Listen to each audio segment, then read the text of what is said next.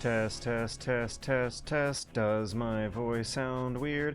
Does my voice sound weird or sound normal? Oh no, my voice is sounding good to me. Test, test, test, test, test. Sounds a little muffled? Really? We got... Okay, that might have just been positioned a microphone, you know? We got 4 votes cast and only one person said it was muffled, so, sorry, Shagohod 1986, but majority wins.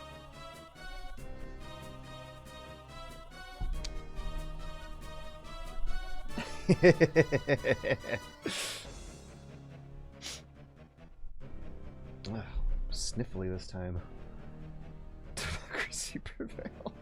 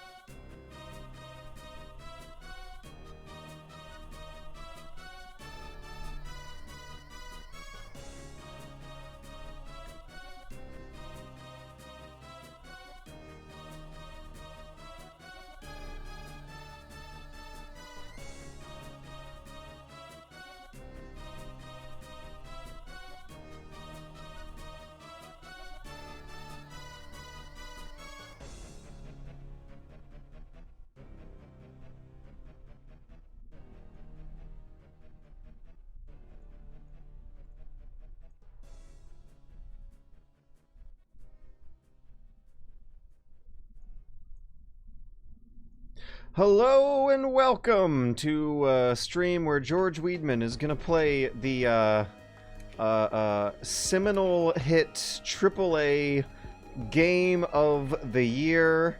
This game has the most inescapable marketing campaign that I have experienced this year. The most highly anticipated release of 2024. An inescapable presence on all my social media feeds. We are here playing, let's see, what was it? What did I call it a few hours ago? Dun dun dun dun. Kart. That's what we're playing. We're playing Kart. This is Nightmare Kart, and chances are, if you're already watching this, you know the story behind this game's development and the incredibly funny, hilarious story that it is. So this was originally developed as a fan game that was going to be called Bloodborne Kart and released for free. But since the developer started a Patreon to support the development, that threw some legal wrenches in the process. And, you know, the usual rule of thumb as established by Wooly is that if you're working on a fan game, shut the fuck up about it. This is a case where there was no shutting the fuck up about working on a fan game for free that was going to get released for free. I believe Bloodborne PSX might have had a little bit more of a clandestine development cycle, and so after releasing that and not getting in trouble for it, it kind of sort of, steered the implications towards, continuing development for Bloodborne Kart with no trouble, because Bloodborne PSX never got in trouble. But at the 11th hour, right as it was finishing up development, oh no! The Bloodborne Kart got in trouble, and Sony, it sounds like a really uncharacteristically cordial exchange, an uncharacteristically polite exchange between a big evil corporation and a cool gay transgender goth fan game developer doing it for free. Between those two types of characters, the exchange between the two was like weirdly more polite and less consequential than what happens with some other big popular brands that had fan games get developed out of some other Nintendo and Sony properties. In this case, the game was hyped up and under constant development, a very transparent development cycle that constantly had her posting development streams and updates on Twitter for like a good 2 years now at this point. A year and a half, 2 years, something around that window. So Bloodborne fans have been plugged into this joke for 2 years, well aware that a silly parody Bloodborne fan game was in development and on its way, and that, considering the precedent, it was probably going to be good. And the name got changed at the last hour. So this is like a real fluke against that Wooly versus shut the fuck up about your fan games rule, because she was actually able to capitalize and promote and build anticipation among the Bloodborne fan base community, and still managed to capitalize on it by just changing the art in the name at the very last minute, in a very well publicized case of the corporation being weirdly nice about it. Yeah, and it was announced as an April Fool's joke, too, so, like, regardless of how fun the game turns out, following this thing for the past 2 years has been an absolute blast, so, let's get going. Hit the new game button and definitely not shut the fuck up about the fan games yeah, so any fan game developers who are watching this who might be getting the wrong idea, please don't think that you can get away with this like Lilith has. If you're working on a fan game, shut the fuck up about it. If you're working on a Bloodborne fan game, it seems like there might be a little more wiggle room, but for the overwhelming majority amount of indie game developers out there who are getting building experience and learning the tools and the software and the workflow by working on fan games instead of original intellectual property projects, maybe don't let this build your confidence up too bad. It might still be wiser to shut the fuck up about it. But anyways, these eyeball dream watchers are noticing your presence. These are the messengers, aren't they? You can kind of tell it just put an eyeball on top of the character. Okay. Oh, that's great. The Dream Watchers don't seem concerned with your reasoning as to why you are visiting the series. Miralodia. Okay, so they renamed Yarnum to Miralodia. The messengers are Eyeball Watchers, which looks like the same exact character with just... yeah, you can't sue us! We put eyeballs on top of the characters! Sign a contract. Seems harmless. What's my name gonna be?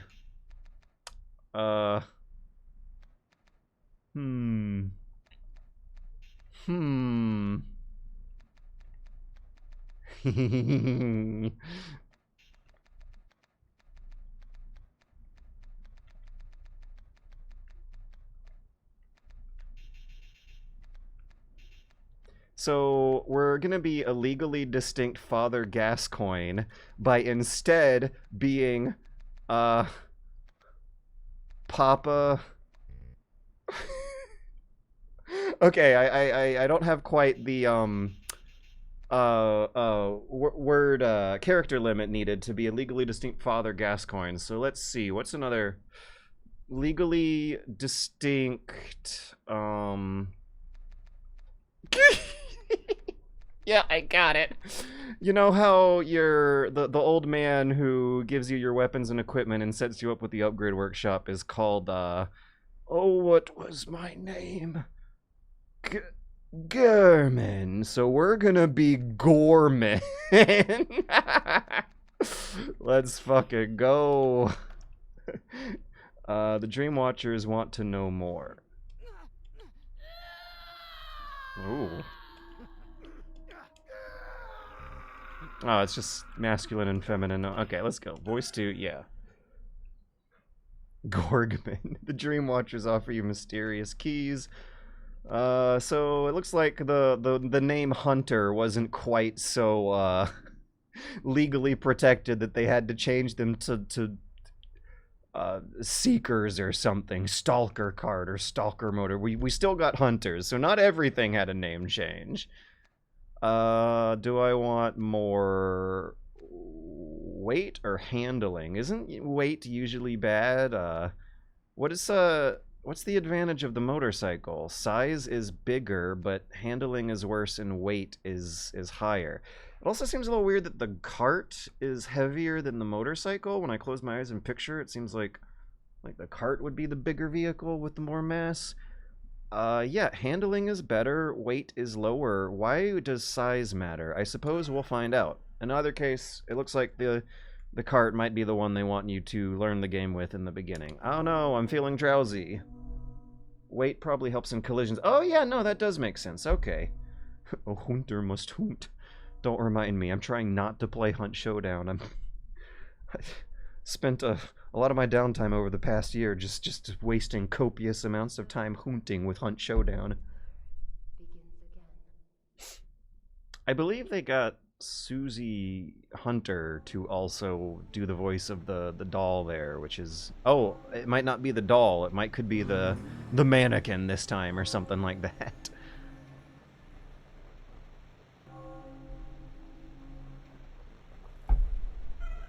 Hold A to accelerate.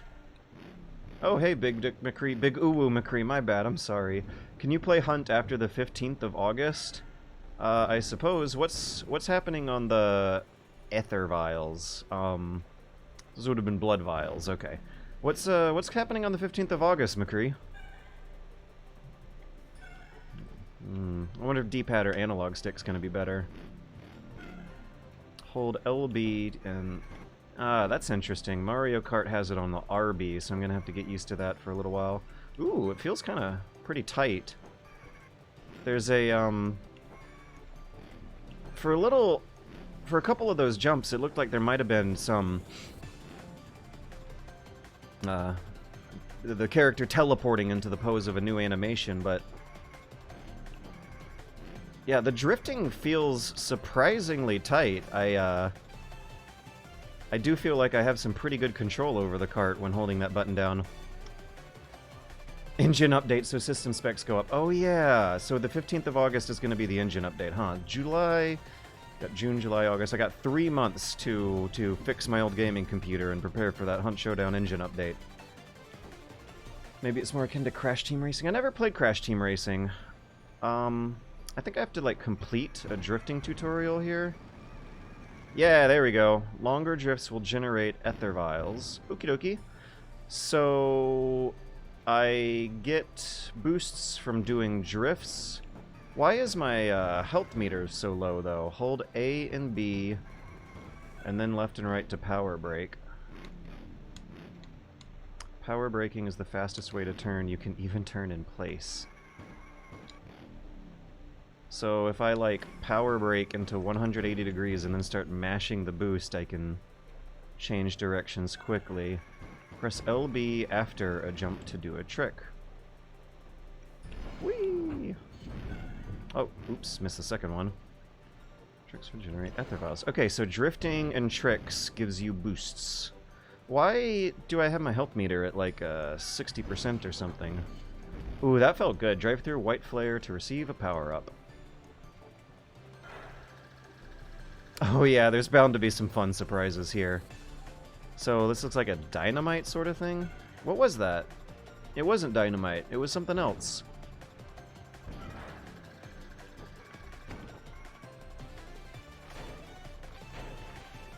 Kill 3 enemies. You got it, Chief. Oh, I wonder if that's also another way to generate boosts. I bet killing enemies is going to be important for something. Blood droplets, which increase max speed. Okay, so enemies increase your speed. Tricks and drifts increase your boost. Which, I suppose together add up to a speed boost greater than the sum of their parts.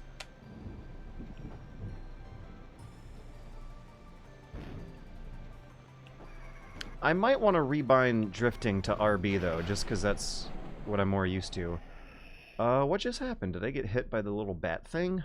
Tony Hawk's Pro Kart Racing. So, I guess I didn't get to learn how to heal. We'll figure it out in the real race.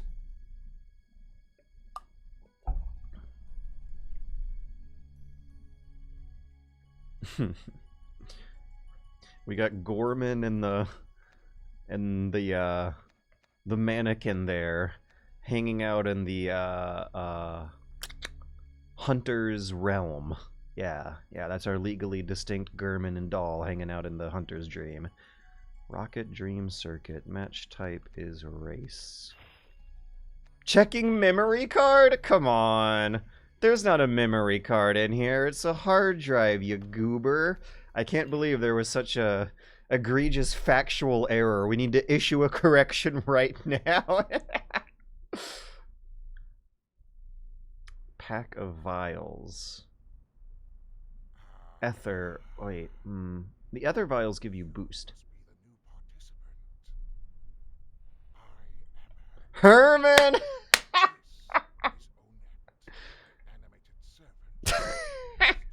Animated serpent.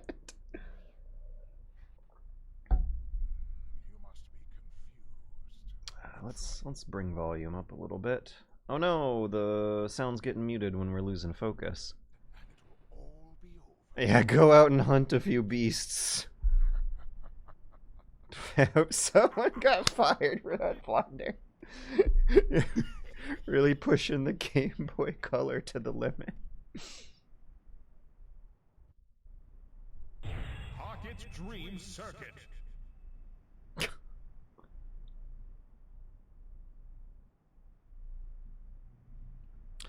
CRT effects are a little aggressive. I'm wondering if I'll enjoy turning those off for a little while. Okay, that blasted me real loud. So is this the kind of thing where I gotta press A as soon as I get the go-ahead? This music. Chipper chain wheels.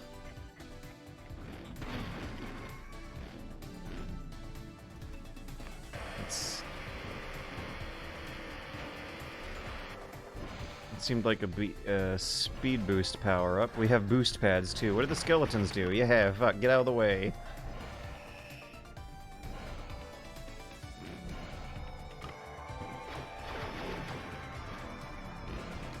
Go, go, go, go, go, let's go. I got blue turtle shelled. I am also looking forward to, shooting the other go-kart racers with a gun. I like this, oh, there was a shortcut on the right.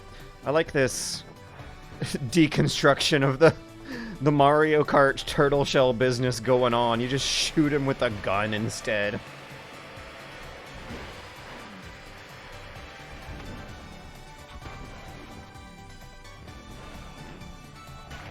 I think I'm supposed to avoid the skeletons upon further experience. What am I? Third place? I keep forgetting to press LB for drifting. Can we actually, yeah, restart level, I am sure. This is fast too. Those laps were just coming and going.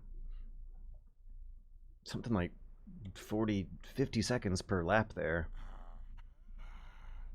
Yeah, but yeah, no, we're not finishing on third on the first race. I don't have to commit to mistakes until the second or third race.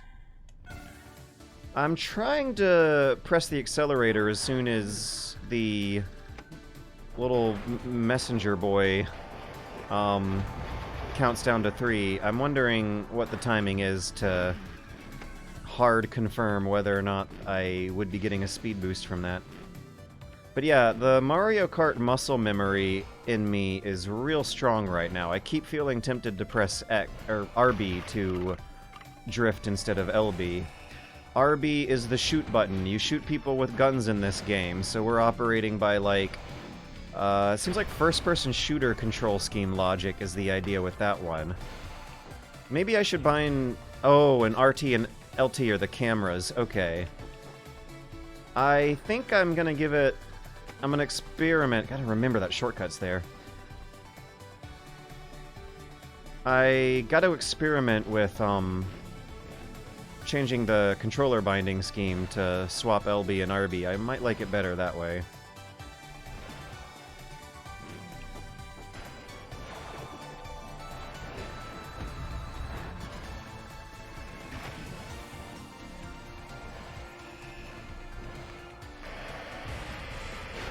Whoa, what the... What was that?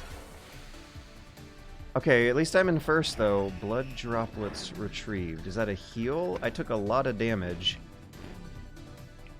I recognize this melody from somewhere.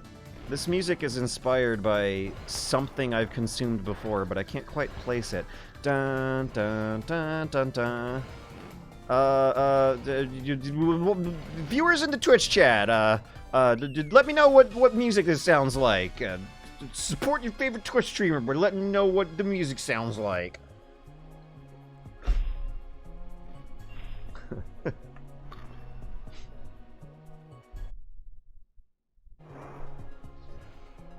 Threaded sword. Total insight. What does insight do? You got the touch, you got the power. Is that it? Doesn't help that it's also the kind of throw the vehicle's weight hard around to the back. Is there online multiplayer? Ooh, I hope so. I wouldn't fault it if not. Miralodia.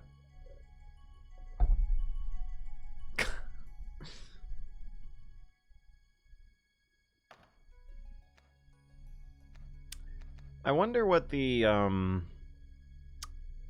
developer was thinking when renaming Yarnum to Miralodia. It doesn't rhyme. The letters and sounds are all different. There would have been some kind of deeper logic or reasoning behind going that far off script, I would imagine. There's a melee weapon? Have I had a melee weapon this whole time? Select melee weapon. Okay. Do you think this game would be DMCA'd if someone made a Bloodborne mod for... No. You don't find it Miralodious?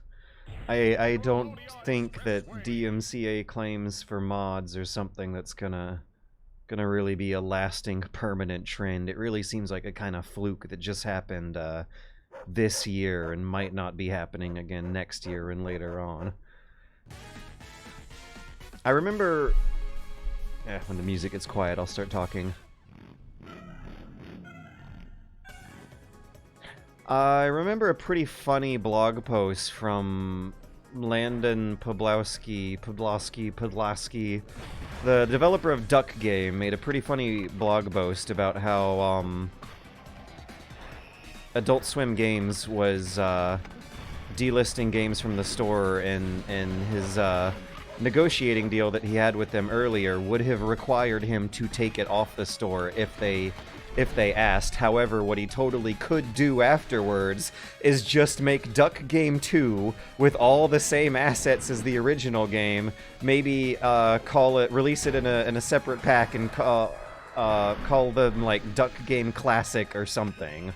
Like, all the old assets could still get released somehow with the most extreme minute of name changes going on, and it is hilarious sometimes what how much more indie game developers and fan games and fan communities are able to get away with nowadays compared to what I was used to as a child. I'm still in first place, and I've been doing way worse for this track compared to the previous one. Alright, someone in Twitch chat who knows the game better than me. What does running over the skeletons do? Someone in Twitch chat, support your favorite Twitch streamer by telling me what running over skeletons does.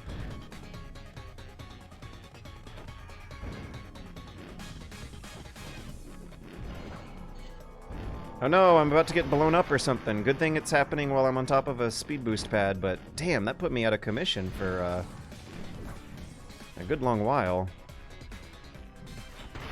Yeah, fuck you, werewolf. But yeah, one of my favorite fan games when I started the channel was a Mario Brothers fan game called Super Mario Brothers X. It was built on top of a really solid engine with some really good, authentic feeling controls, but more importantly had a multiplayer mode that was actually better than the... Oh, how do I go backwards again? I forgot. Okay, there we go. It had a really great multiplayer mode that I actually enjoyed more than the official new Super Mario Brothers games Nintendo was putting out at the time. And unfortunately, it got taken down by a DMCA. The game developer later on went on to make Terraria. So not a whole lot of harm was lost to the guy. Oh, get out of here! What are you doing? Oh, I can shoot behind me! Awesome! Hell yeah! But I need to heal. I'm low on health, and I'm still not entirely sure on how the healing mechanics in this game work. Oh, there we go. Big speed boosts from the tricks. Keeping a steady supply of, boost vials. What were they called? Ether vials? Keeping a steady supply of those going in and out seems necessary. Oh, it's taking away health. And I can't use it because I don't have enough health. I see. Now I'm starting to understand the rules of the game they just already explained to me 5 minutes ago. Whew. I got first place again, but holy cow, I made a lot more mistakes in that race than I did the first. 3 minutes and 20 seconds. We're doing 3-minute races. The rating system is also in the same principle as a lot of the bigger media companies. Maybe check out key bindings to see if there's a reset button on when you get hung up on geometry. I never went easy to champ. First map was the filter. So the difficulty curve is upside down with the... No, I heard that there's like a snake lady boss that she nerfed like 3 hours after launch. It's a fucking hilarious story, hilarious personality. It just cracks me up. A mostly one-person development project off of a really legally shaky grounds gets a day one patch 3 hours after launch. I never did figure out what this business with the melee weapon is, though. Let's save. Maybe I can rebind the controls and resume where I left off. Let's quit to menu. Yeah. Oh, and the menu splash is real funny too. I hope it does it this time. Ah, okay. It's important. I gotta show the audience what happens when you launch this game up for the first time. For a session. It's good stuff. Oh yeah, I also didn't mention that it was like free. I asked Lilith for a code. I like sent her a DM and asked for a code and like whether or not there were embargo rules regarding streaming and I had no idea. I could have just clicked the add this game to my library for free button and it would be fine. Yeah, Bloodborne card. Oh, Nightmare card, excuse me. Really like that title screen there. But yeah, it loaded up in full screen again, and I think I told it not to earlier. Maybe we're gonna have to issue a day 2 patch 24 hours after launch. I might have found a glitch with the... Oh, wait? I might have found a glitch with the toggle full screen on launch option. I hit that last time, and it launched in full screen this time. But yeah, CRT effects. Let's definitely... Okay, this is awesome. This is actually really, really cool that I can adjust this on such a finer, granular level. Because I like... when I'm emulating old games, I always, almost without fail, have some kind of processing filter on. I didn't with Ghost Babel last stream, but that's the exception, not the rule.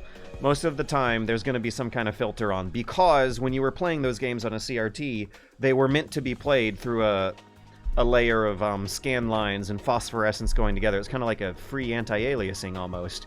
But what most CRT filters and the emulators tend to screw up is just how much darker it makes the image. And I think something like that's kind of going on down here that's meshing with my own personal subjective preferences. Yeah, okay, so I grew up with a Nintendo 64, so seeing this, like, PlayStation wobble and how harsh the squares are with the pixels kind of sort of grinds with my expectations. I like the CRT effects overall, but let's bring the brightness on those scan lines down. When you're looking at scan lines on a CRT with your own face in real life... Oh, that's just whole screen brightness. What's the default value?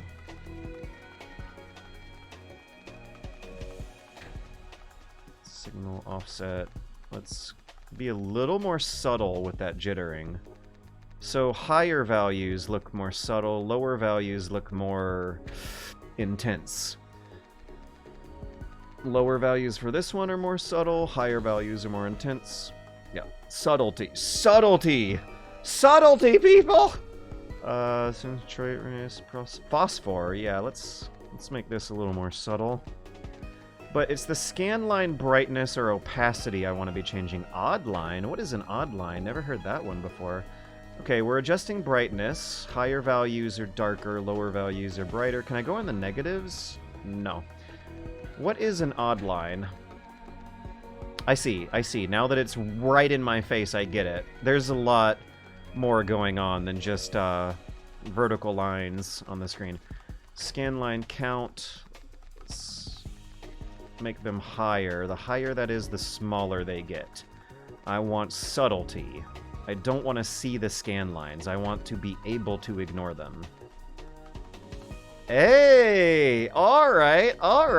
I'm kind of digging the vibes now. We're having white pixels bleed into one another. That is a CRT thing. Yes. White and black pixels would bleed into one another to the point where you couldn't really see the scan lines as easily as you do in emulator CRT filters. What's this? Signal... concentration, skin length, white noise scale. What? Color tornado? What is this? Oh yeah, no, we don't. We're just gonna put the. We're just gonna keep that one to 3. That's subtlety. The value of 3 is gonna be subtle. All right, yeah, no, this is good. I like it like this. The grid, I don't know. The grid is still a little too visible for me. What am I thinking of here? Phosphor visibility? Yeah, there's a sort of a grid effect going on. I think it's phosphor visibility, but I can't quite get rid of it altogether. I just want it to be extremely subtle. Perfect. Cheats, hell yeah. Nothing? No, okay. Accessibility.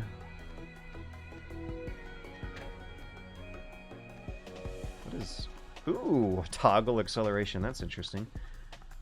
What about controls? Audio, graphics, cheats. No controls. Okay, whatever, just gotta get used to it. No right bumper drifting. I have to... I can't go back to my old ways, I have to learn new ways. Gotta move the menu around, move the window around. Right.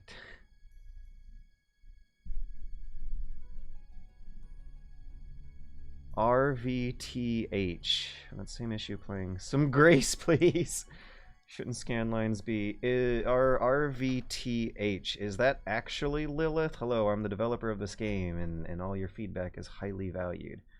Never mind, I know you did it, champ. Maybe check key bindings to see if there's a reset button. I don't know. RVTH seems to think that there's a keybind menu in here that I'm not finding. New update just got dropped 30 minutes ago. Yeah, right. I think I remember seeing Steam update the game right before I started the stream. Accessibility, cheats, graphics.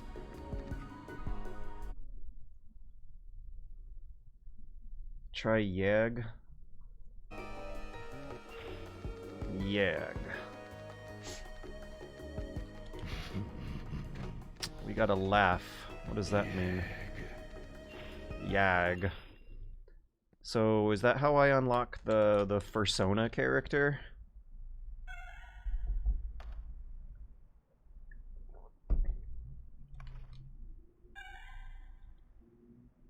Yag did something.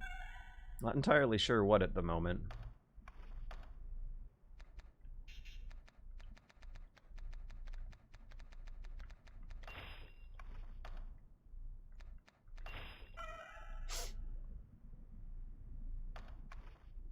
Hunter, Kart, Hunter. Oh, God. Did I just accidentally skip through a potential character select screen?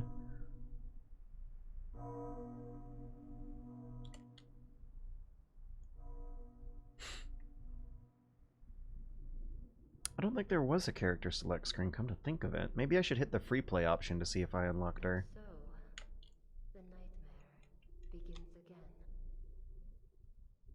Yeah, you just logged in voice 1. Okay. Yeah, no character select. Alright. Button rebinding. Oh, you go in the game. Okay, there we go. There might still be some hope for RB drifting after all. That I might have to not... I might be able to stick to my old ways. Yes, yes.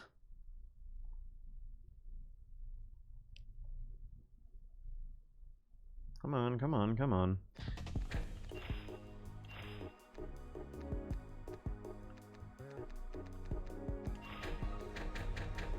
No Yag Bunny Bunlith personas here.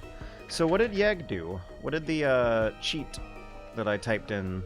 Maybe I shouldn't know. Maybe I'm supposed to be kept on my toes and emulate the good classic feeling of the mysteries of playing PlayStation 1 games before you had a high-speed internet in the other room to look up all the secrets with.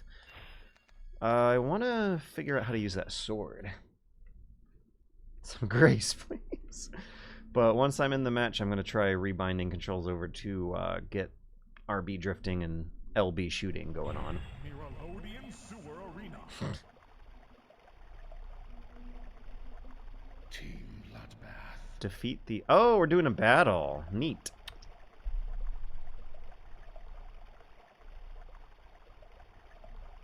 Okay, there's rats.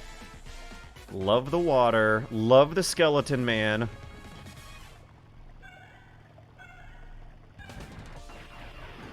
Oh, stop. Okay. Options, buttons. Ba da da da da da da da.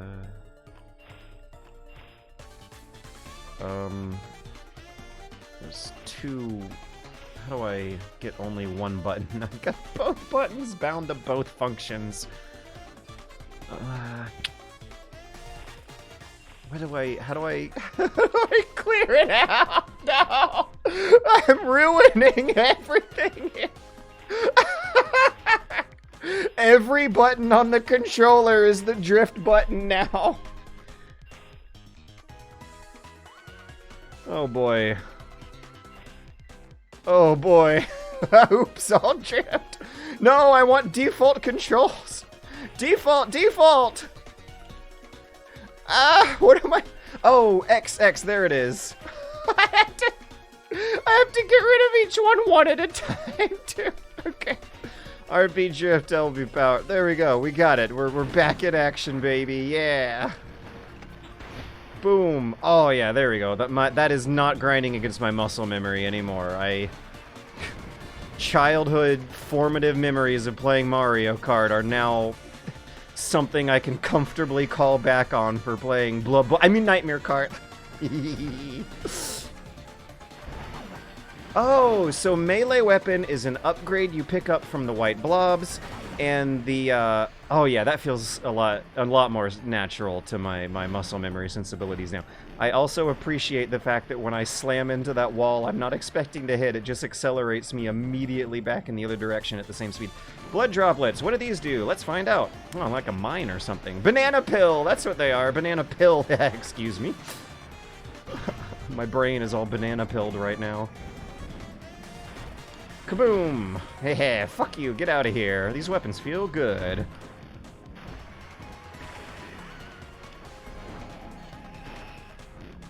Love breaking the laws of physics.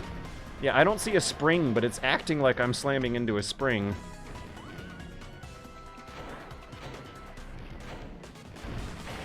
It's also going to be interesting, seeing how... Oh, sorry, excuse me. Yo, no, the poor guy! Oh, I feel bad now. No, he can't get out of the wall. I'll let him be.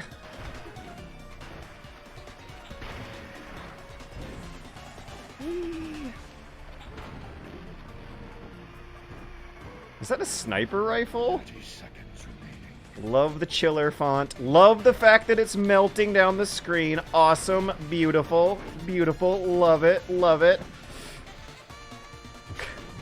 Whee!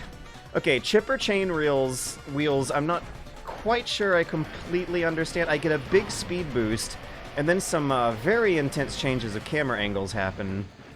I don't know if the AI is... 5, 4, Yeah, I think the AI is having a little trouble with this arena style. So did I get it? Did I get 10 kills? I was just having fun. I wasn't even counting. 0, -1. What am I looking at?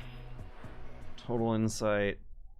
Don't know quite how clear the interface was there for understanding whether or not I won. Might need a colorblind mode. There's enemies with red arrows and friendlies with green arrows. You killed your own teammate. I didn't even know there... Oh, it did say there were team battles. I've been killing my own teammate that whole entire time, wasn't I? Yeah, that was a colorblind thing, wasn't it? Sends into the grimy abyss. I also missed that text. So you know what we're going to do? We're going to quit to main menu. We're going to hit up that accessibility options again. It is red-blue. Is it red-green or red-blue? Because if it's red-blue, I should be fine. But if it's red-green, I might... Depending on what shades they're using. Subtitles. No colorblind. Oh, well, now I know better. The other thing about gaming as a colorblind gamer is that, once someone tells you the proper color scheme is, you know, not want to speak for everyone with every different kind of colorblind, but once someone tells you, oh no, Jort, that was actually red, that wasn't green, like, all of a sudden, once someone tells me, once I'm clued into the fact they're different colors, I am able to tell the difference between reds and greens. They look similar, they don't look exactly the same. Alright, let's try that one again. Keep the threaded sword. Continue. I saw red-green. It is red. So wait, we're actually having, like, contradicting testimonies in the Twitch chat over what colors we're actually looking at. The minimap and stats in the end are red-blue. The markers over the cars are red-green. Okie dokie. Got it. Listen to KDR. I'm still wondering, my postmodern, post-truth sensibilities are still unsure of how... There we go. Of how, fragile and careful I should be about this, KDR character in Chad. They're not named Lilith, they're not named Botster, but this KDR did claim to be a developer and is giving me some very intense back and forth here. Wah! Get out of here. Fuck off. That was red, right? I didn't attack my own teammate, right? Okay, so I'm seeing it now. That's red. I'm looking at a red guy. Now that I have been informed, I can tell the difference between these colors pretty clear. Before I was informed, they were blending together for me, but now I can't believe I was making the mistakes I used to be making. So there's also, like, a psychological layer to it, too, as well as physiological. Like, if I'm by myself and no one's there to tell me what I'm looking at, I may never be able to tell the difference between the two shades. But once I am informed, once someone points it out to me, it's like the colors change before my eye, almost. Oh, nice. That felt good. So yeah, it's good. We good. See, look, I'm focusing on the red, I'm letting the green go. Hee hee. We're circling around each other, me and this red. Oh, this is awesome. We're circle strafing. We're trying to, like, circle strafe and shoot each other. It's got almost like a dogfight. Like planes constantly circling around each other, trying to get on their backside. Oh, yeah. Now that I actually know the colors, this is going way better. And I have the controllers rebound to my liking. It feels natural. I'm good now. I might want to make X break later on, though. Come on, get out of here. Fuck off. 30 seconds remaining. Whee! So I see a 7 on the screen. I feel like I've gotten 7 kills. Let's say, down on the bottom of the screen, we got blue numbers. It says 3. Red number says 1.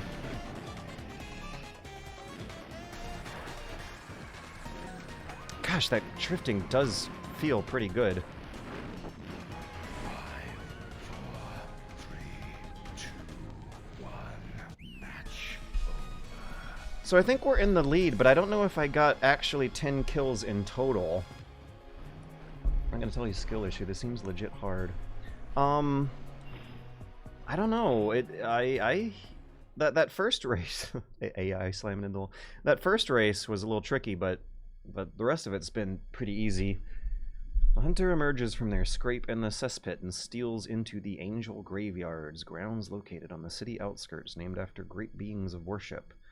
Amygdala, is that what got turned into angels? There in the shadow of they encounter a blood-splattered hunter atop a rolling motorcycle. The mirth of Father Gregory! Okay. Father Gregory. Well, yeah, we'll take it.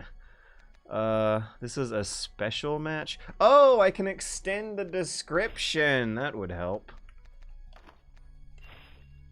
We're gonna rotate our saves. I might actually want to go back to that battle. That was a pretty fun battle mode. Gorman. Okay, so Gorman is Gurman and Gregory is Gascoigne. A lot of guzz. I'm gonna run to the bathroom and pee real quick. I'll be right back.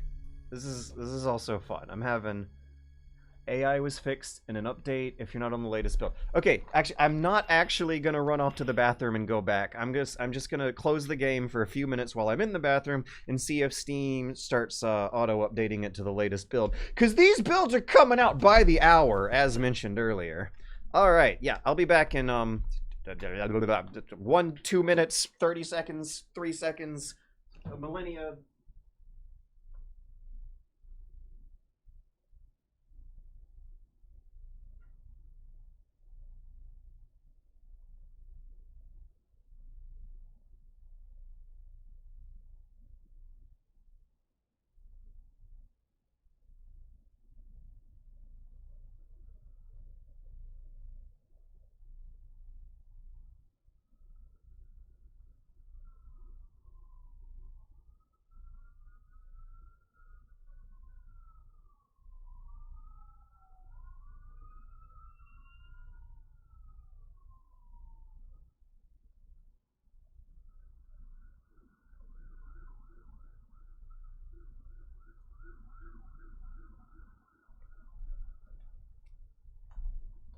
I'm back. Are we updating? Nightmare Kart, properties, updates. Always keep this game updated. So we're on build 145.73484. We're on build 484 is the last 3 digits. It looks like last installed content was June 1st at 6:56. So whatever build I'm working on was released about an hour and a half ago. Ugh.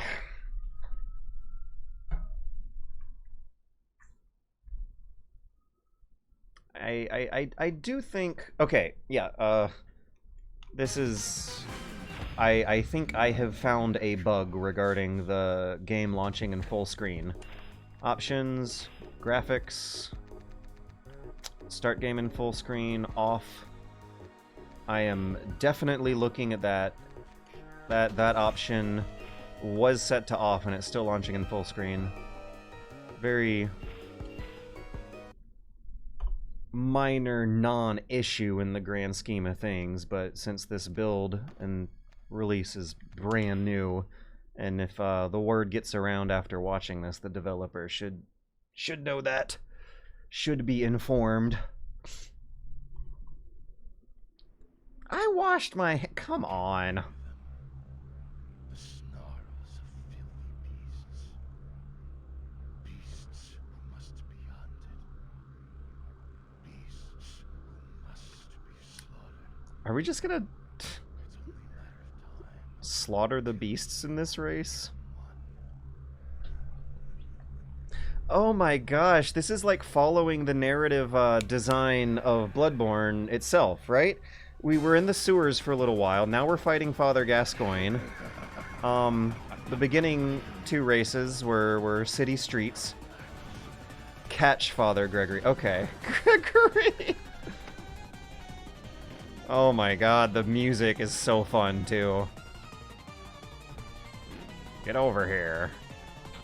Oh no, my controllers. Okay, we got an issue with options not saving, because my controls are back to default again. Drift, drift, drift, drift. RB. Power up is LB. Oh, I can drop power-ups. Boost is X.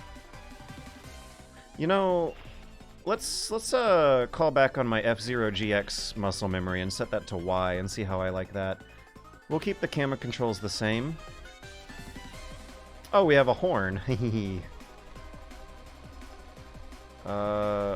Back was drop power up. We'll set horn to D-pad up. We'll set horn to D-pad down and D-pad up.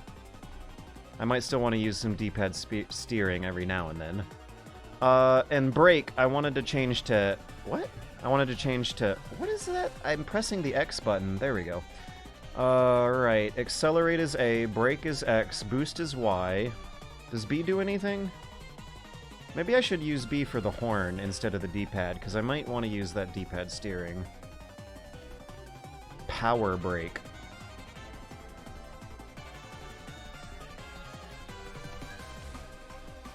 I can't find that.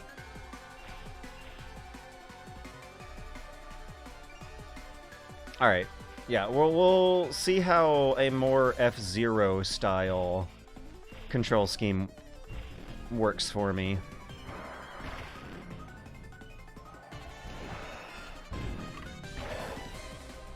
Come on. Ah.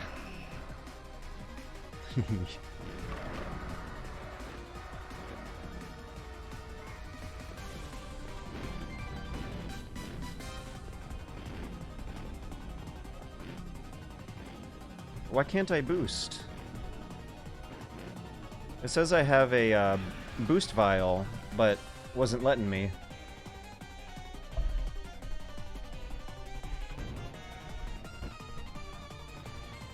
Defeat Father Gregory. Oh, I was already getting used to the default controls and missed that shoot button. Blood effects are pretty good. Pretty funny.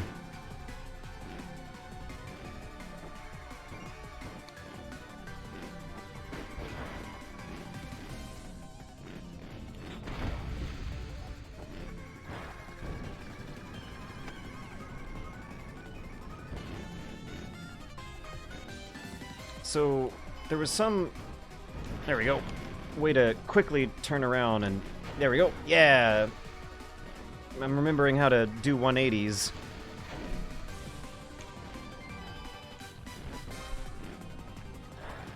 Okay, so now that I've adjusted to the game's default control scheme, now my muscle memory is having me press X for the brake, and I'm having to relearn the controls all over again. Come on. Yeah, there we go. Now I'm on your backside. Haha.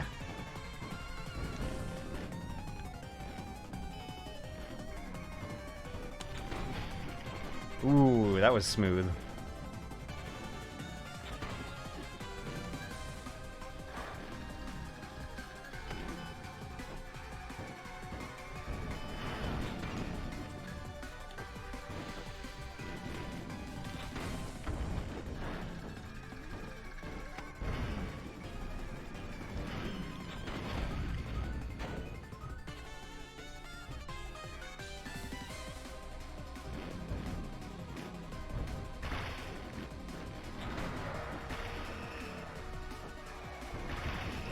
I'm trying to see if there's a way to heal by killing the monsters or something. I think I already forgot how healing works in this game. Oh, and the boulders are falling down like on the bridge. It's so cute. These games are so cute. Alright. I've given up on my healing quest. I'm going back for combat. Oh, a Gatling gun! I want it! Drop, drop. There we go. Yeah! Alright, come on. Come back here.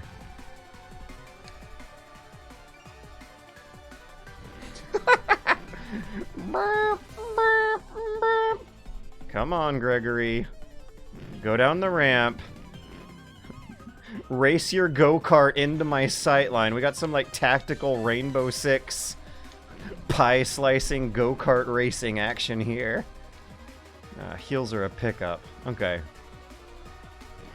He's not coming in.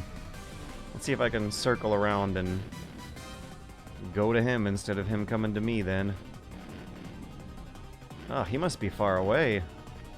Nope, he's right here. Ah, no aiming. Did I, screw up the AI? I might have screwed up... Oh! The AI got stuck for a little while, but then decided to just fuck off and go the opposite direction. Problem solved. Yeah! There we go, big damage.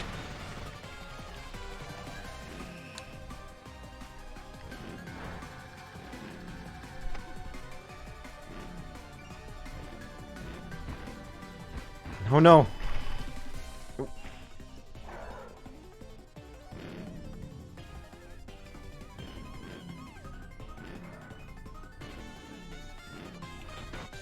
Haha!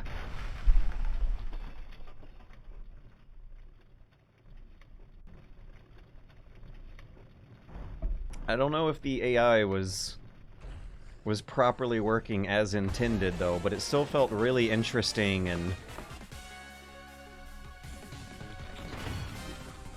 Yeah, I think I screwed the AI up by luring him out of the intended arena, but we're back, we're good. And I'm... Whoa, what in the world? My HUD was shaking all over. I think the accessibility options menu was warning me about that one. Oh, and I can aim while doing the... Okay, okay. This is really interesting. Look at that. Yes, yes, this, like, circle strafing battle cart stuff going on. Is pretty interesting. I remember enjoying a few nights of Mario Kart battle mode as a kid, but the control scheme going on where I'm like holding down a direction to look on the right, and then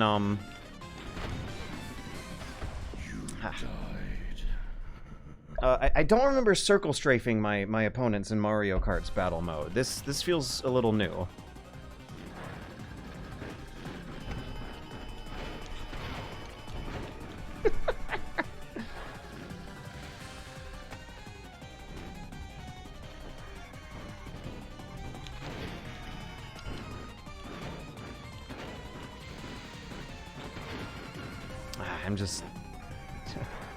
I'm eating ass this round.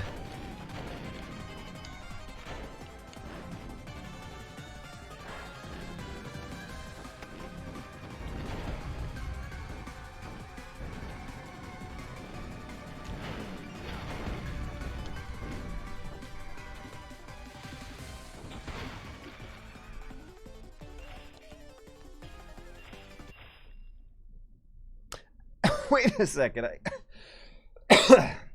think I should have just died. It might be faster to just die instead of hit the restart button, because I'm waiting through a loading screen, and I'm also going to have to repeat the first phase where you catch Father Gregory.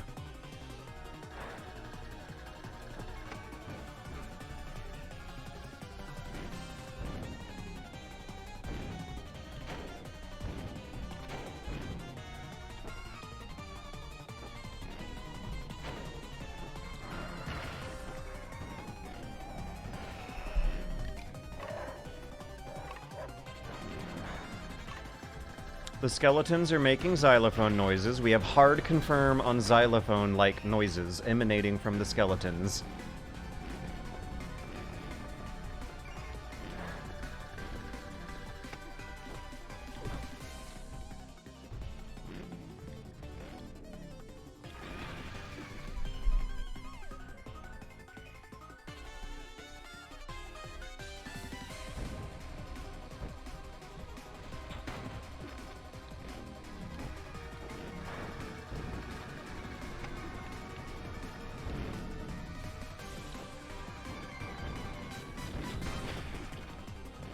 Yeah. Also, something about the visceral feedback of using a gun instead of a turtle shell or a balloon or something is making this also feel like a more complete exploration of the battle kart racing concept than what you'd get in an actual real Mario Kart game too. The circle strafing, the need to like maintain an aim on your opponent, and the fast speed and gratifying feedback of firearms feel like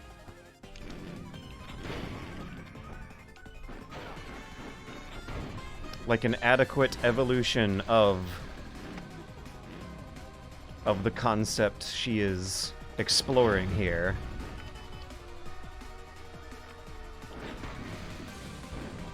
We're breaking new ground by giving the Mario Karts guns.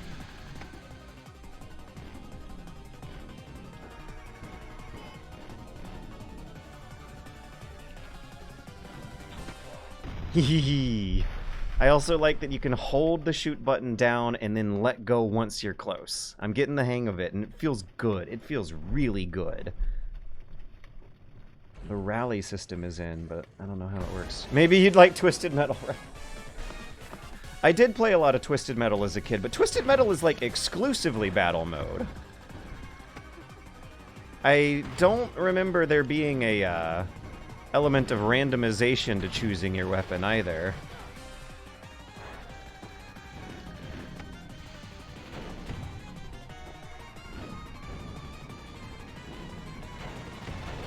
Oh no. Wait, shouldn't I get the Gatling gun? I got a Gatling gun last time. I want it again. Okay, let's see. Yeah, I'm gonna be a little tactical. Ah! I was trying to be tactical! I was trying to be tactical and put a large amount of distance between me and my opponent, and then narrowly, start aiming down pie slices of sightlines. But no, you gotta fucking move! You gotta go! No tactics, go! Alright, both me and Father Gregory are down to the wire here. Let me hold this button down and release! Oh, is he stunned or something? You hunted! I guess I did! I guess I did. What am I doing? That was good. That was a really fun level. I don't know what that inside does, though.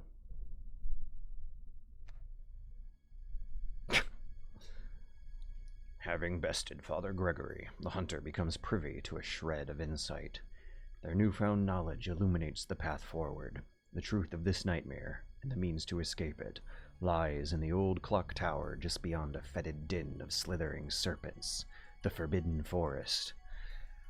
Okay, so we are skipping a little bit, because in Bloodborne you go to the cathedral before you go to the forest.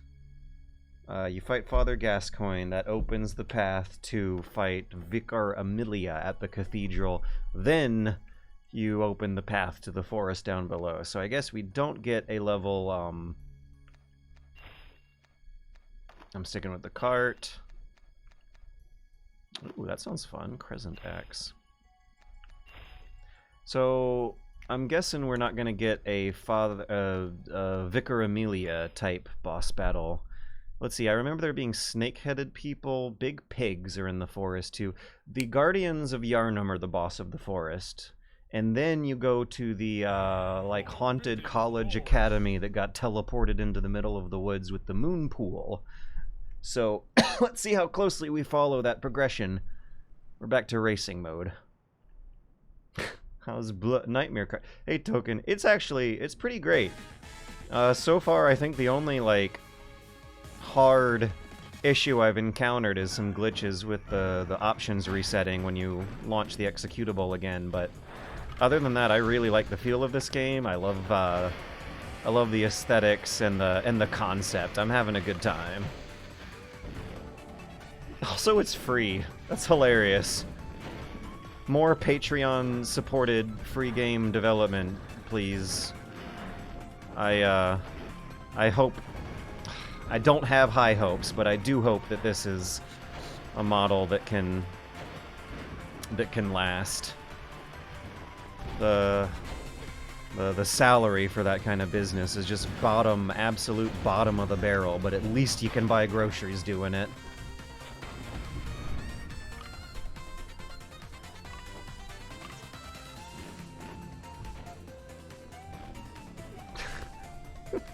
The music is also really funny, too. Oh, no, God. Ah!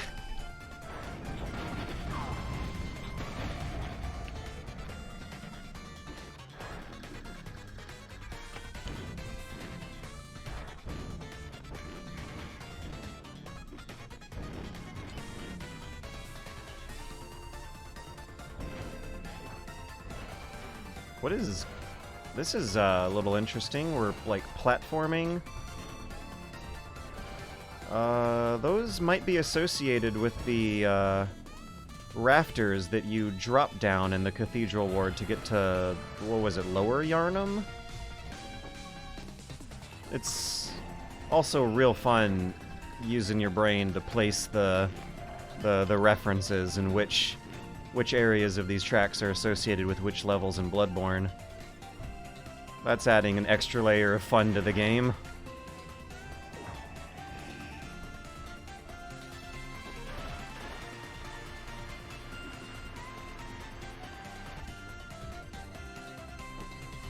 Abandoned Workshop, that's what it was called. Yeah. There's some very rare amount of platforming you do in Bloodborne happens in the Abandoned Workshop. Wait, no, you do the rare amount of platforming and Bloodborne to get down to the Abandoned Workshop. It's like a secret hole halfway down the shaft. Wow, I really do have a lot of Bloodborne memorized, don't I? God, I must have played that game like 8 times. I played it last Halloween.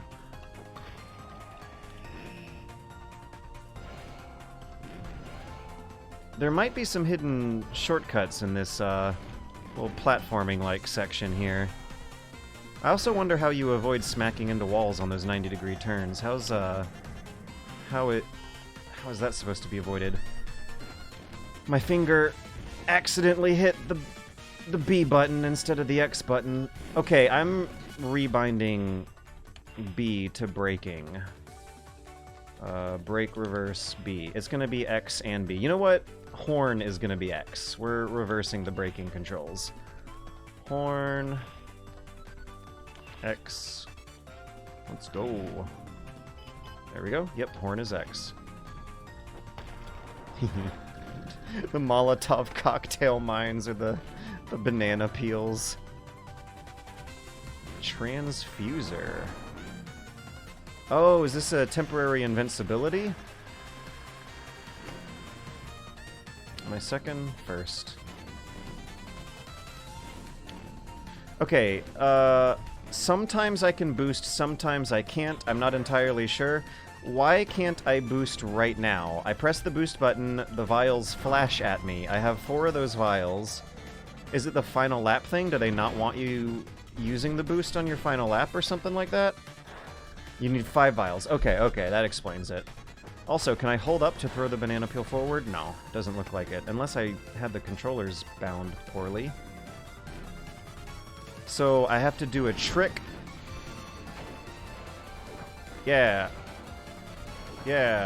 6. Okay, I got boost. Come on. And boost past ya. Oh, I didn't actually... No! I boosted right into the wall.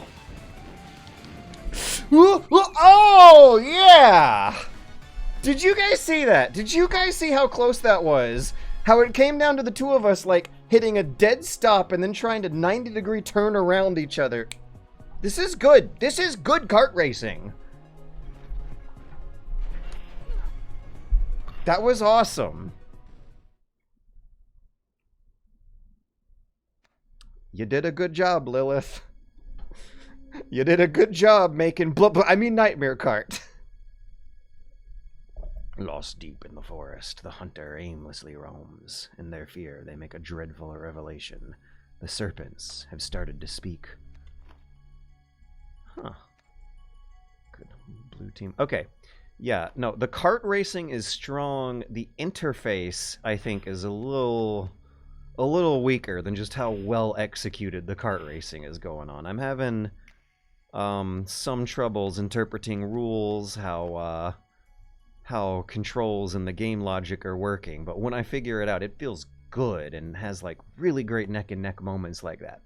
Okay, so we got racers called Fodder on the red team. This is going to be a battle. So is Fodder like the name of a character, or is Fodder referring to how there's going to be NPC enemies that everyone's going to be shooting up? Like, is there cannon fodder sprinkled throughout the level? Or is that the name of a competing racer on the red team who is getting duplicated 3 times? Good Hunter Gorman on the blue team. Battle type, capture the insight.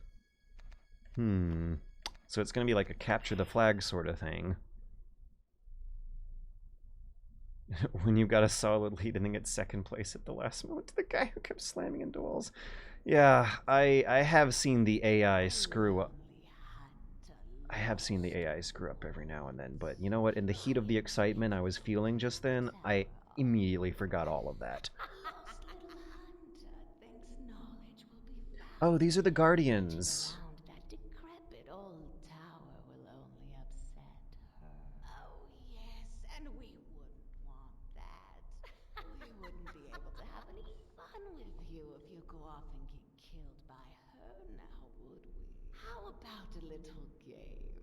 Defeat the 3 of us, and we'll show you the way. The Shadows of Yharnam. Was I saying Guardians of Yharnam? These are the Shadows of Yharnam. The boss at the bottom of the forest before you go to the academy. Forest arena. They have hats. Capture the insight. Yeah, the PS1 aesthetics do work really well for Bloodborne. I was talking earlier about Wobble. I have some strong opinions about Wobble. It's different on like a per game and per genre basis, but the textures wobbling and warping, I feel, is something that... There we go. That is something that should really... my imagination only really gets stimulated when I'm seeing that wobble in a horror game. It breaks my immersion if I see it in a non-horror themed game. So since Bloodborne is all about hiding things in the shadows and engaging with surreal concepts, I find the wobble quite appropriate. The PS1 vibes mesh very, very well with Bloodborne. The pig is a vehicle? What? Okay, I gotta go back to wherever the insight's supposed to be. The music is great.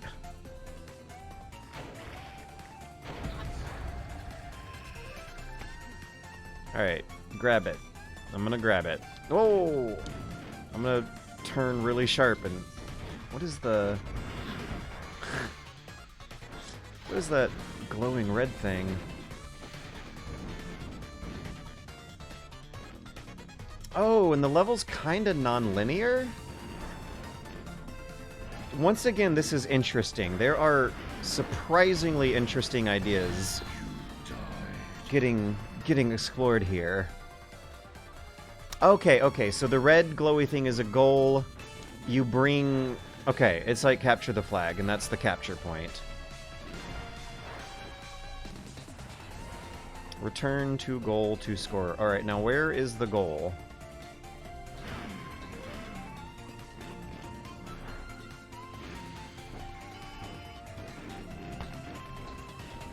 Ah, move! No!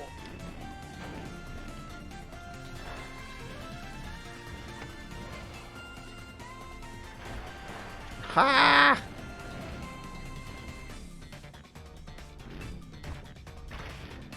I apologize for everyone who's been watching me play Metal Gear games very skillfully and now having to watch me play a genre I'm not nearly as experienced with and screwing up all the time. So the red spot is the other team's capture point. The blue spot is my capture point.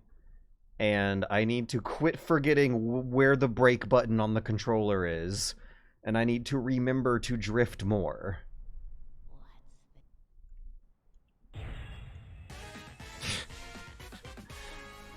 So, I'm also in a 1v3 here.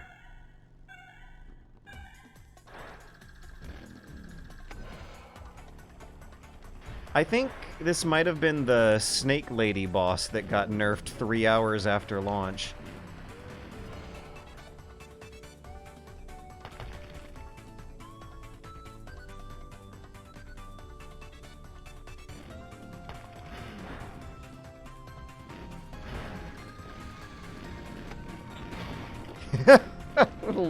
The shotgun animation's pretty good. Is there an invisible wall here?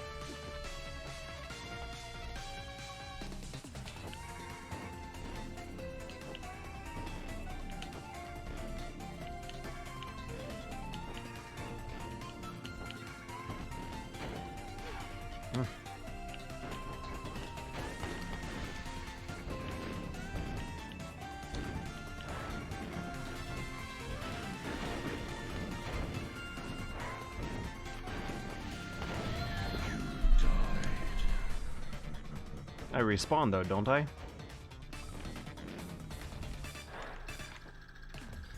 Okay. Also, this mode requires a lot more camera movement than I've been doing too. I see that is how I can keep track of where the flag is and the capture point. But yeah, I'm not too familiar with kart racers. I don't know if there's been a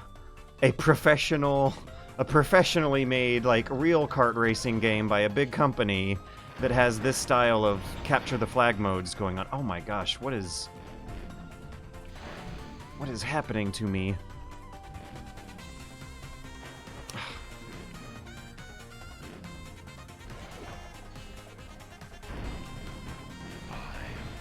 Oh my gosh, this is tough.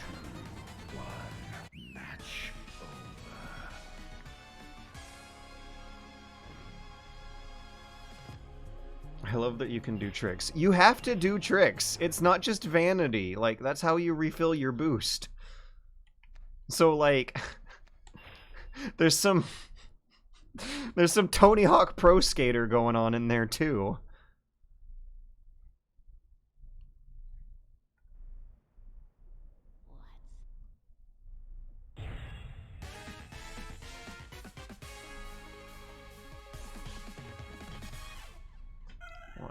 Two. Bam! I don't know if I'm getting a speed boost from hitting the accelerator right at 3. Okay, where's the goal? Behind me. Gotta do a 180. But yeah, I was having trouble keeping track of where the flag and the goal were until I remembered you got these camera control buttons. I should have slipped in the rocks earlier. There we go. I was a little afraid to slip between the rocks, though, because I feel like I got trapped by a hidden invisible wall in the rocks earlier. Ah.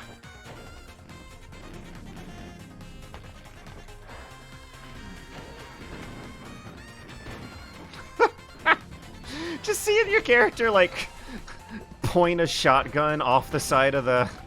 out the side of the car and drive by. Just... your hunter from Bloodborne just doing a drive-by shooting and running away is the most hilarious visual image I've been giggling at all day. Anyways, I really need to be more predictive in my pursuit of this guy and not 100% reactionary.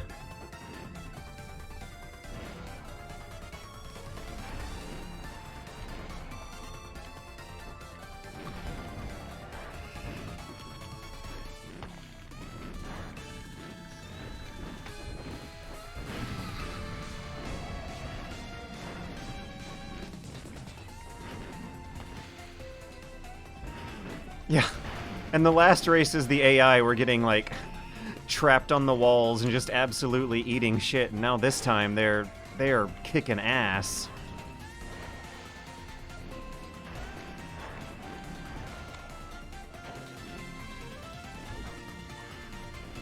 I forgot to do a trick. Let me slip between the rocks. No! Oh boy, we're still 1 and 3.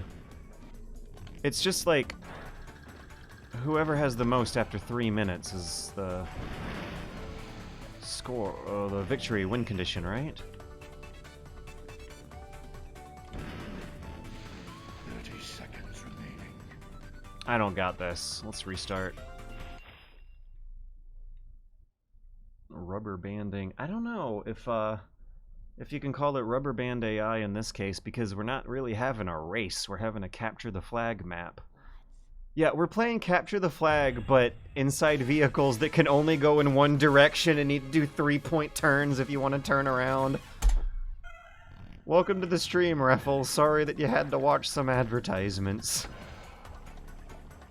Ether vials. Okay, so these will give me more boosts or something? Oh, I don't know. I just threw them away into the garbage, I guess.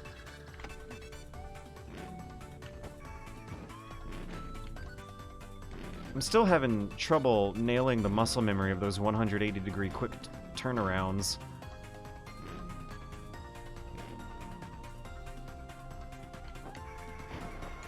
So this time I'm going to be predictive. And no, get away from me, you assholes. What a bunch of assholes.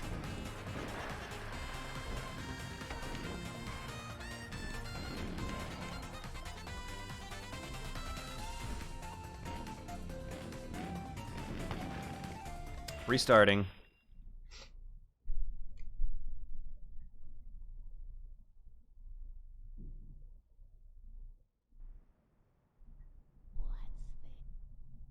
Oh, I'm playing Metal Gear after this. I'm gonna give this like another hour, hour and a half or so, and then we'll be switching to Metal Gear.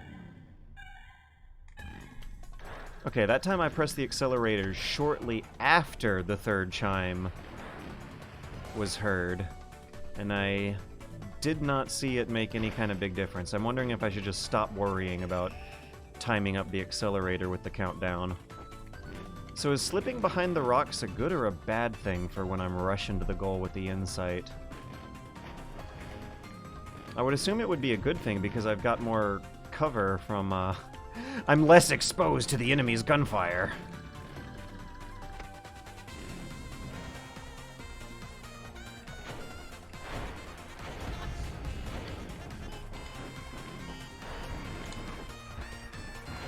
Oh, come on, I should have had that.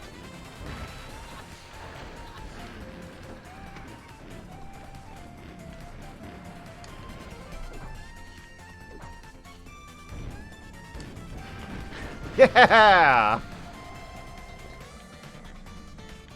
That felt good.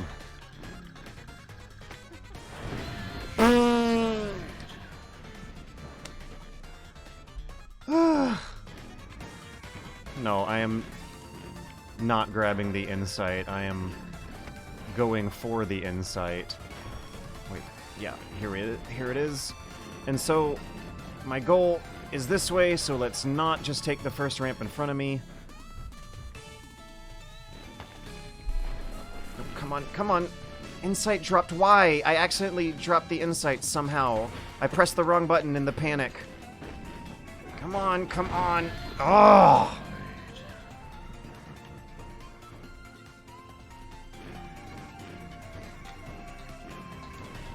And I'm like, not moving when respawning. Okay. I was trying to, like, reverse my... Oof.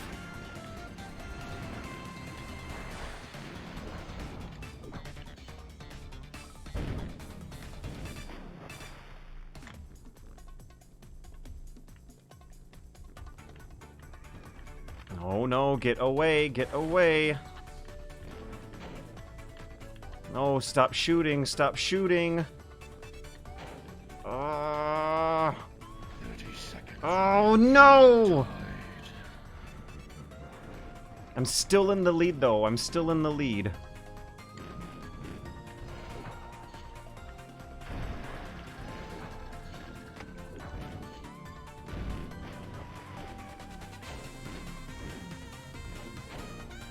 Alright, now we're tied. 5, 4, 3. Is it gonna give me a break? Is it gonna let me win? Sudden death? Oh boy.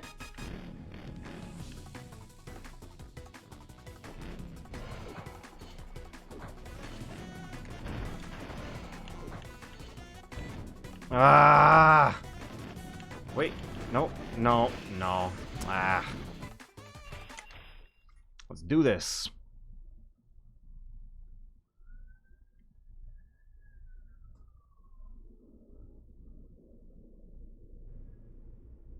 I appreciate the challenge. I was reading that she nerfed this... Well, she said Snake Lady Boss. And to be fair, there are other characters other than the Snake Lady. And, Oh my gosh. Okay, so the shoot button makes you throw the insight away.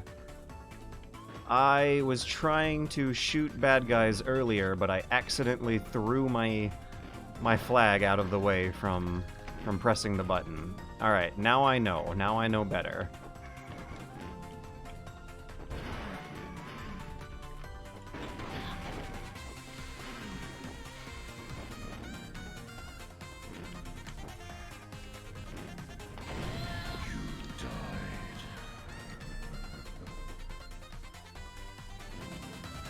But yeah, I don't know if this is the super duper hard battle that she nerfed 3 hours after launch or not, but the challenge here, I almost won last round, and that was attempt number 3.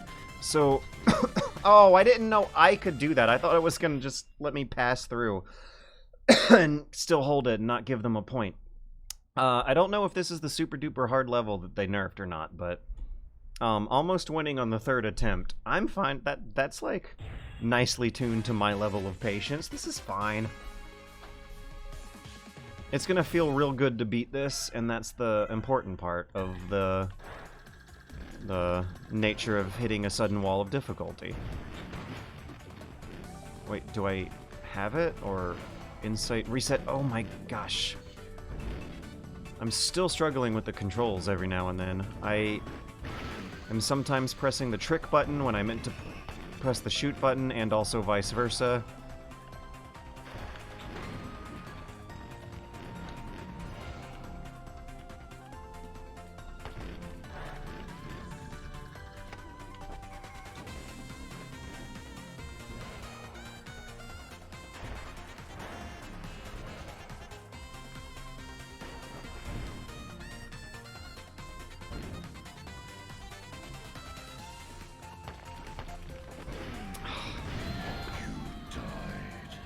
Tempted to restart this one.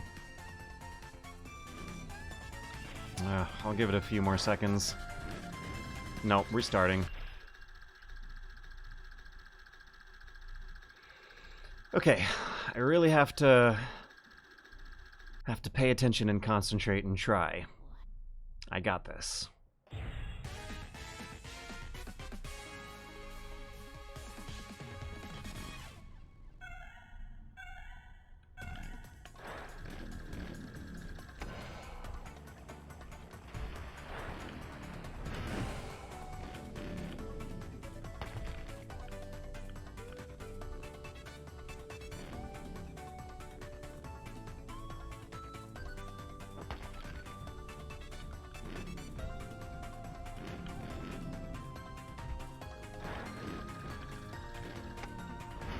No, go backwards!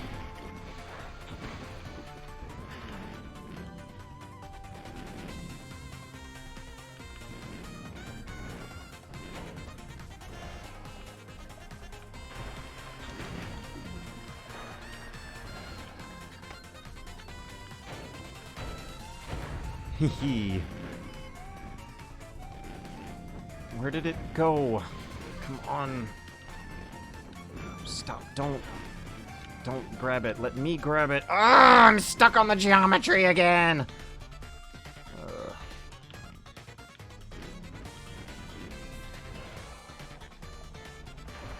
Wait, did they just reset the insight position when I hit the respawn button? Oh no, I didn't mean to do that. I thought I was shooting a gun. Ugh.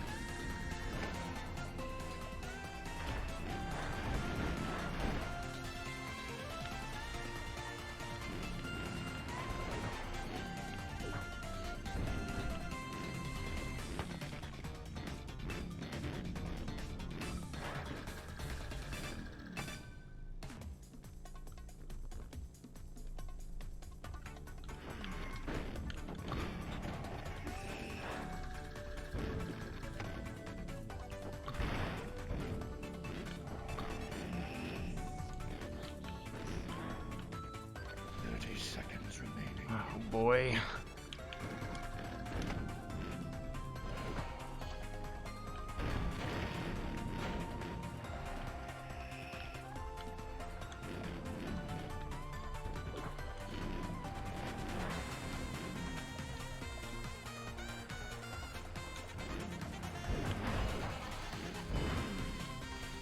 What am I doing on time? 4, 3. Okay, sudden death's gonna happen. Sudden death.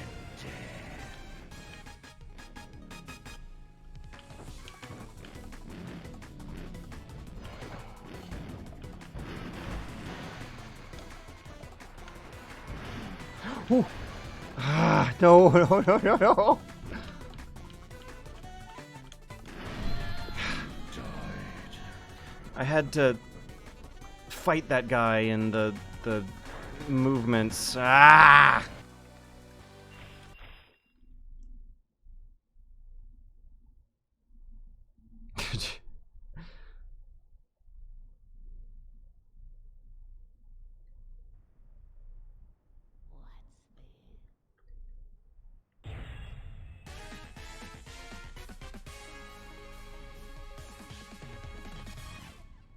Three, 2, 1. Why is the scoreboard up on the screen? What did I do this time? Which button gets rid of it? I just lost focus from the window. Pause is start horn. Ah, why is the scoreboard up?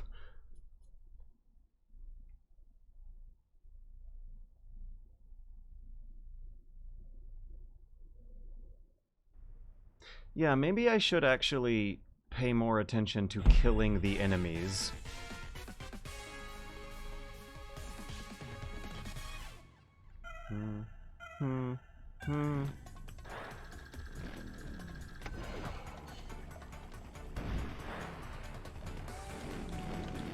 Ah, when I see that monster, I like instinctively press the shoot button.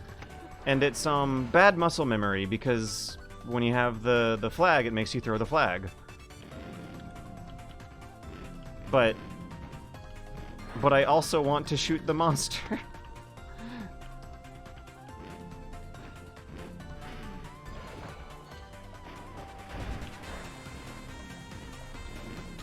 Oh, see, I did it again!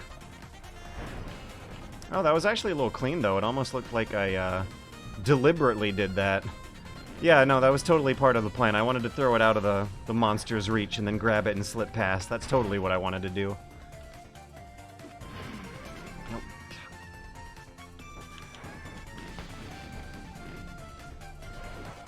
And also, what just took out that chunk of health from me earlier?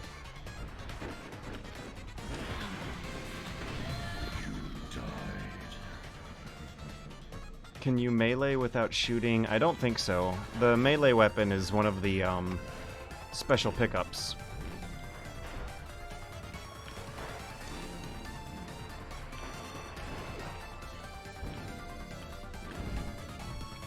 Oh, I'm doing really well this round. Yeah, all those 10 retries of experience are coming through now, finally. I can't get complacent, though.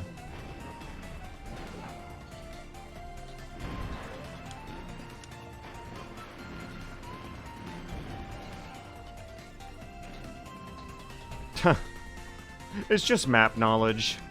Oh, I am absolutely kicking ass now. 4-on-1.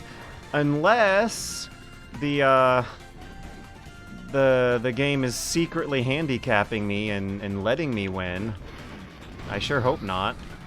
The animation of your hunter just doing a little drive-by shooting and then speeding off is still the funniest thing.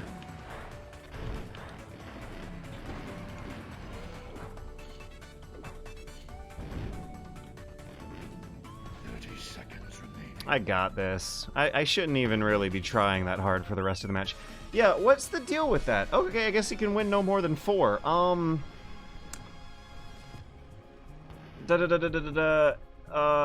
Yeah, I all of a sudden did really, really good after several retries of doing really, really bad.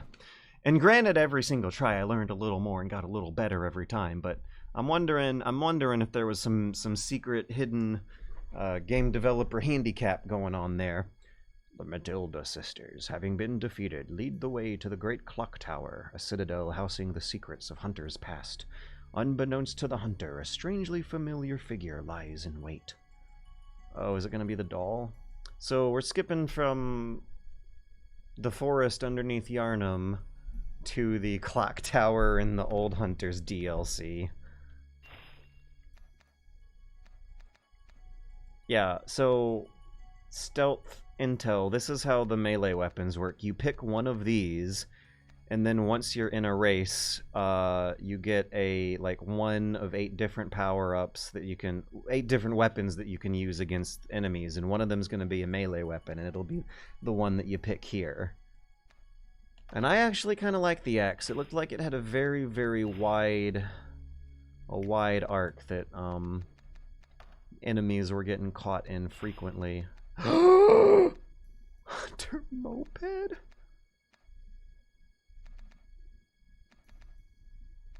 So size is bigger, and weight is way bigger, and handling is slower. I don't know if the math on that works out in my favor, but I am too curious not to pick that one.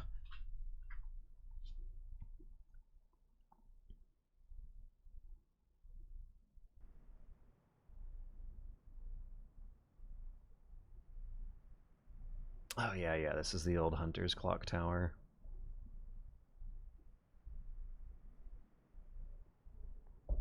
with the white and black checkerboard line at the bottom of the frame. This reminds me a lot of Typing of the Dead, where, like, an established game that has a really bloody, gory, grisly horror atmosphere gets gleefully repurposed into something utterly fun and playful and good-humored with it all. The sweet sounds of secrets whispered in your ear. There is only one There's some intense wobble going on. intoxicated as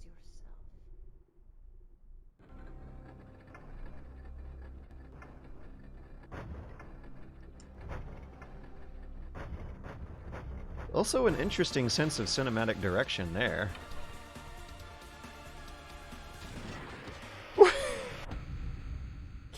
It's like a mono wheel. What are those things called?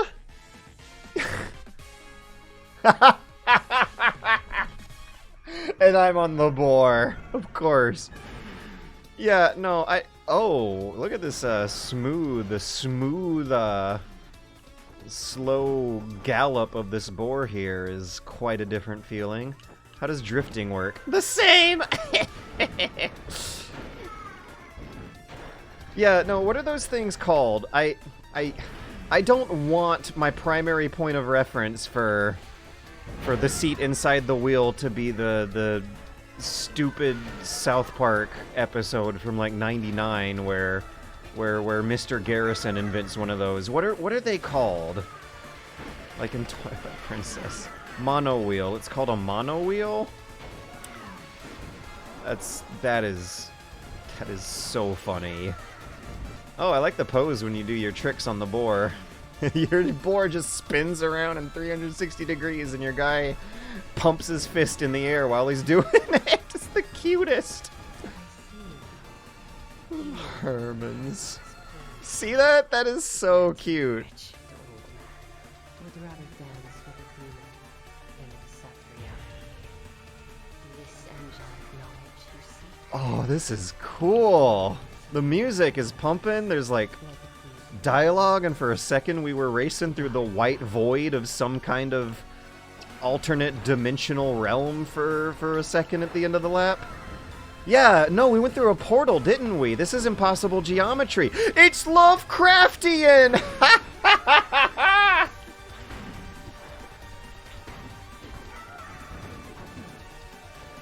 We went... Oh my god. This has been my favorite track so far. No, no, no, no, no, no! Oh man, that's the pits. I got a lot of time to make up for now after fucking that up. Twirl that boar. Hell yeah, George. Twirl that boar. I'm a boar twirling man tonight, baby.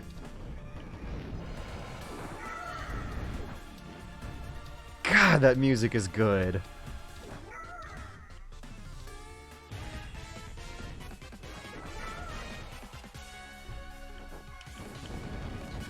Yeah, get out of my fucking way, idiots.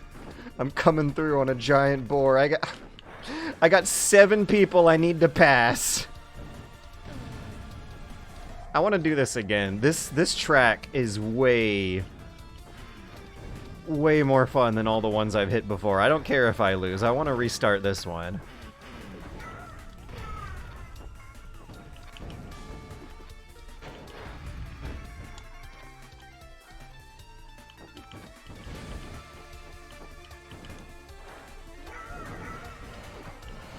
No! Damn, it's the jumps. I might be twirling my boar too hard, guys.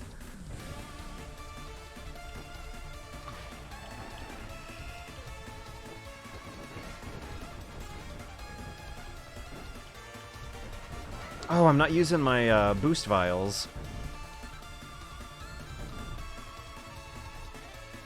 Ah, that wood texture looks really good too when the camera is at just the right angle, just the right distance. We're doing that again. We're doing that again because it's fun as hell. And funny on your eyeballs, fun on your fingers. That is damn good stuff. You can boost the boar, and I'm laughing so hard. I'm like, yeah, and like skid marks. It leaves skid marks, and that could mean a number of different things. Yeah, I was neglecting my boost vials last round. I was screwing up the jumps.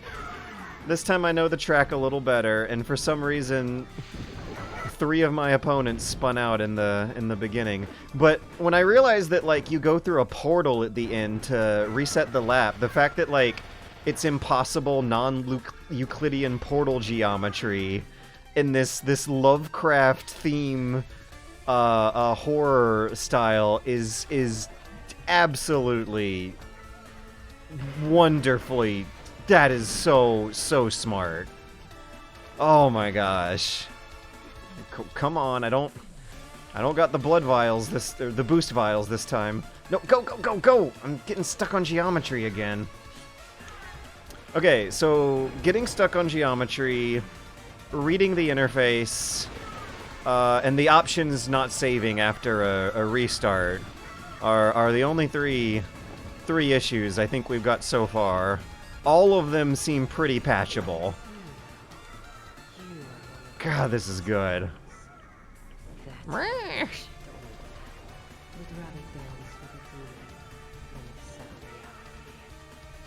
This angelic knowledge you seek, it is doomed to lead to madness, like it did poor Nicholas. Die now.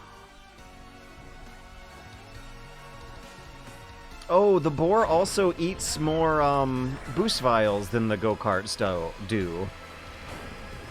So you're better at combat, but worse than racing. Okay, so yeah, there's even like some strategic choices I'm gonna be making based on the preview of what the next level looks like.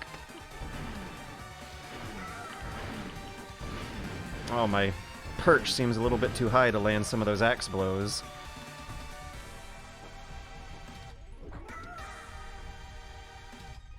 This is so good.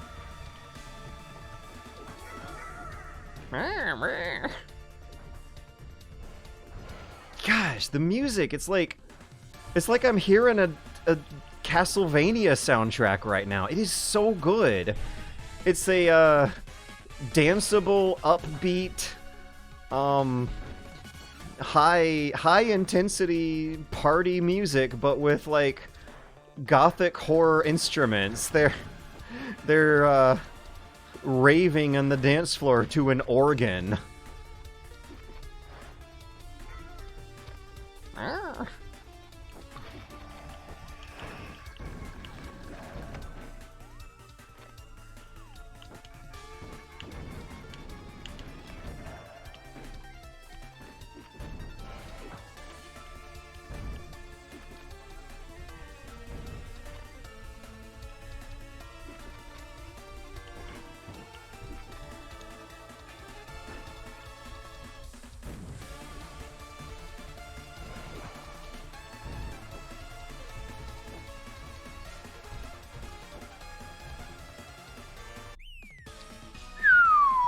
Gothic Eurobeat. Yeah, that is a good way of putting it. Alright, so I got 3rd place that time. Is the campaign mode gonna let me continue on, or do I have to restart? No, they're telling me I got a 3rd place reward, so it's good enough for Nightmare Kart. Nicholas. The name echoes in the hunker's mind. The angelic knowledge that the mistress spoke of. Perhaps this Nicholas could Oh, it's Nikaras! Perhaps this could unlock the answers to this nightmare. Mikolash. Yeah, Mikolash. Oh, the hunter begins their return journey to the city of Merilodia to find him. Although the trip will be fraught with danger, a friendly face soothes the nerves. Yeah, I saw this in the developer screenshots. We're gonna see a funny looking guy with a cage over his face here. So, since I know that in the next match we're gonna be playing a battle where it looks like, oh my god, I'm gonna be having another unmatched team. We got 2 reds, 3 blues. Oh, maybe are we evenly matched? Good Hunter Gorman is on the red team, but is that me or or not, because I do think I remember seeing like a 3v1 capture the flag setup happening 2 levels ago, but didn't have it described like that in this briefing screen. Okay, so Bloodbath. I guess that means free-for-all. Whoever gets the most kills wins in 4 minutes, I'm guessing. Also, I just now noticed there's currency in the upper right. I got insight, and those aren't blood echoes. Schmudschmeckos. Souls. They should just name them souls. Anyways. Let's save, make a new save. And pick a cart that is better for battling, which is going to be the boar. And a melee weapon, which is good for battling. Now the Crescent Axe, I was swinging it a little bit too high. So what has more reach or a wider area of effect? The Spark Cage looks like a big spear. I'm expecting some kind of spherical AoE sort of effect from that one. Let's see if it pairs well with the boar, and let's go! So, after this level, I might switch over to Metal Gear. We're about to hit 2 hours. Seems like a good middle ground if I end up going for 4 hours or more here tonight. Is this gonna be... Oh no. Oh, this is the Aline the Crow. A hunter must hunt. Be warned, as the city sinks deeper into the darkest umbra of the night, the beast within will offer no quarter. But enough talk. Take this. You will not be able to re-enter without a proper fight.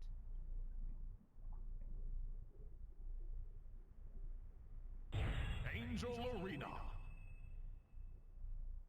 Might be the first person to play this game in 15 years. What does that mean? This game just came out. Everyone's playing. It's the most highly anticipated release of 2024. I shit, unironically, like, a shitload of good indie games are coming out right now, but this is the one I was most looking forward to.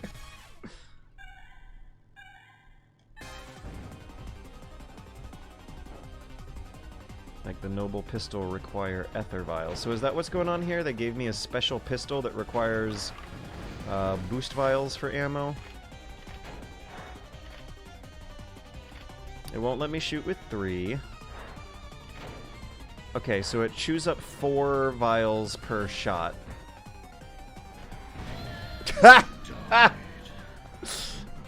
Yeah, there's mummies in wheelchairs, there's werewolves. I've also not played a kart racer that does the whole,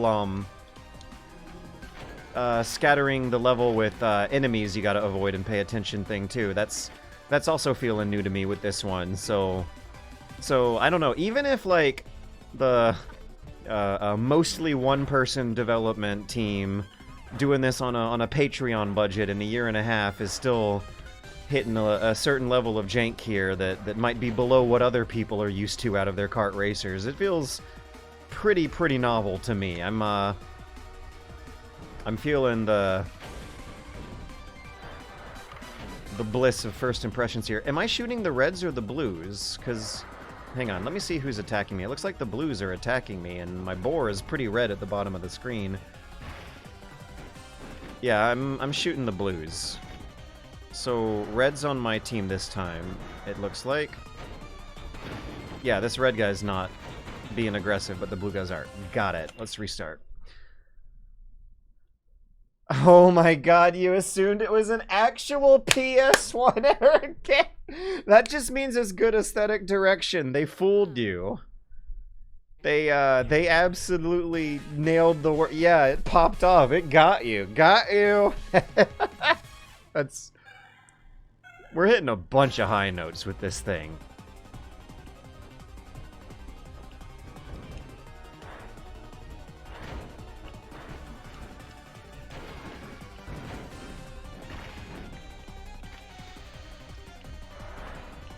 Oh, and these white blobs are giving me blood vials this time. Okie dokie. And I'm not quite interpreting this, like, visceral attack sort of prompt going on where the X appears above their name. Is that like a PlayStation button? Do they want me to hit A?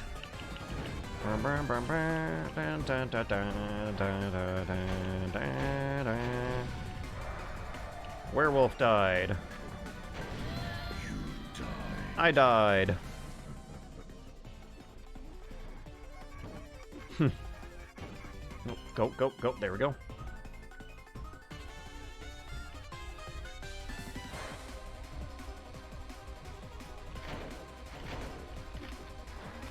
Oh, your cursor is red when you...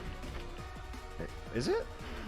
The cursor was turning red for a second. I thought it had something to do with my ammo account, but it might not be that. I should stock up on a lot of ammo before I go down in there and start taking shots. Oh, when you hit the brakes, your character rears back on the boar. Oh my god. Yeah, what a game. We're in the lead.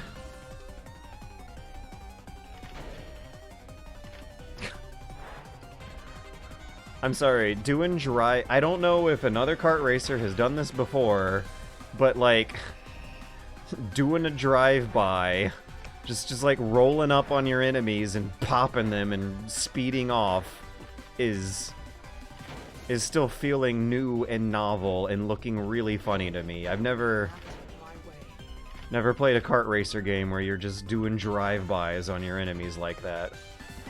And yes, I have played Twisted Metal. It's not the same.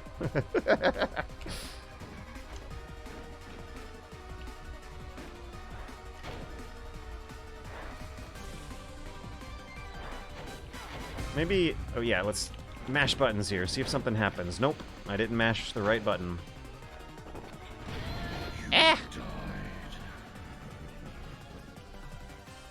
I'll remember cell damage. I am aware of cell damage. I know what it is, but I have not played it. Did cell damage have you, just whipping a pistol out, blasting it in the direction of the other racers and keep going?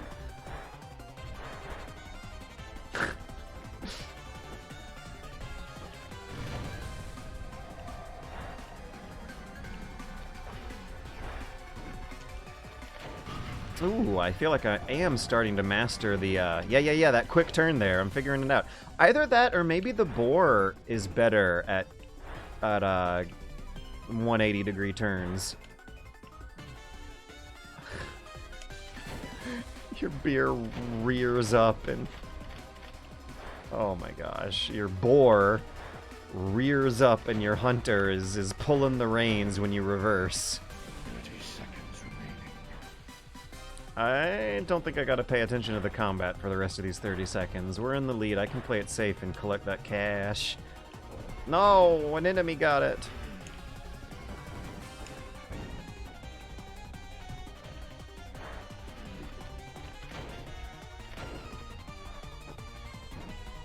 So it's 4-player split screen controls. Yeah, I wonder if netcode is beyond our reach. Maybe split screen. Although, I think nowadays, in 2024, it might actually be easier for a game of this budget and this resources to implement netcode rather than split screen. I don't know, I might be totally wrong, but as I understand, when you do a split screen, you're having to, like, dig into the renderer and pay way more attention to optimization issues and engineer program things on a lower level closer to the hardware than how some game engines have netcode set up nowadays. The hunter parts ways with the raven and returns to central Merodia as the darkness of the night seeps into every corner of the cursed city. The search for Nicholas will have to wait. There are beasts that need to be culled. The perfect job for a hunter. This one's also a battle. Blue team, red team. Whoa! I'm gonna switch to Metal Gear here now, but keep this going later. That was a nice rush. A lot of giggling, a lot of cognitive, psychological energy spent learning a new game from scratch with the genre I'm not familiar with that might have a little more level of technological jank than I'm used to, but just the kind of level of aesthetic creativity and energy and brilliance and talent that I absolutely appreciate and feel right at home with. That was fun. That was good stuff. GG. Let's launch the emulator and get Ghost Babel going again. So we're gonna exit and open Metal Gear Solid.gbc and change the game captures window to VBA. Yeah, I was also talking earlier about how whenever I'm playing old retro pixel art games... Ooh, I need to turn the volume down on that. Oh, gosh, that's rough. Audio... Increase volume, decrease volume.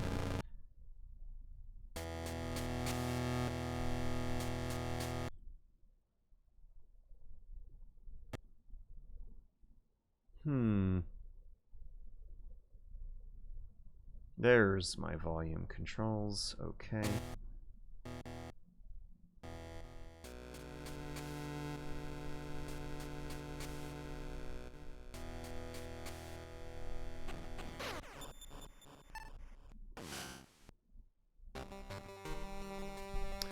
So, just a few minutes ago, I don't know, maybe it was more like an hour ago, I was talking about how I almost always use some kind of sharpening or anti-aliasing or CRT emulating filter for retro pixel art games, but this one right here, oh, oopsie whoopsie, is going to be the exception.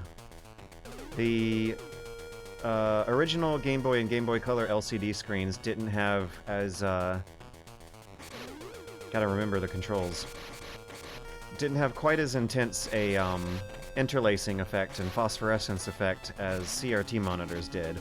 So when the artists were drawing up the pixel art on their monitors in their offices, they were seeing a similar image to what you'll be seeing when playing it on an emulator.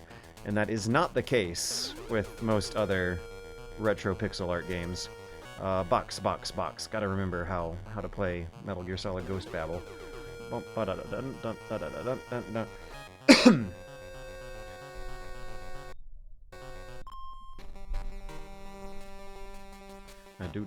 Do.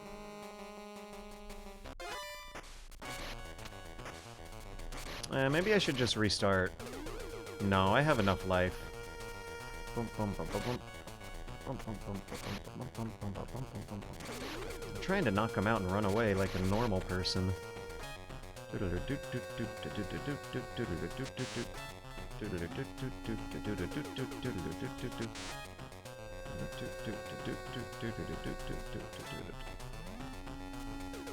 Ah! Yeah, maybe I should restart.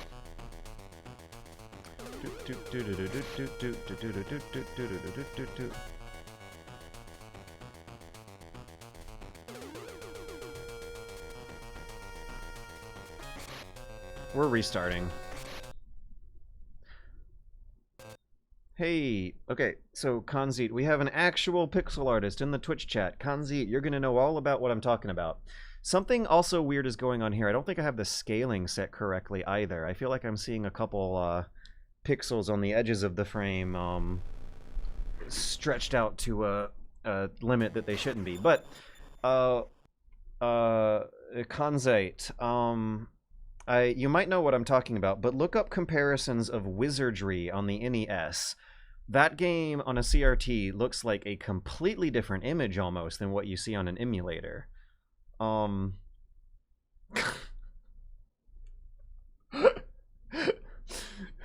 Right in the middle of that train of thought, Ice Cream V says, "Good news, I have a girlfriend now. That 6-hour nonstop watch of Metal Gear Solid 1 with her went well." What a sentence. What a sentence. Yeah, there's some integer option in here I need to click. But yeah, Kanzi, you should know all about what I'm talking about. There are some games, a lot of games, the further back in time you go, the higher the number of these games increase. Where when you're playing them on a CRT versus an LCD monitor, it just looks like, "Ah, I did it again!" Okay, last time I screwed up by accidentally throwing a grenade when pressing buttons to relearn the controls. I need to unequip those grenades. They're too loud. I also need to do a better job of running away and hiding. But I also want that item, and it turned out to be grenades.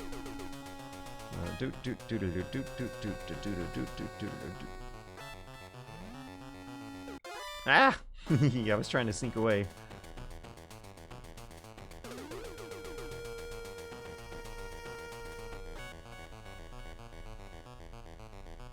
What was that guy doing?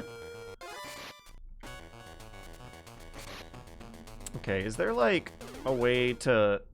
Oh, there is, I think, a soft reset. If I press start, select, and A and B at the same time. Yeah, there we go. Yeah, kanzi eat.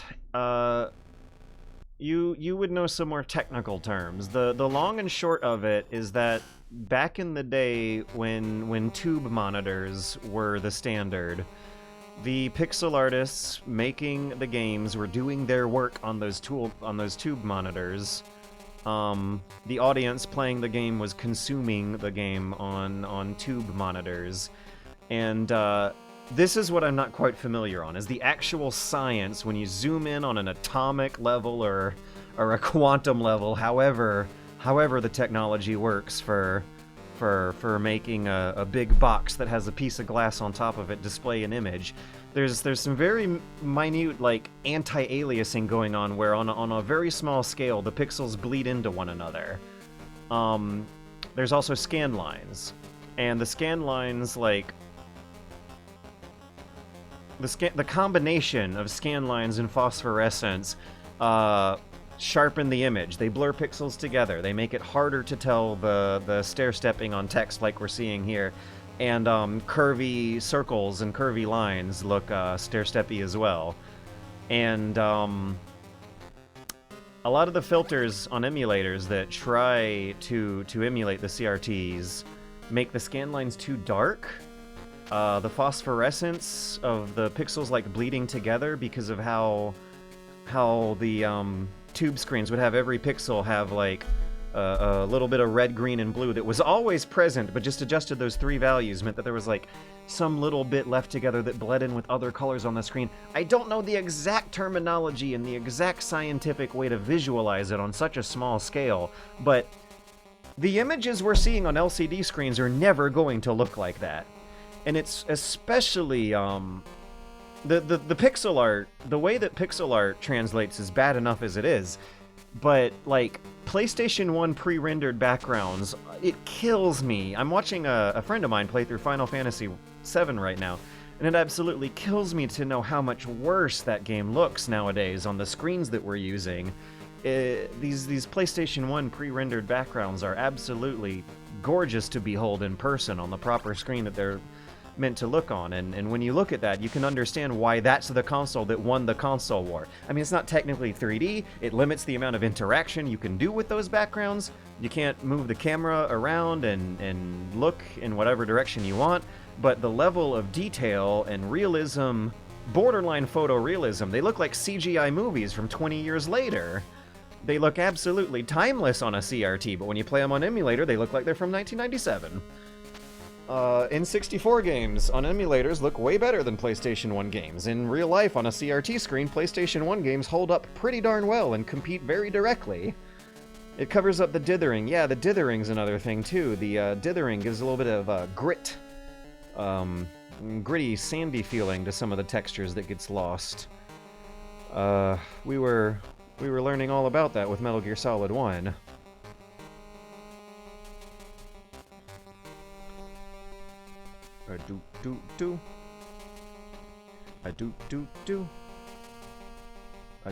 Pixel art in general was made to be blurred by CRTs. Only when we revived it did we do it to see the grid. Well, also, there's stuff going on with Neo Geo games, like Metal Slug. Oh my god, I would love to see Metal Slug. I have laid eyes on Metal Slug in an arcade cabinet maybe once in my entire life. I've played hours of those games on my computer on emulated versions, but like Super Metroid's intro sequence looks like on a CRT screen looks like you're watching an anime, a cartoon thing. Metal Slug looks like a Disney cartoon style on the screen. When you play them on emulators, they look like retro games made out of pixels. And the SNK Neo Geo games absolutely blew the usage of this effect up to a completely ridiculously more detailed level.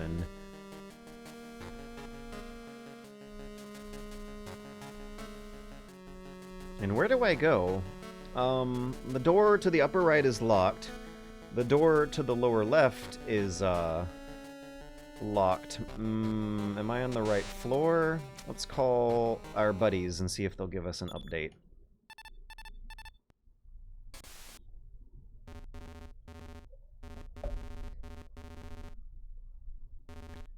The engineer who designed Metal Gear is being held somewhere in that building. Rescue him and get his rescue him and get as much information about Metal Gear out of him as possible. Well, he didn't tell me what floor.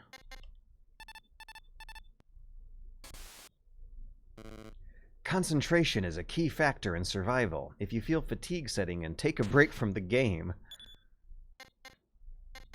I want to know where to go, though. Dr. Hanks is held on the first floor of the barracks you're in. Snake, get him out quickly. Okay, let's hear that again. First floor of the building I'm in. I think Dr. Hanks is being held farther north of that floor. You may have to go around from the second floor to get there. Oh, okay, thank you. Also, my Metal Gear muscle memory is, kicking in here, and I was pressing select over and over again to get rid of the codec screen. It's so funny. I'm almost forgetting I'm playing a Game Boy game. This is so close. Hits the control scheme hits it so close to Metal Gear Solid and Metal Gear 2 on the MSX that I keep thinking there's more buttons on the controller scheme than there is.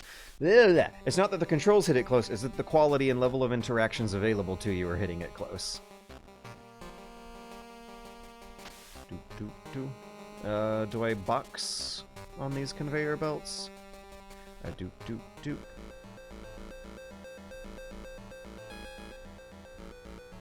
What is going on here?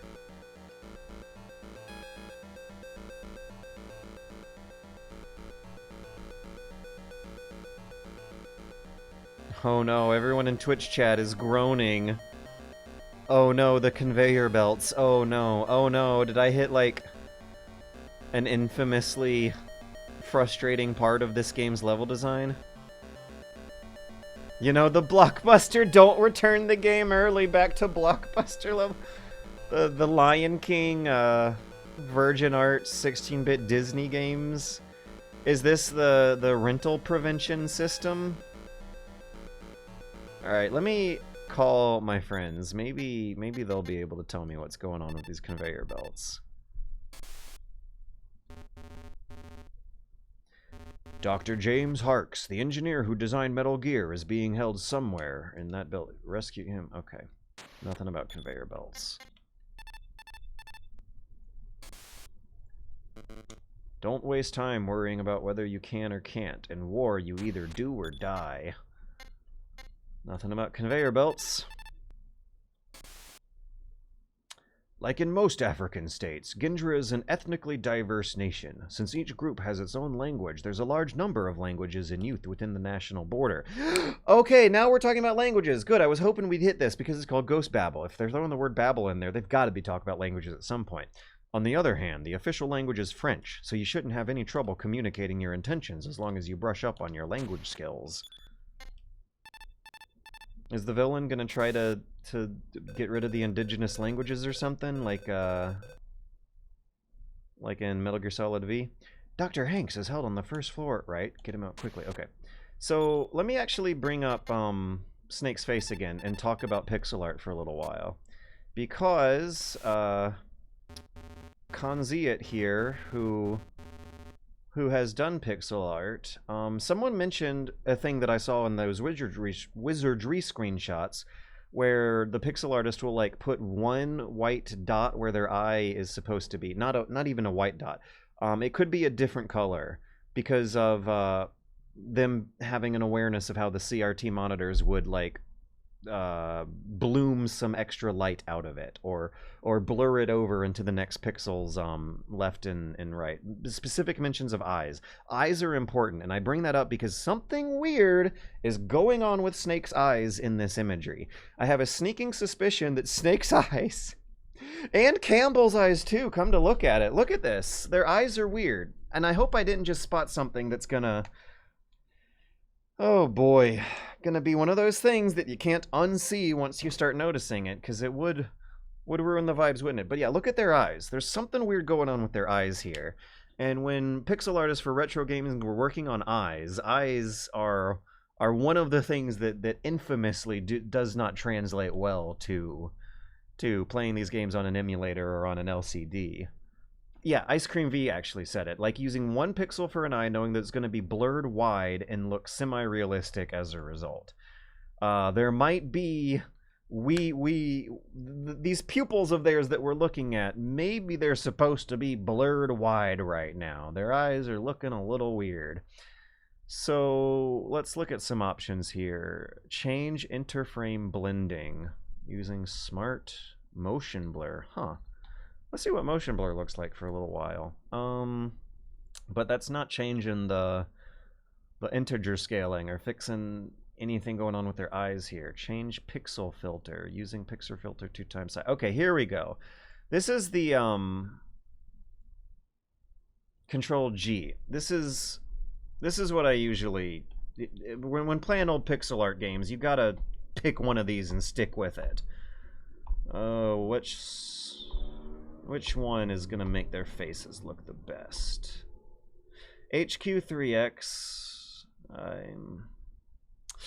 I don't like how soft it's making some of the other details, but at least the faces are coming through. Yeah, text. I don't like the look of the text with that one, but I do like the look of the faces with that one. So, yeah, like it's really a pick your poison with this stuff. You can't get it right, and it's really sad and tragic. XBRZ. This is a famous one. This is supposed to be a good one. The XBRZs. I can do it 5 times, 6 times. Advanced MAME scaling. Bilinear looks awful. TV mode looks interesting. LQ2X looks a little easier. Or it still retains some sharpness that 4X was getting rid of. No, please, not SA. Okay, yeah, Twitch chat. Let's do a vote. Democracy wins. Am I going to be playing this game raw? Or are we going to use a filter? As I scroll through the filters here, vote on a filter. What filter do we want to watch Ghost Babel through? Because I don't know if raw is really going to be good enough to be cutting it here. Because these eyes are off. Okay, we got 1 vote for raw. XBRZ. Let me see what XBRZ looks like when I back out of the codec and see how the levels look through that filter.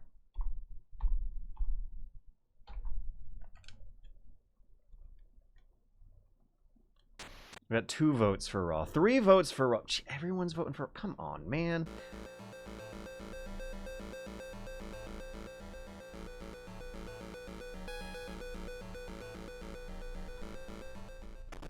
Yeah, it was designed for the GBC, so you would think raw, but... And I was having an easy enough time,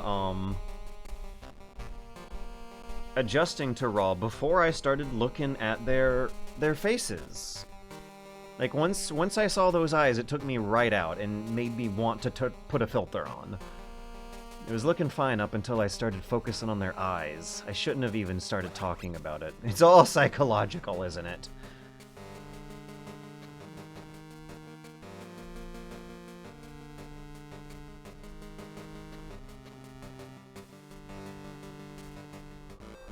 Oh, we got motion blur going on. Okay, this is... Having a bit of motion blur is, like, the way it was meant to be seen, right? Last time I felt like I was missing out on something when I saw a object moving across the screen with some weird black borders around it, until thinking about how, oh, maybe those black borders are there to intensify the LCD ghosting on the GBC's screen so that it would simulate a hardware level motion blur effect.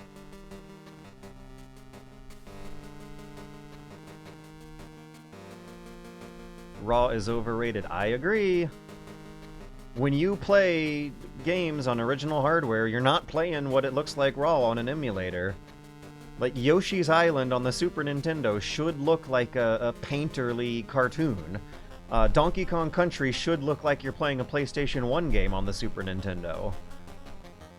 Sharpening and anti-aliasing those images is necessary for understanding the kind of mood that the artists were conveying. Yeah, GBC is an LCD. They had motion blur. They didn't have the phosphorescence and scan lines going on.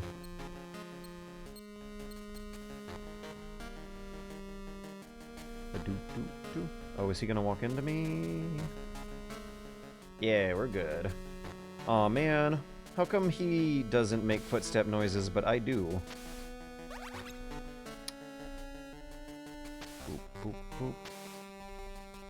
Boop, boop, boop.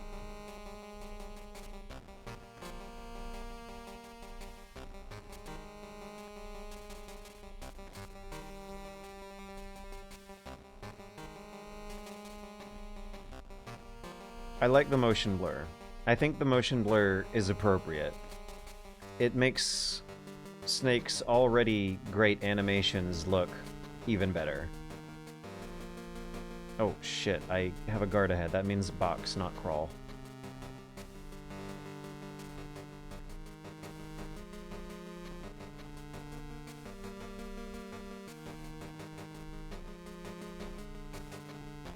Is the guard not gonna move? Okay, I'm gonna turn the box off, and actually, I think I hit a fork in the road one area back. Let's see what's south of here before I go past a guard who kinda seems like he's positioned in a place that makes for a point of no return.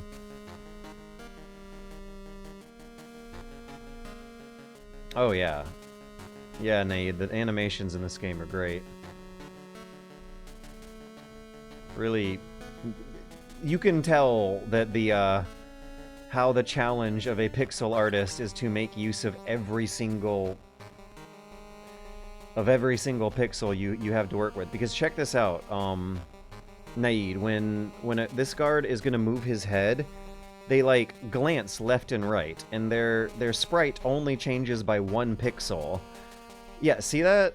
Okay, well, maybe it's more than 1 pixel, but very, very few pixels are moving, and yet you can still tell very clearly as a player that that guard is glancing left and right. A very subtle head motion is conveyed with clarity, because, yeah, there's 1 pixel in the middle of his helmet that kind of looks like a cyclopic eye. They're moving his shoulders a bit. They're kind of shifting the backpack left and right by one pixel. I mean, it's not really going to technically impress Grandma, but if you know the struggle, if you've tried to make pixel art before, there is a very, very admirable amount of skill and talent and professionalism going into that animation there. And Snake's movement looks real good with the motion blur turned on, and so does the scrolling of the level. Maybe... I just... Oh, Joe Bags, you're going through the offshoot games as well? Are you going to hit something up like Acid or Portable Ops next? Either way, best of luck. Thank you so very much. That is wonderful, because I'm going to be broke for the next few months, as for maybe the rest of the year, I think. No, I had the window closed! But right before that donation came in, I just had a spark of realization that... Oh god, I didn't actually mean to kill that guard, I'm sorry. A revelation. The reason why there is so few detail on the floors, this was weirding me out last stream. There is so few details on the floor because if there was a grimy, gritty, sandy texture on the floor, it would the blurring, the LCD ghosting, that's the reason why. There's not a lot of floor detail in Game Boy games, because if little pixels of detail were blurring all over the screen like that, it would be so much harsher on the eyes. That's the reason why. Oh my gosh! I am suddenly thinking clearer than I ever have before. What a realization to come to. And yeah, the lack of a backlight. This. So when I was doing my judgments and criticism last stream, I was really weirded out and uncomfortable with how little floor detail there is. And granted, it still looks pretty weird. I still think the MSX games look better on the eyes when they're in screenshots. In motion, this one looks pretty great. But at least the lack of detail on the floor now has a reasonable explanation I can appeal to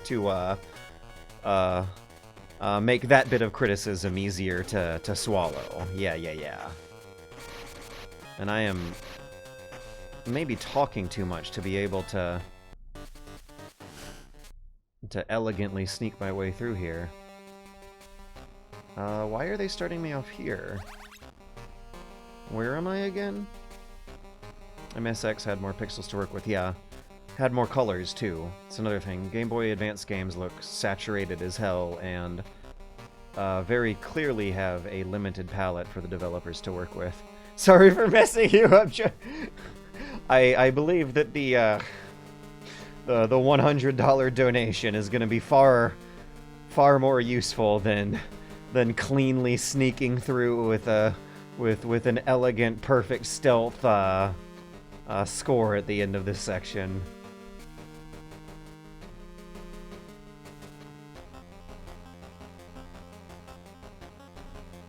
Oh, oops, I forgot about the floor detail. Okay, check out how the motion blur, what the motion blur is doing to the grid there on the noisy floor. Whenever the screen is scrolling, the little grates go nuts. So, like, picture little dots on the ground going nuts every time the background is scrolling. And that is why there is very little detail on the floors in this game.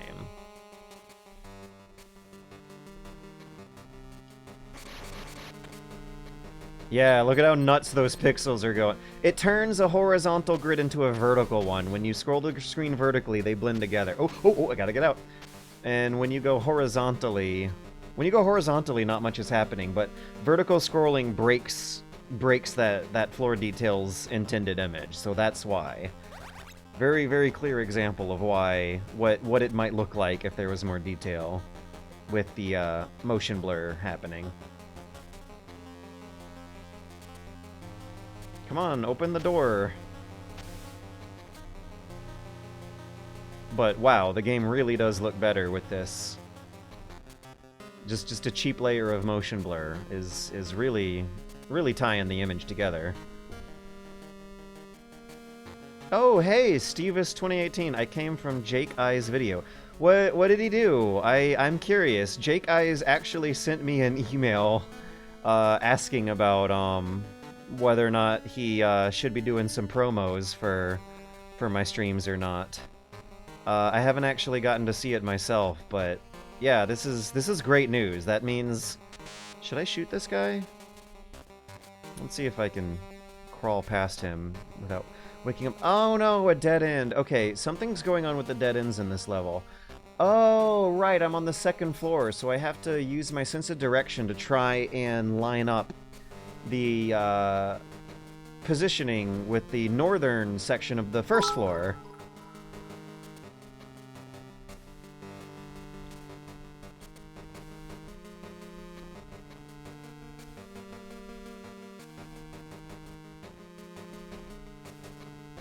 But yeah, Stevis, 2018, what was the video you came in here for? How did he present it? Did he sound...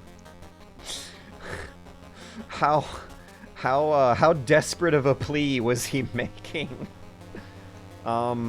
When he found out that I was doing these streams to help raise money and to help specifically because I'm playing the role of a caregiver sort of figure to my elderly mother at the moment. Yeah, like how tear jerky did that get? I'm curious. I'll tune in and check it out after the stream, but it is really, really good news to know that it's working and getting people in here. But I also know not to go in this direction. That spiral floor is just gonna slam me into a dead end. I haven't seen what's south of here, though, but south isn't really where I want to be going.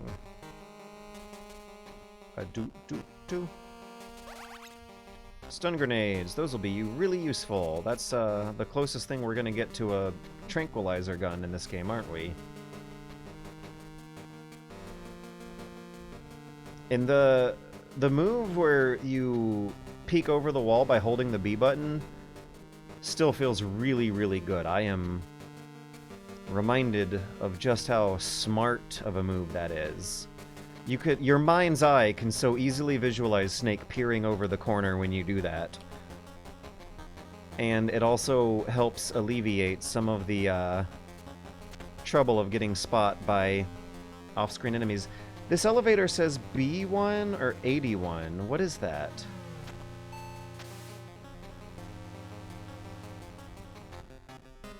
I'm on the basement. I need to be on the second floor. Did the conveyor belt drop me in the basement? Oh, that elevator looks so good! Yeah, so it's a B1, not an 81. The GBC is trying its hardest. Like, the Konami team working on this game is trying its absolute positive darndest hardest to push as much out of this platform as they can, but they still can't make the 8 look like a B. For shame. Okay, so the conveyor belts are gonna spew me out in a place I don't want to be. So I need to pay attention to the routing here. We're going right, then we're going down. Where's my pen in my notebook? Then we're going right again. Right, down, right, up. Maybe the color of the box changes your destination? Maybe that's what's going on here? I got a pen, yeah. I'm ready. I'm playing a 2D Metal Gear game. I have a pen and a notebook next to me. Alright, now we're going left. 8 looks normal, but B has 2 lines of pixels on the left. Huh. I'll keep an eye out for that next time. Good to know. You already went all yellow. Oh, these are colors. Oh my god. Are we once again gonna have a George colorblind exposed on stream moment? So that must have been a garbage chute. That's what the pixel art was trying to represent. And that must have been another garbage chute. So it drops you onto the second floor, on a part of the second floor where you have no choice but to follow the tunnel to get dropped down another garbage chute. So now that I know where I am and what I'm doing, I think man. Yeah, they're trying their hardest. They're trying their absolute hardest to push as much power out of the GBC as they can, but I still didn't really know I was at the basement. Like, conveying the drop down the garbage chute there is something that the hardware was not quite able to accomplish. It faded to black instead of showing Snake, like, slide down the bottom of the frame or something. In the MSX games, when you fall down a hole or an elevator breaks, it's clear as day, but here we still have to use some of our imagination. Maybe now's a good time to use those stun grenades I picked up.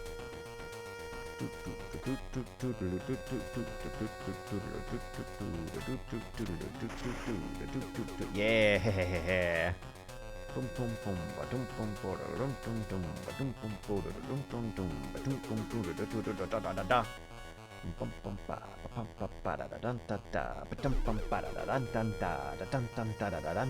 So good! So good! God, I love Metal Gear 2 music, and they're using a Metal Gear 2 track for your evasion phase. And the music, when you're sneaking, is still a delicious earworm. So I see a dot on my radar. I didn't know if he was there or not, so I peeked over the boxes. Dun dun dun dun. Ba-dum bum ba. So B, I see it now. It is slightly thicker on the left, yeah. I'm not blaming myself for thinking it's an 8. It looks like an 8, but once someone told me it's a B, now I see the difference. If no one had told me, I never would have seen the difference. Boop, boop, boop. Okay, so... should I have... I've been talking through this, and my short-term memory's not handling me great. Before I risk... is this first floor or second floor? Okay, yeah, I thought I was not seeing what I was expecting. Before I risk changing colors of my boxes, I'm going to explore any available real estate of the second floor before I hit those conveyor belts again. It's a word, look it up. Snake might have evasion mode, but Kent Brockman insists it's called avoision mode? There is no real estate to explore on the second floor. It is funneling me north. Wait, is that a path left? It's not a path left. Also, look what the motion blur does to the conveyor belts. The motion of the conveyor belts looks more intense and intimidating. So I was using yellow. I think I was using yellow last time, but this time I actually need to pay attention. Let's see if the red box puts me in any kind of a different destination. I'm also going to hold down left as I hit this. Yeah, now we're going left. Left.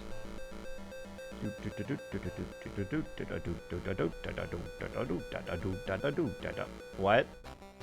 What? What? Oh yeah, I'm still in Nightmare Kart category. I wonder if changing it to Metal Gear Solid is going to be good or bad for viewership at the moment. At least you know where I am, yeah. So let's look at that again. Let me take a closer look at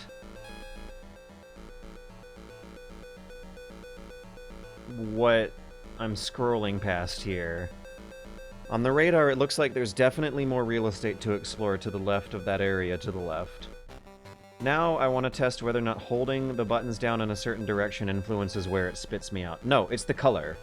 So now I want to experiment with whether or not I can change box mid-ride. Yellow. Yes, I can. Okay. Okie dokie. I think I have figured out what's going on here with this conveyor box. Now, in order to keep anyone from spoiling the puzzle, I'm just going to slide my window over the chat and look at my notebook instead. Because I want to figure this out myself. I want to have fun playing a video game, solving a neat little video game puzzle. We're going to take yellow to the right, and next stop, we would usually get spat down. Should I draw a map, or should I record the directions they spit me at? Let's see if this will shoot me up. Oh, so the colors on top of the joints, the hooded joints have colors that correspond to boxes that you wear. Got it. I've got this figured out. So I basically want to experiment with where the red box can spit me out underneath the red lights, and do some process of elimination or something to work my way to the destination here. Now the reds and the yellows look pretty darn similar to my eyes, but they are just different enough to the point where I don't think I'm going to have that much trouble if they're side by side with each other. If I see one of those colors by themselves, I might not know which one is red or yellow, but side by side, it is easier to tell. Twitch chat, support your favorite Twitch streamer by telling me just how different the red and the yellow on this hooded box, this hood on that joint, that turn in the conveyor belts, looks to you guys. To me, the red looks like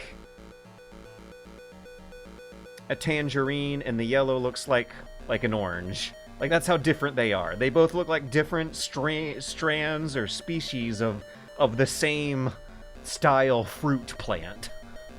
They do look different. One of them does look more red and one of them does look more yellow, but they absolutely could potentially blend together in some certain circumstances and fool me.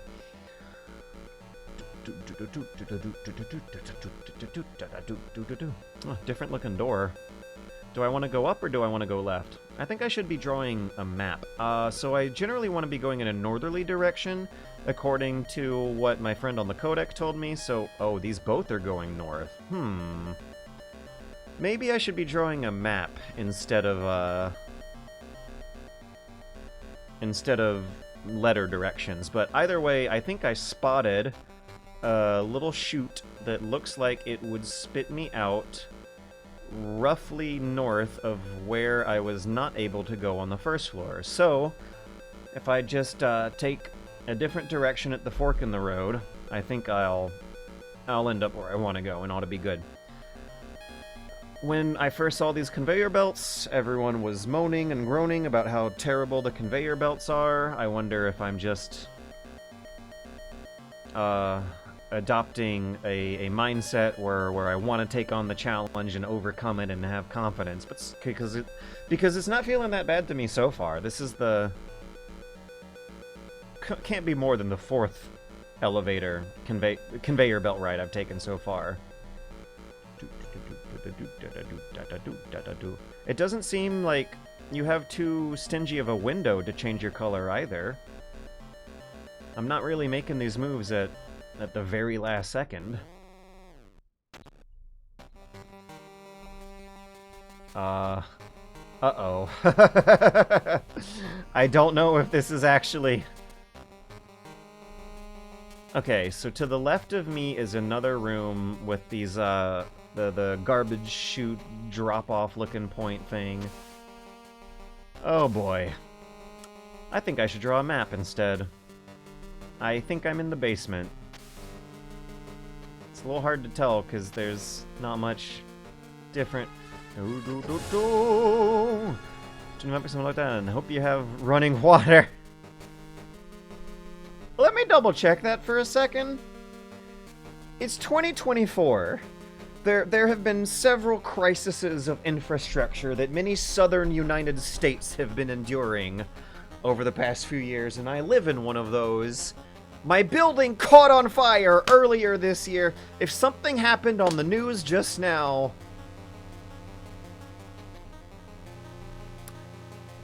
This is fun. See, I have the game window covering up Twitch chat, so I don't know if I need to not worry about my running water or not. But getting a $25 donation, thank you very much, from old ATLian there. The ATL is having me think, oh no, maybe there's breaking news. Is the water in Atlanta springing a leak and turning everyone's hot water off or something right now? You're scaring me, the alien here. I'm gonna go check. Because in the building I live in, it turns off all the fucking time and I need to move.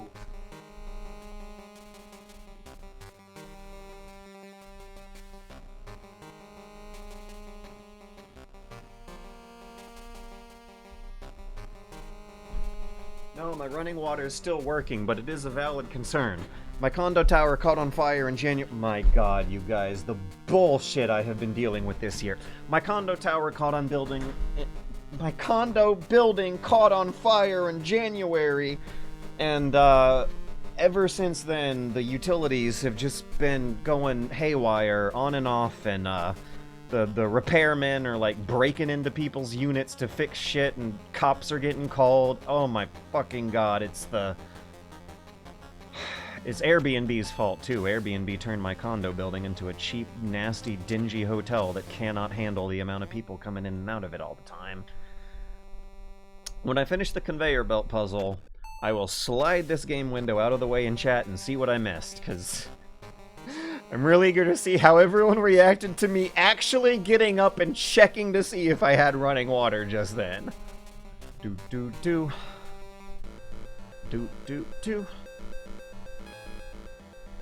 Maybe everyone hates the elevator music, the conveyor belt music. Down. So I don't want to go down at this turn. I want to go right. Both passages on the route down. Spit me out somewhere I don't want to go. Do I want to go down or up? I want to go in a northerly direction, but down is new. I'm curious to see what's down, and my curiosity might kill me here. Let's see what's down. Oh my goodness, do I want to go left or right? I gotta draw a map. I don't think I want to go left, because wouldn't that lead me to, the, dead ends that I just was dealing with a few minutes ago? Let's go right.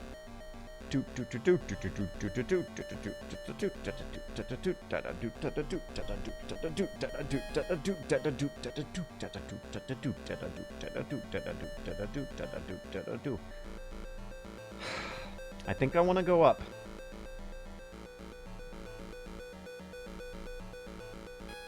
I kind of like the look of what this area looks like on the radar. It looks like I'll be transitioning into a whole new zone to explore. Yeah. So does that count? Oh, the card doesn't work here. Does that count as solving the conveyor belt puzzle, or just, No, I did not solve the conveyor belt puzzle. I'm still not done with these things. Ah, I can make him dance to the music.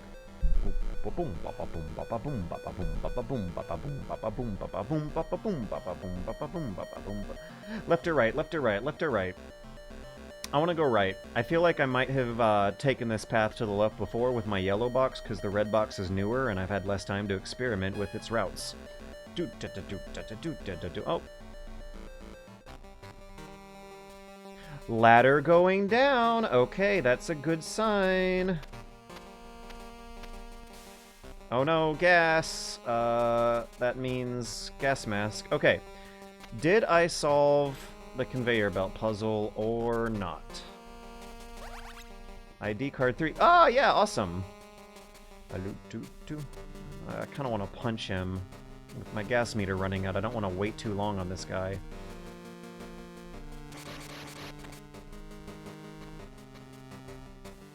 I love the, pixel shifting effect, is that what it's called? The heat haze. Like, at a quick glance, it absolutely fools your mind's eye into thinking you're looking at a modern post-processing effect instead of the background shifting 1 pixel left, 1 pixel right that they were doing. Oh man, I might need to box, I might need to run, I might need to get a little tricky with my stealth here. I'm gonna box. I'm gonna box this camera. Still not entirely sure if I solved the conveyor belt puzzle or not, though, because this area looks awfully familiar. I feel like I might have been here before. Oh, come on. Well, this is a tricky spot to be in.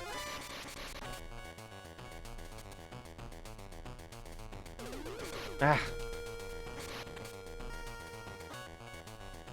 Both the guard and the camera had me pinned down for too long to make a clean getaway there.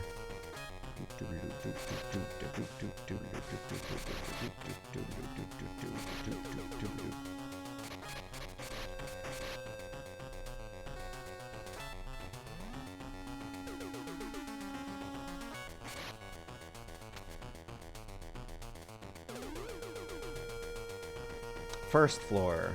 Yeah, okay, so that wasn't necessarily a dead end, but it was a,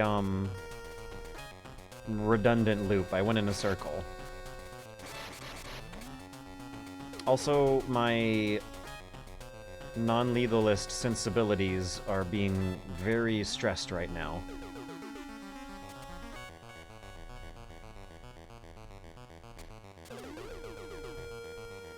I don't have any more rations, so if I get in another really bad fight, I might start killing the guards. But I'm gonna try not to. I'm gonna try not to.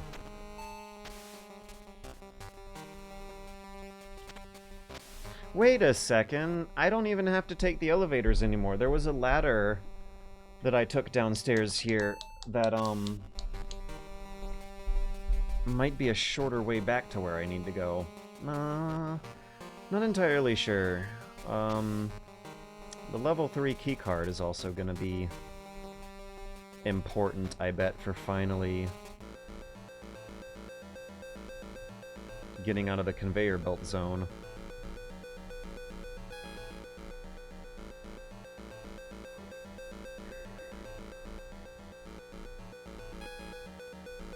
So I'm going to take the same route I did last time, but change directions at the very end. Just whatever the last option I picked is the one that I'm going to pick differently this time. So I think that means down here. And right up ahead, right? Yeah, left is gonna waste my time.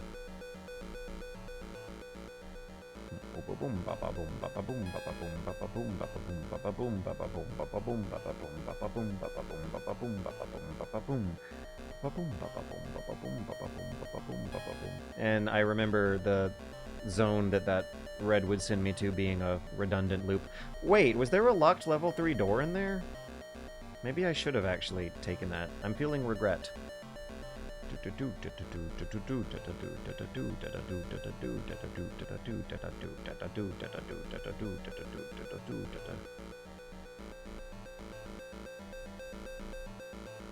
Okay, so I believe last time I took the path right, but the first time I think I took the path left. I gotta draw a map.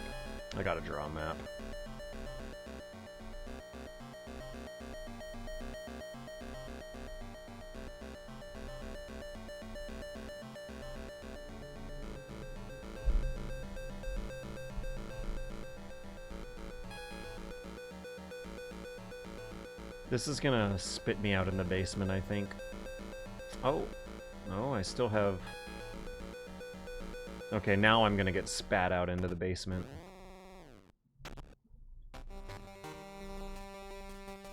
I think it is just to the right of me, though, that is my final destination at the end of this mess. Yeah, that checkerboard pattern and those mountains on the wall look totally new to me. I've never been in there, that's where I want to go. So right now I'm on the first floor, and when I take this conveyor belt down and go through the chute, I'll be on the basement again. Oh man, I'm feeling tempted to backtrack through the basement and see if that level 3 card will unlock anything cool. How much time should I really be spending on that?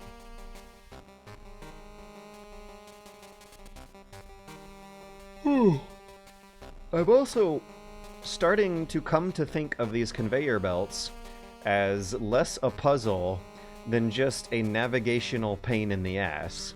So maybe I should not think about solving the conveyor belt puzzle so much as I should think about drawing a map down and getting through a navigational pain in the ass.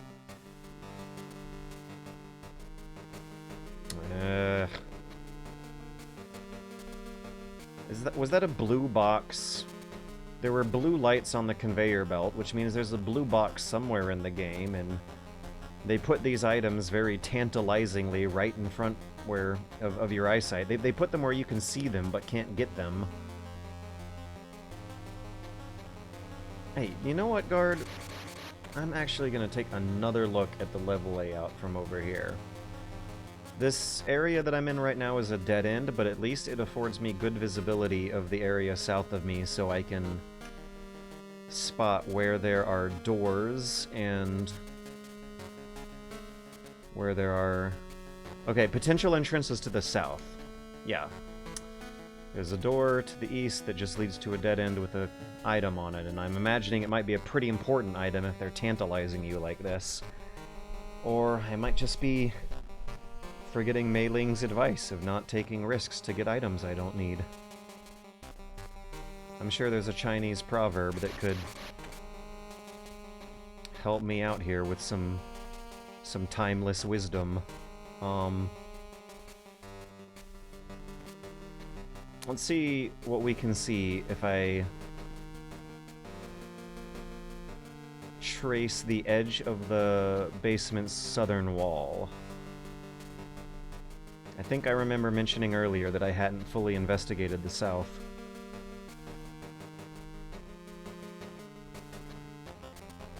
Ooh. God, his run cycle looks so good.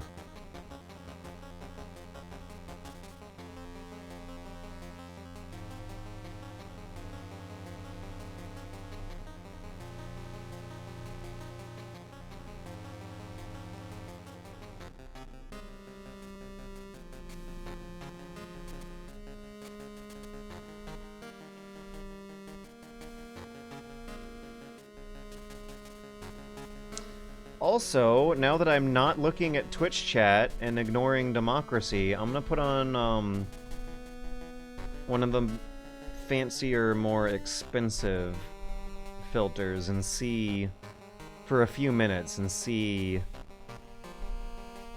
how much I hate it. I like the look of the boxes under this filter. I'm not quite liking the look of everything else. Yeah, the black outline around the guard looks a little too thick for my eyes. The text on the life bar, the numbers of the gun ammo, the level 3 card, the text looks like soft. It looks a little non-threatening. It kind of looks like the typography they'd put on a children's toy packaging.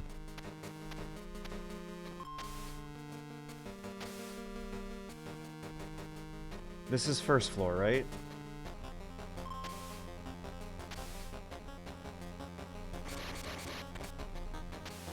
So now I at least have a way to change from basement to first floor faster than taking the elevator. Whoa, look at Snake's thighs in this filter. Look at that. Once you turn this filter on, Snake is packing. Hell yeah. So, what is it? Turn on the ZXRB 4X filter to make Snake's thighs and ass extra bigger. Alright, let's scroll through some others since I'm not responding to democracy at the moment.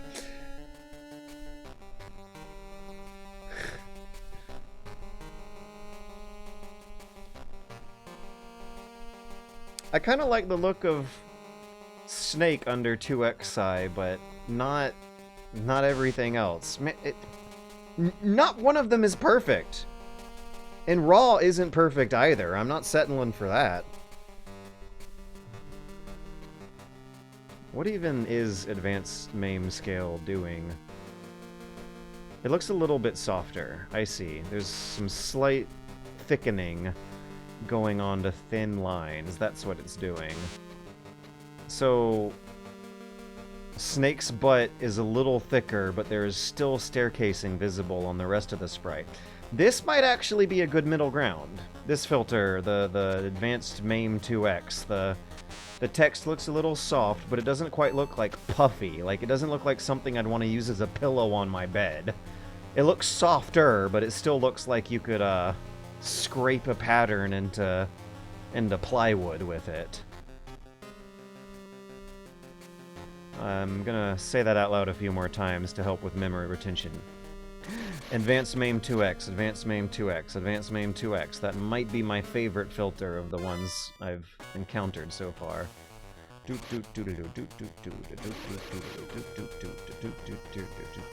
I kinda like it. I kinda like this filter.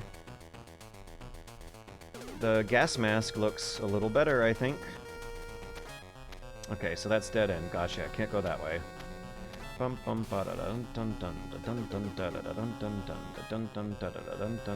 I go through, let the timer expire. And this is tough. The guard plus camera has gotten me a couple times so far. When I finish the conveyor belt zone, then I'll check Twitch chat and see if everyone is disgusted by my preference and pixel art filters.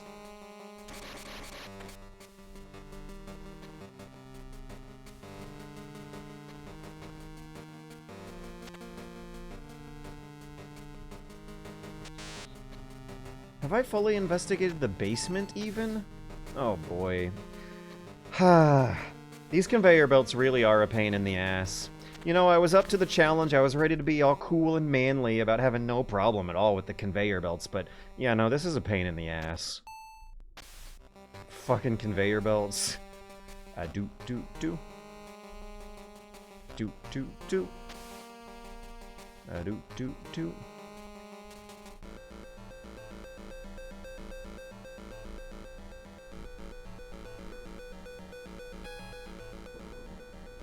I bet it was really fun prototyping this game.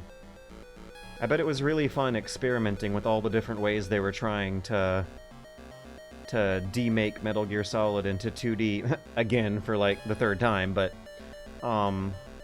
I imagine there were some really neat, fun, clever, creative prototype versions that might have gotten scrapped along the way.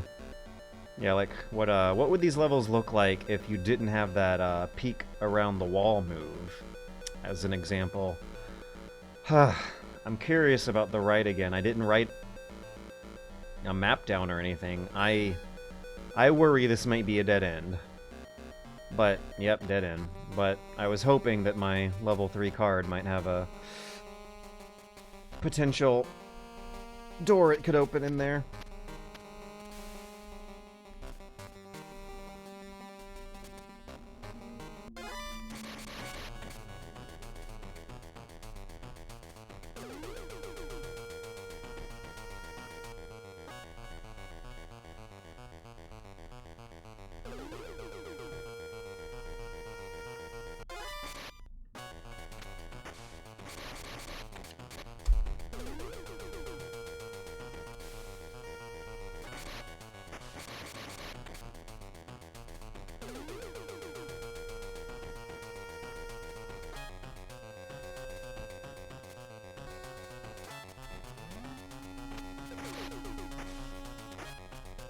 Ah!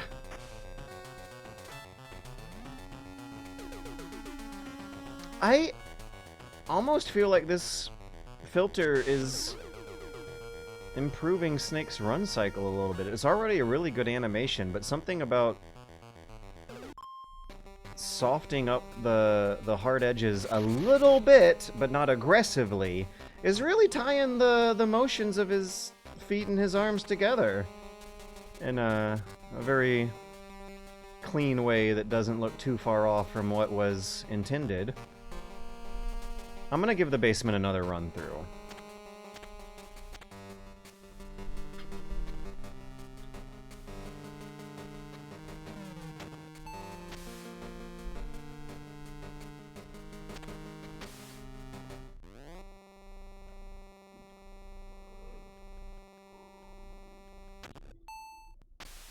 Look at the bee now! It looks like a bee now! Okay, no, I'm sorry. Democracy did not make the smart decision here. Once again, we are finding that the weakness, a weakness of the democratic decision. Sometimes, I'm sorry guys, sometimes the masses do not make the right decision, and I feel that the bee should be objective enough evidence that this filter is what... Yeah, no, the bee, that sells me on it. That actually looks like a bee now. This is what we're doing. We're doing the Super MAME 2X filter.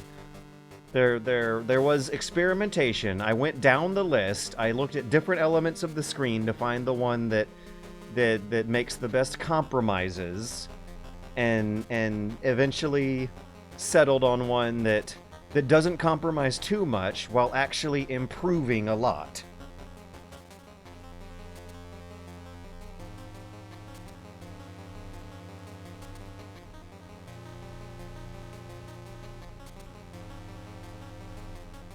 This is good news. I'm glad... Did he just sneeze? Is he yawning?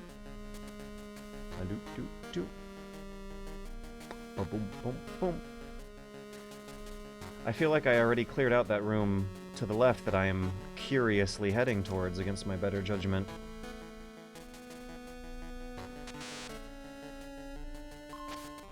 There's still some items in the basement I haven't gotten, and I think they're north of me.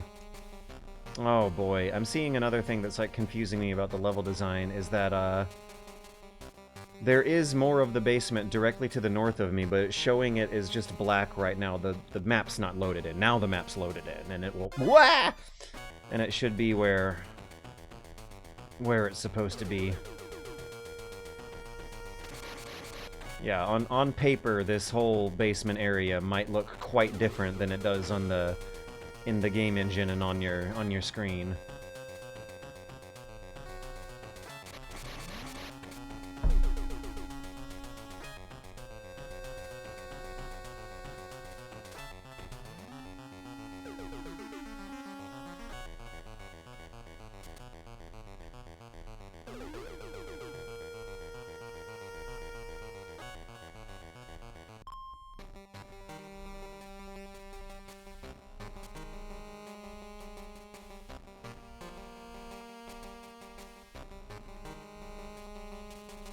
Yeah, this filter, of all the other filters I've experimented with, this is the one that makes Snake's ass bigger, but not too bigger. You know? When you're playing a Metal Gear Solid game, you want some cake in it, but you don't want too much cake. You don't want to look like you got your cake from the Nexus Mods website. So how do I get this item down here? There's a door that leads into that room that's south of me. In this area, looks like it's blocked off by the left by what the radar's showing me. In that door to the right is a dead end, so that's not how you get in there. So there must be some way to come up in there from the south. Or do you drop down from a garbage chute? Oh boy, these conveyor belts are going to be a pain in the ass, aren't they? If you have to drop down there via conveyor belt to get some extra little doohickey I don't even need, then I really am wasting time by just exploring more of the basement.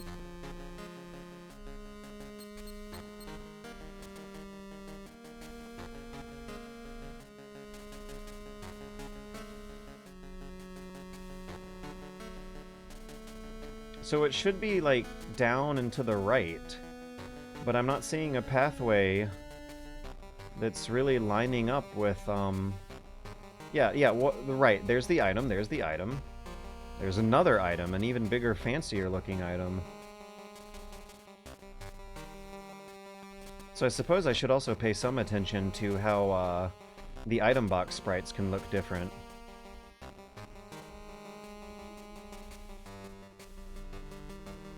So, how much interactions am I gonna have if I keep going left of the camera here? Can I punch the wall or something? Is it a destructible wall to the left of the camera? We're just gonna box our way past this camera and start experimenting to find out. Oh, nope, dead end. Wait, yeah, punch, right. I have to try punching the wall.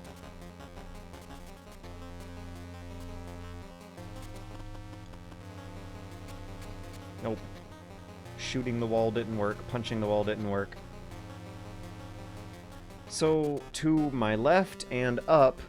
I was talking about this a few minutes ago. That seems like to my left and up should be the entryway. But there's nothing here. It's not on this wall.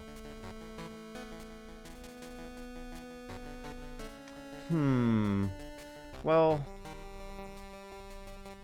I guess that means I should pause my ambitions to explore the basement for now and settle with what I have seen so far. And go back up to the second floor. I'm playing on an emulator! I can make save states! Oh, I don't even need to make a notebook map. I'll make a notebook map because I'm a true gamer. But, yeah, I will be using save states because I'm a casual gamer, and those conveyor belts are a pain in the ass. Can't believe I could have been using save states. Look at that bee. Look at how good that bee looks. How does the filter know that's even supposed to be a bee? I'm impressed. I am very impressed with this MAME 2X business. It really does look like the best of both worlds.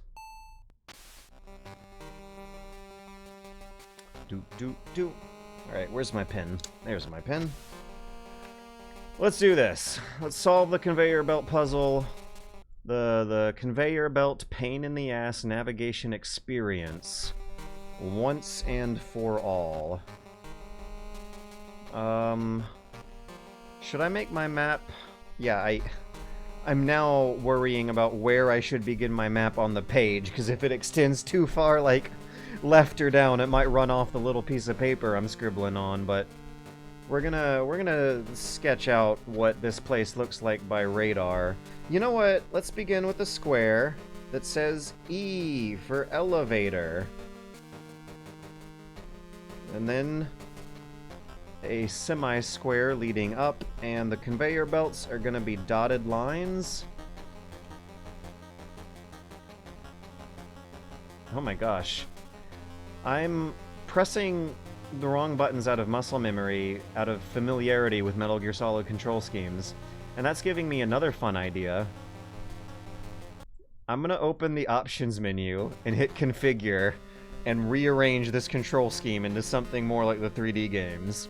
So select that,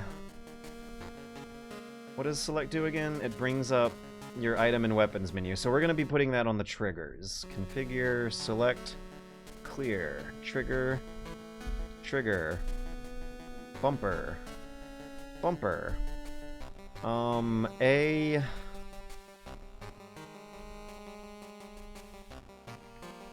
is your weapon button, I think.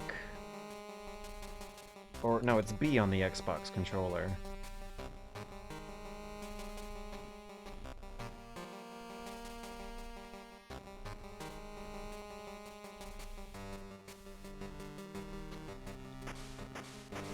Yeah, B we're gonna change to X.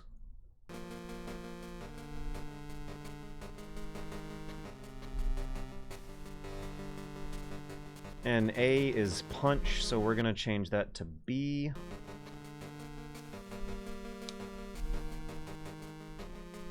Okay, the Game Boy only has 4 buttons, that's everyone, right? Yeah, triggers and bumpers are bringing up my weapons and item menus. That's my shoot button, that's my punch button. Crouch, right, start. Oh, yeah, it's gonna be a little weird. Okay, I can actually bind it to multiples. We're gonna have start get bound to A and start. Okay, so this will make me crouch. Yeah! Alright. We got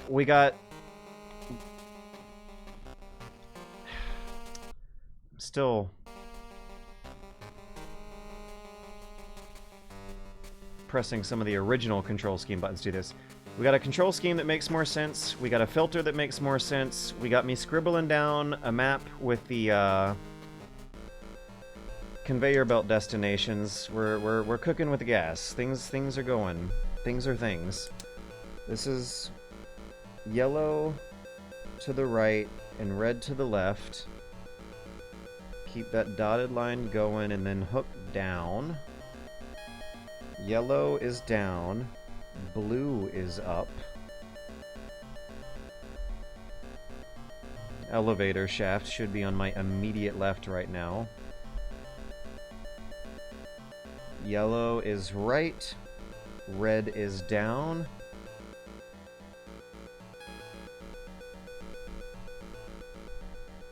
Yellow is up, red is down. Let's see what happens if I go up. Usually, past 2 attempts I've gone down on that last joint. Oh, we got a left and a right. So if I go left, it might just lead me straight back to a previous joint. I see it on my map. If I go right, it's gonna lead me to a... I think it's gonna lead me to a dead end where I'm gonna get funneled into the first floor. If I take a left, it seems like I'll at least be able to reset myself quicker.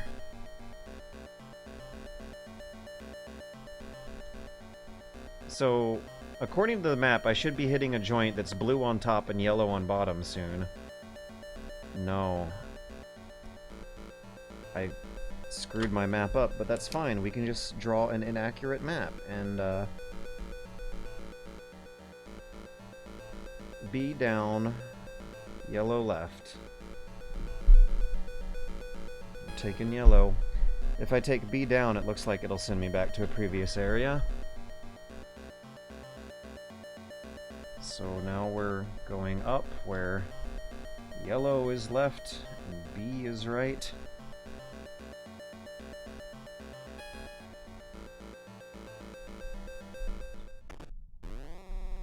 So what kind of symbol should I be using for dead ends? A circle with an X in it. Now, let's load the save state so I don't have to go all the way back up through the basement again.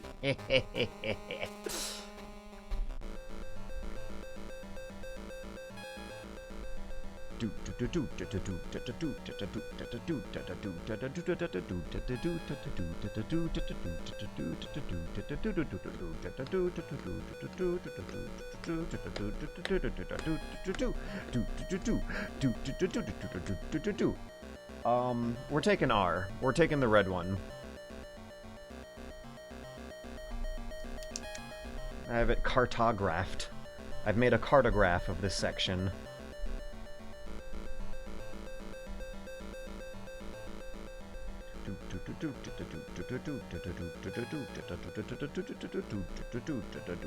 Oh no!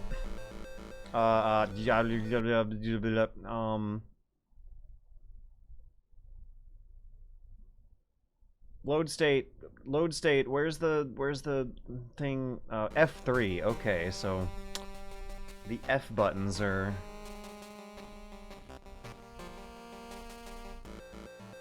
the load and save state hotkeys.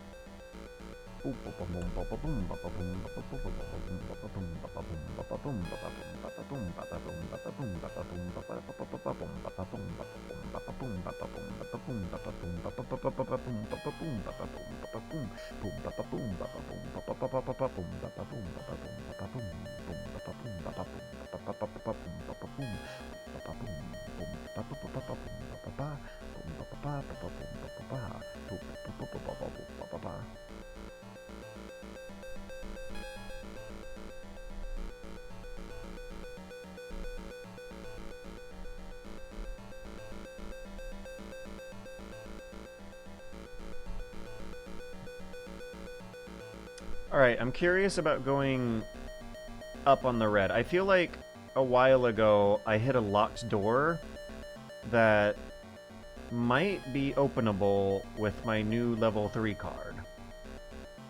Yeah, look at that door. There's guards behind that door. And I can open that door now. Oh, I have to rethink... Okay, so X is going to be my peeking button now that I've changed the control scheme. Do.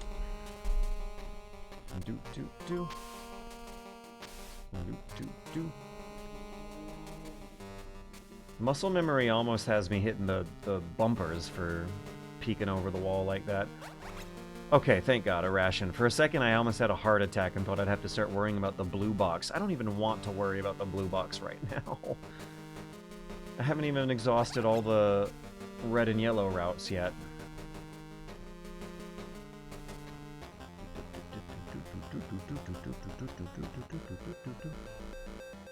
So... the red route there led me to, a level 3 door that leads to a dead end. Wait, does it? This looks kind of new. Oh, it's the blue box.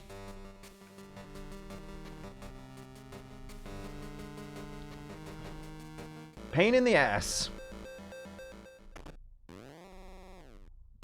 This is actually... no. I got my hopes up for a second and was, hoping that it would drop me off in the, area where I could, get that item I wanted in the basement, but nope. It feels really good to punch those guards with the B button properly now. I don't think I'll have much trouble adjusting to the controller scheme now that I have it lined up with my Metal Gear Solid muscle memory. Am I going the right way? Yes, yes I am.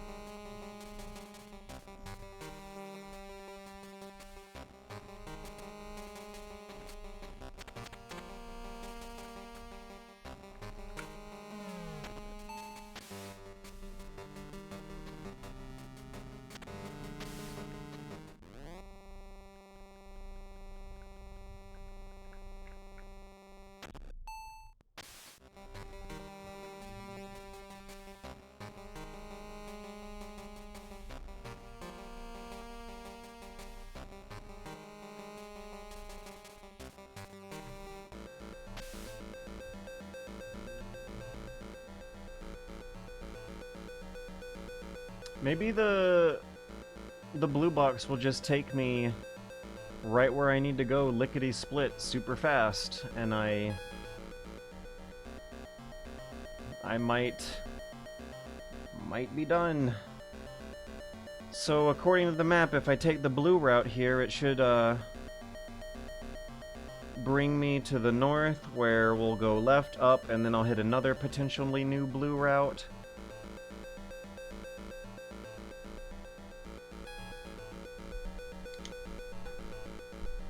Yeah. Oh, what? I thought I was underneath. The depth.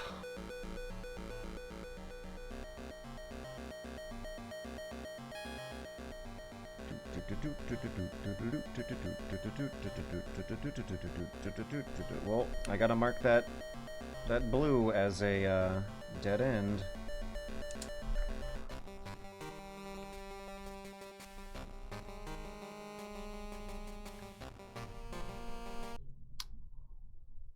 And we're making a new save state for faster retries. Okay, so if I go north, it's dead end. If I go south, I got a little bit more options.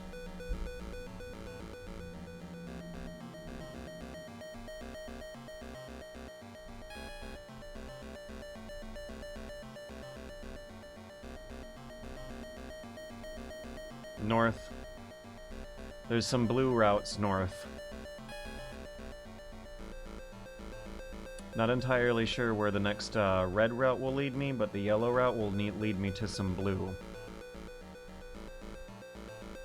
Oh, I see where the red route will lead me. A dead end. Let me mark that down.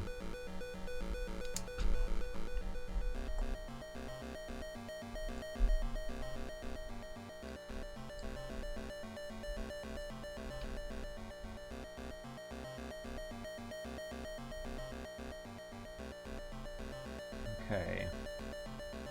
I don't trust the blue here. On my map, there's a dead end south of this blue.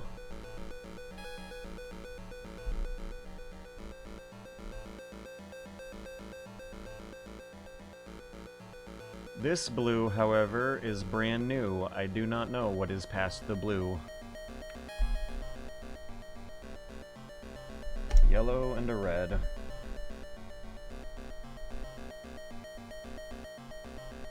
We're gonna try yellow right now. And, not only that, we're gonna make a save state right here, just in case it's the wrong choice. No, no, no, no, no, yellow. Yellow, yellow, yellow, where are you, yellow?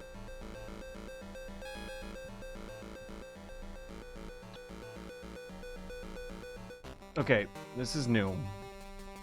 I do.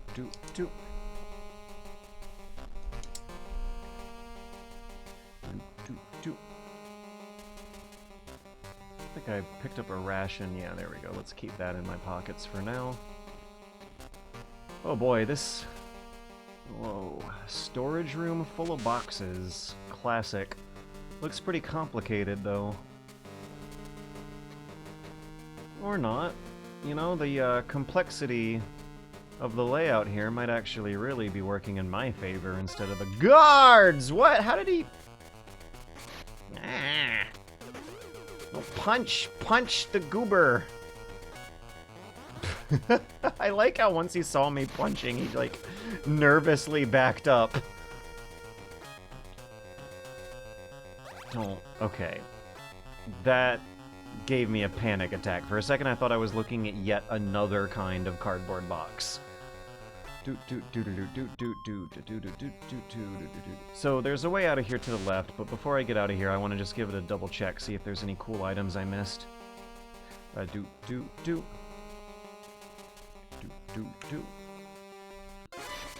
Oh, come on. That should have been a gimme.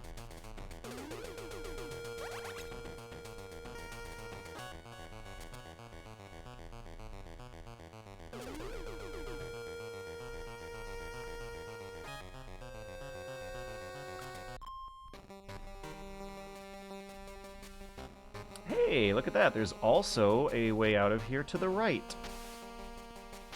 Oh my goodness. Let's just go back. Nope. Nope. Oh boy. God, no. Come on, guys. Alright, so you're telling me I went through all that to get to an exciting new area that is still branching out into 4 different directions. I came in here from the south. There's a way out to the west. There's a way out elsewhere to the south, and a way out to the east. The way out to the east at least won't trap me on a conveyor belt, but it's dark. At least I got some visibility with the radar, though. Ah! Oh no, oh no, oh no! Oh god, oh god. Oh my god. Dr. James Harkes, the engineer who designed Metal Gear, is being held somewhere in that building. I need to find where the door is in the dark. I need to put the gas mask on as soon as I'm losing health. So the gas mask is just going to be redundant. Let me eat a ration and then keep feeling around in the dark for this door. And what is this, like, weird ringing noise that I'm hearing as well? Am I just screwed? Where does it put me? Okay, thank you. I don't have to use the save state.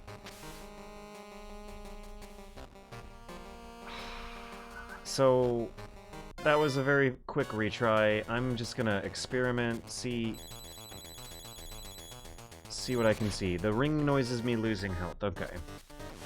I'm seeing what I can see, and I see nothing at all whatsoever.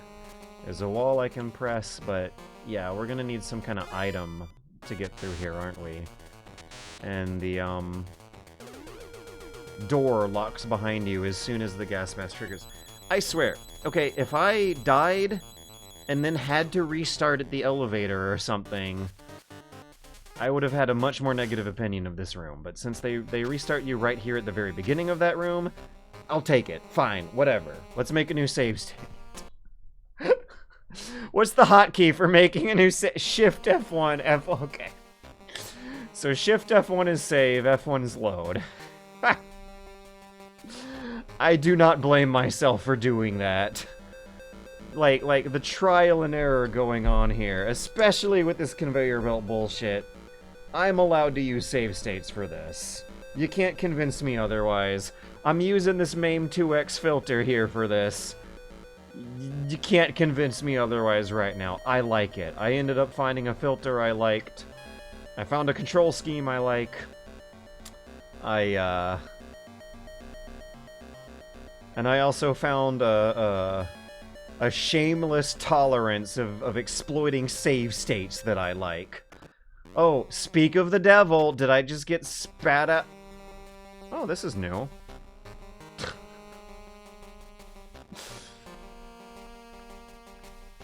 Is there hope for me yet? Thermal goggles, that's gonna be the... I gotta go all the way back upstairs into that room again, don't I? The thermal goggles are gonna be how I can get through the dark room. Wow, what level design? Can I open the door? No. No, I can't open the door. I'm just gonna have to hop on the conveyor belt and be at the mercy of the waves here. No, there were doors right there in front of me. They were teasing me. Oh my gosh. This is rough. The level design sucks real bad, and I hate this. These conveyor belts are really, really bad. I do not like dealing with them. I can't wait till I'm out of this place. Gotta crawl over the grates real slow and silently before I can do that. Ah! Alright, you know what? Ghost Babel so far seems to be a pretty competent 2D Metal Gear Solid D-make. However, I still think I am more of a fan of Metal Gear 2 when it comes to 2D Metal Gear Solid D-makes.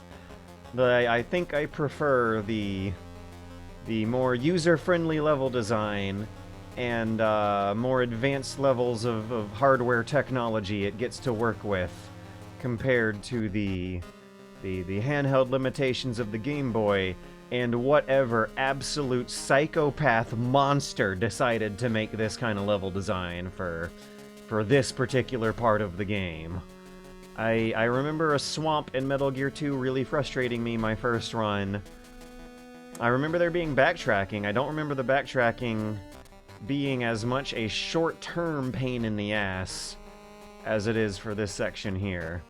The level design in earlier areas of Ghost Babel were also confusing and frustrating me because of how well, the B doesn't look quite as much like a B on the door. I wonder if I was totally wrong when talking about how the filter makes the weird figure 8 turn into a clear as day B. Yeah, level design in this one seems a little weaker than the norm. The aesthetics are fine. The story still seems like it has some interesting places to go, and actually more interesting things it might end up having to say by the end compared to the other 2D Metal Gears. But the level design in this one is, it's been a little rough, you guys. Do.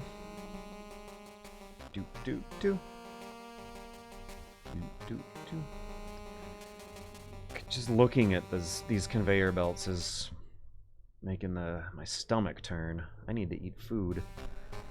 Alright, we got a save state going.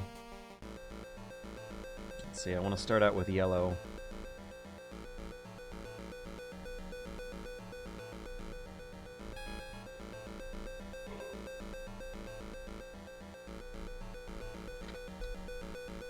It's tempting. It's very tempting because it's going north, but I do not want to take that B, that blue route.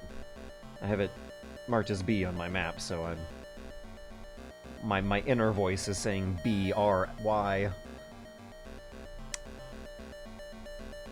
I think I want to go up. I want to go up, then I want to go left, then I want to go up, then I want to go right, then I want to go up. Oh my god, what a nightmare! Did you even hear what I just said? How many steps does it take to go from point A to B in this building?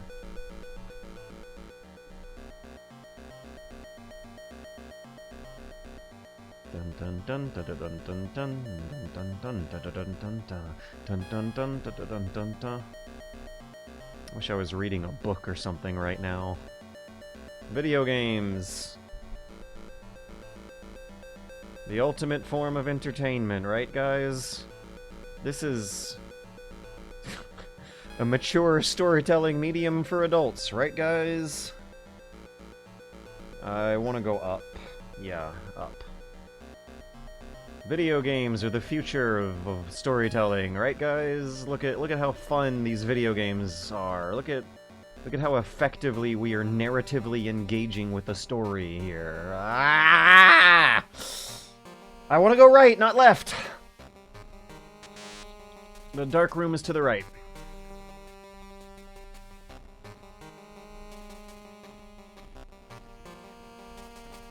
Oh, wrong button, wrong button! I pressed the wrong button because I changed the controller scheme to something I thought would quit making me do that.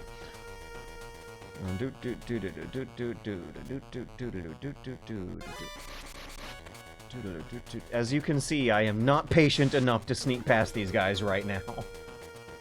And I really should be, because it's ultimately less of a time commitment to be stealthy and not have to wait through the evasion and alert phases.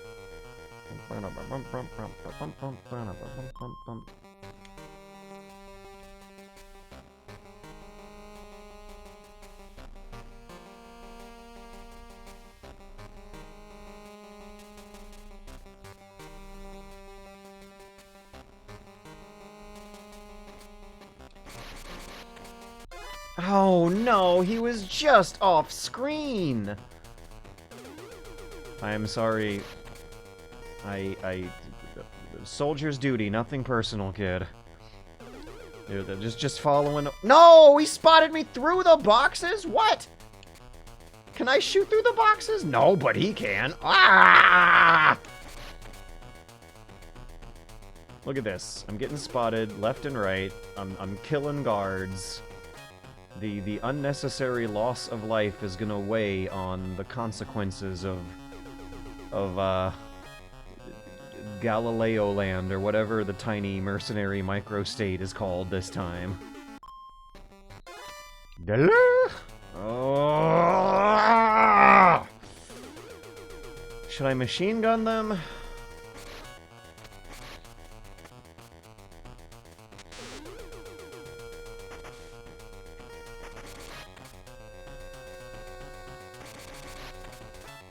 Oh god, that felt bad. They even die in one hit! They're not even, like, flashing with invincibility frames or something. One of them got back up! 2, 3, what? No, they just respawned in the middle of the room, right? Ah! I'm right in front of the door I need to. They're never gonna leave it. My rations are gone. Lincoln. Yeah. Stop. Stop. No, leave me alone.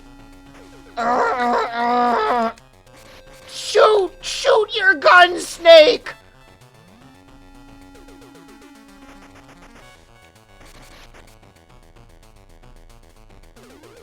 Where did he come from? He teleported into thin air right there. Okay.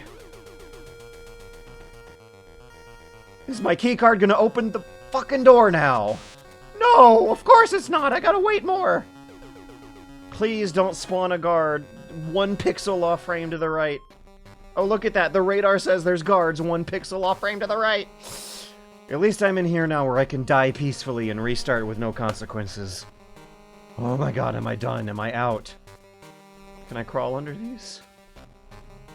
No, it's a timing thing. Okay. Ugh. Ugh. Woo!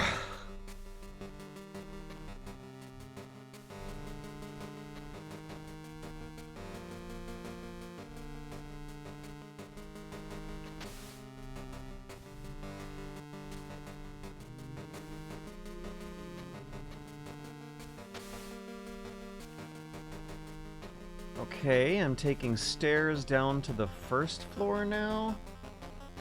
That door is still cosmetic paint on the wall.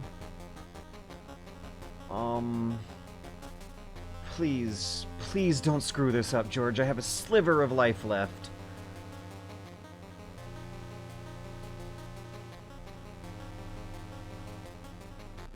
Patience. I gotta hold on to whatever patience I can pull up from my bowels. What is that? What is Dr. Robotnik doing here? The hell? Oh, that was a side profile view. A large fellow in a red high visibility vest with black underneath. He has a... What?!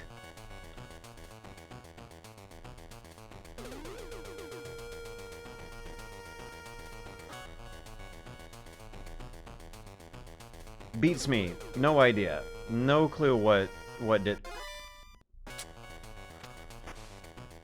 Oh my gosh. Oh my gosh, the suspense is killing me. No, I pressed the shoot button and he didn't shoot! What kind of health is it gonna give me? Just still a sliver. Alright. I don't need the save state anymore. At least I'm past the conveyor belts, but I don't even know if I'm done with the conveyor belts. I still haven't made it to that room with, like, the mountains and the, Oh, I don't... Yeah, the checkerboard pattern on the floor, mountains on the wall. That's a destination that I think I need to reach, and this laser trap infrared dark room I'm going through might just loop me back around to the conveyor belts again. I still might not be done with the conveyor belts.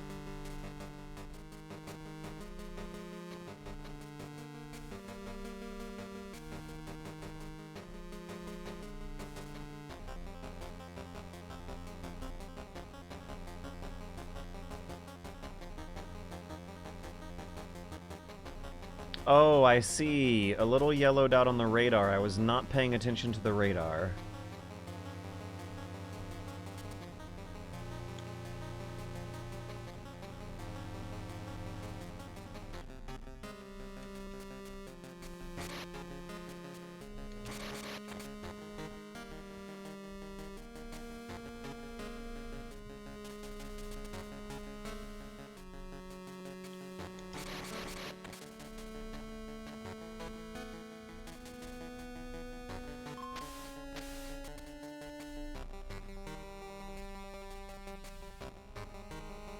So far, the retry has been pretty darn clean.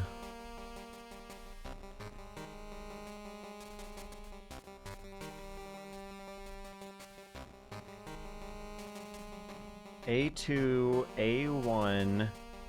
Should I be paying attention? Okay. Oh, look at that ass. Hey! Oh, he's a prisoner. That's who that guy was. You don't look like one of those goons. Get me out of here. Or do you want me to yell for the guard? Snake's ass pops with this filter. You a hostage? Yeah.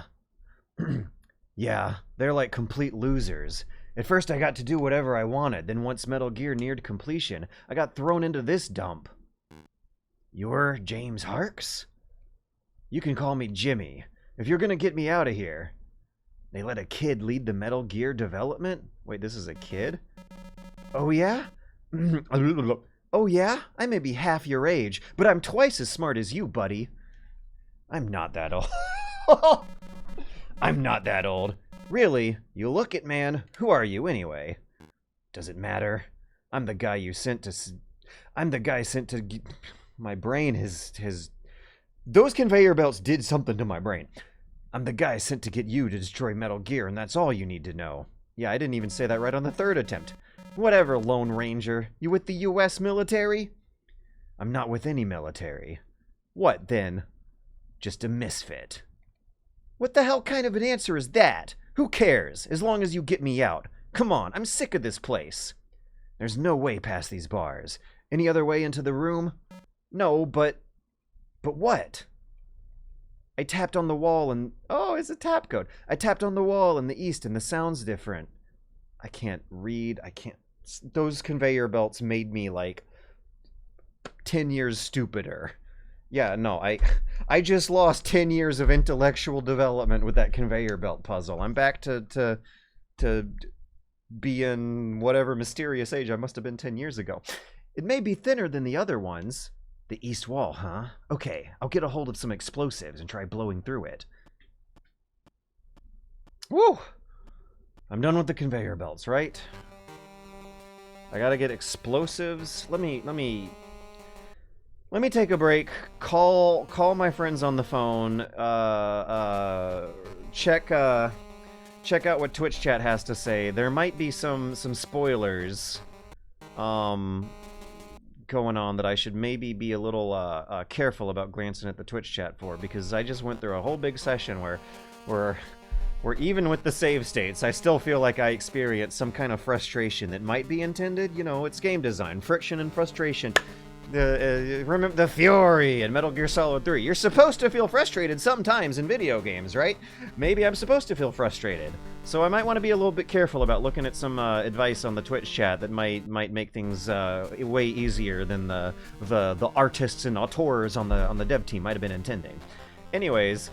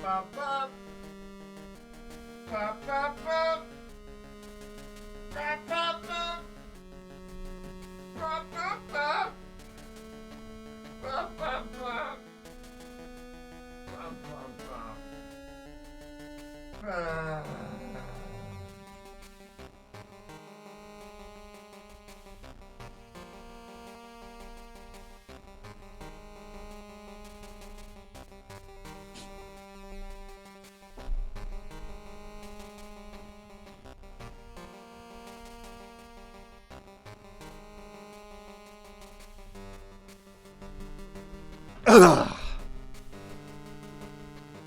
First thing I see, very first thing I see when I lay eyes on the Twitch chat is this guy, Heroic Replicas, telling me I'm only halfway done with the level. Oh my god. I really need to read King Lear, don't I, someday? Oh my god. Wait, is King Lear like a drug or alcohol thing you're talking about here? Because I was totally thinking about the Shakespeare play. People are talking about the R4 being an AK ripoff. I feel like the pixel artist, it looks like they made it look like an MP5. Look at how curvy that clip is. The magazine, it's a banana clip. Aren't AK magazines a little more straight? Wait, no, they aren't. I feel like they could go either way. Okay, what about that the sort of stubby profile to the gun? It looks a little stubby for an AK. It looks like a submachine gun instead of a long-range rifle. But they call it something that apparently actually is a real-life AK variant. Anyways, what sort of thoughts do we have about the filters? I imagine that was a controversial, anti-democratic decision I made that might have gotten some fun reactions in chat. People are talking about how it's how that filter puffing up Snake's ass is showing you the kind of ass that Nintendo doesn't want you to see. Look at him move! Okay, I feel like I made the right choice by picking the filter that makes Snake's ass big but not too big. I think it was more filter than the conveyor belt. Oh my god.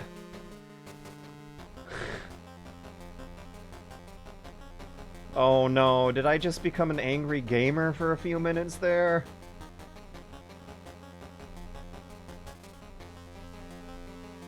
Is Ghost Babel a Metroidvania?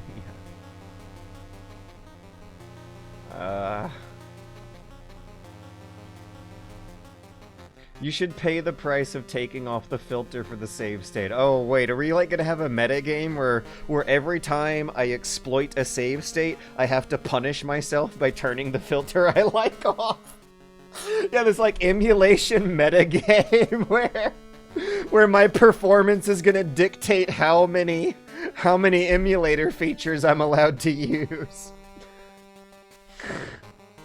Oh no, and apparently the blue box is giving people flashbacks to the blue box the great blue box conspiracy of 2021. Oh, we still have to get the magenta box and the gunmetal gray box and the navy blue box. Woo! Oh, and okay, I see that some people are telling me that that was an absolutely fair, reasonable place to use a save state. Is there a rewind option in the simulator? Yeah, there is, but I don't have it turned on. You gotta flip a switch or something first. I never got around to it. Didn't want too much cake. What are you, a Nintendo employee? It did a little diagonal on the top and bottom of B. George just can't stand the sharp pixels. The B outside the V was the one. Yeah, I got totally confused about the B's I was looking at. Oh my god. And people are talking. I see spoilers, puzzle solutions that I don't want to know about. Hey, Scribble Scrabble's in the chat. His ass cheeks are clapping his way in the chat. Welcome, Scribble Scrabble. Good to see you, buddy. RetroArch has better options for emulating GBC. This is what Sakurai was afraid. Oh, yeah, I really pissed off the pixel artist with the filter. This makes us sad because the pixel artists don't make the art thinking of them. RetroArch has better options for emulating GBC screens. Right, yes, and I am aware. It's just like, the pixel artist totally didn't want the text to look like this. I have a sneaking suspicion the pixel artist would rather the environment and the characters look like that, though. It gives Snake an ass. What more, how well could it be described as the way, as what might have been intended than the raw pixels of just the raw emulator running on an LCD screen, taking away Snake's ass?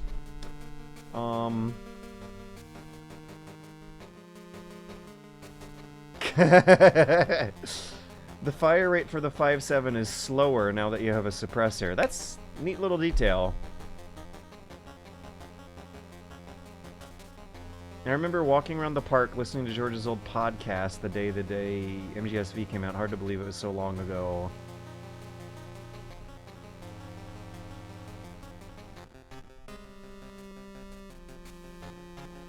Ice Cream VI, you said a chat message a while ago. You said after the second Metal Gear vid, I literally went outside and stood in the rain for a bit. Which Metal Gear vid are you talking about?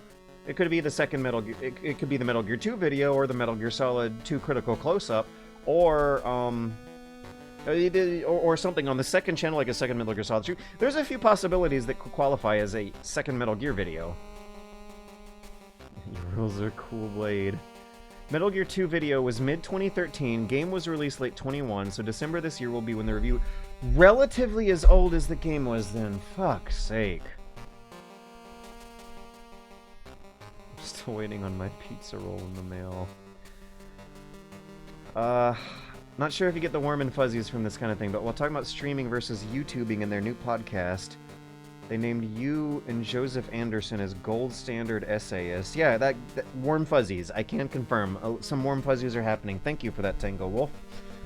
Does Ghost Babel take place in or near South Africa? If so, that's an East attention. Yeah, it actually takes place in the same site as Metal Gear 1's Outer Heaven, which is, they call it Galsburg in the NES game, but I think if I remember right, there's a city in South Africa named Salzburg. No, it's an Australian city. Yeah, there's an Australian city named Salzburg that in the game they call Galsburg, that is supposed to like roughly match up with the capital of South Africa. You're supposed to be like 100 miles north of it, I think, or something. Anyways, what else we got? So the gun is supposed to be a Vector R5, a shortened variant of the R4. Okay, and so my NATO brainworms. Yeah, that's it. I see it. Yeah, Vector R5. That totally is what the pixel artist... That... Deconstructed into pure pixel art, it could look like a MP5 or a Vector R5, but yeah, I can see it now. The name is so similar too. That makes a lot of sense. Neat. Thank you for that. Neat trivia. We're used to people trying to sand out the pixels. We left you, man. Okay, so Kanzi Eat. Like, there is something going on with that B down there that I think might have been improved by the pixels. Some straight edges are at least curved out a bit. Let me switch. Let me turn this off and maybe give me a little bit better an idea of what my brain is doing that's making me like that MAME 2X filter better than RAW. I really don't like it when they make it look like a Flash game like that. Sometimes the colors just get way too solid, and it's, yeah,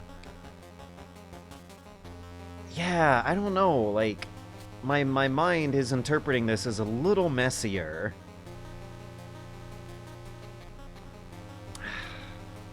Like, Snake's running animation looks like, a little more visually cacophonous. Maybe it's something that filter does to his animation in particular that caused me to warm up to it so much, but I mean, I like it when the text is sharper and the art is smoother and curvier. That's really the big difference, especially with PlayStation 1 games on CRT versus emulator, is what the CRT does to texts and curves. Anyways, we're gonna play RAW for a little while, see how we like it. Maybe, I'm still feeling like I'm gonna end up switching back, but we're gonna throw the pixel artists in the chat a bone and play on RAW for a little while. Where do I go to get explosives? Where do I go to get explosives? Oh my goodness, I still am, like, suddenly realizing that the level design of this area is gonna be rough. Snake, get Dr. Harks out of there. The east wall of his cell seems to be thinner. Blast through it with C4 explosives. Alright, who would know where C4 explosives are? Chris would. Yeah, smoother and curvier. Scott Sparks, I'm not kidding. Literally. Dig out your old PlayStation. Stick Final Fantasy VII in. One of your main, most important heroes of Final Fantasy VII deserves to be seen with smoother curves on the screen, alright? Like, yeah. Final Fantasy's anime-style portrait art turns into an absolute wreck when you're looking at it in RAW.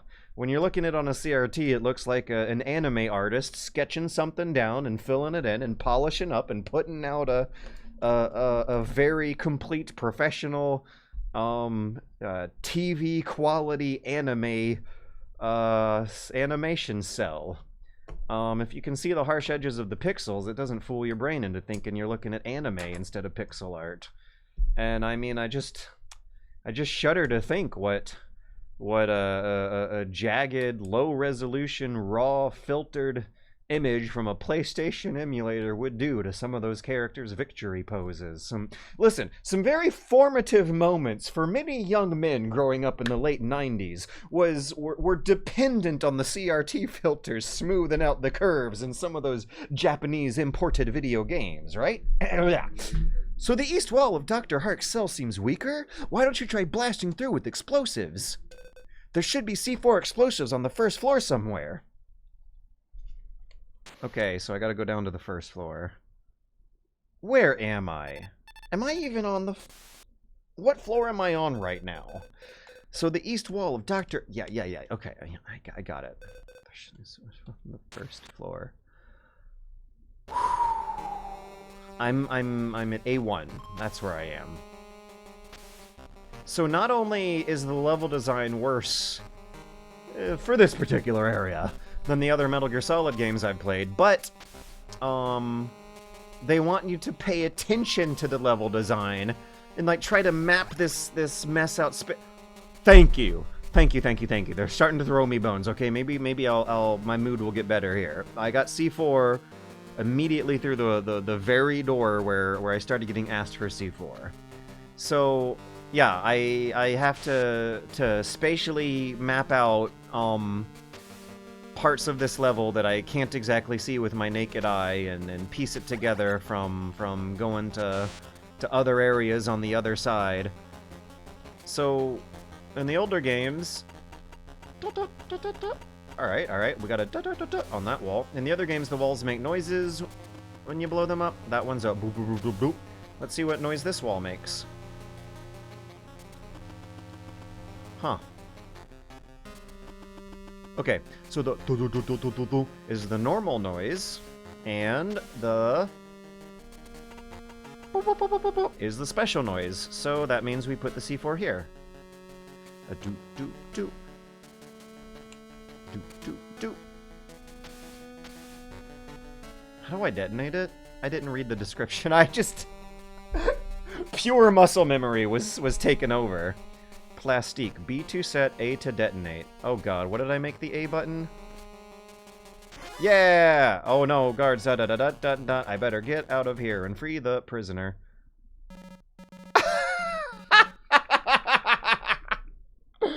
Okay, never mind. Maybe all the frustration and piss and vinegar was intended, because what a great moment of comic relief. Dude, what are you doing? Dude! That's pretty good. That's pretty good. Alright, so he's one square on top of me. I love, it is like the most Metal Gear thing in the world that they actually thought of a reactive dialogue for that kind of mistake, and then actually like programmed and scripted it in. That was good. That was good stuff. Let me tap the walls. I'm starting to have C4 wall brain now, where I'm suspecting that all these walls might be explodable, and in all these games there's only like 2 walls that are explodable. Wait, was that a... No, that was the guard waking up.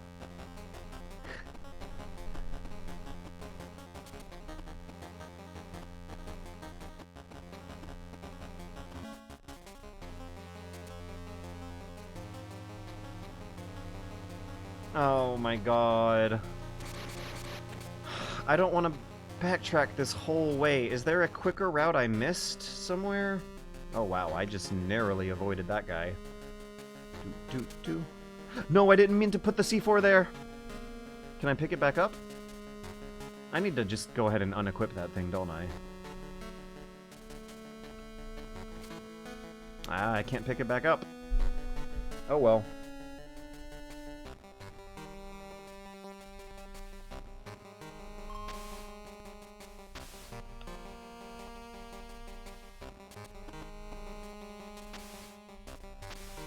B2, B3. So A's are to the left, B's are to the right.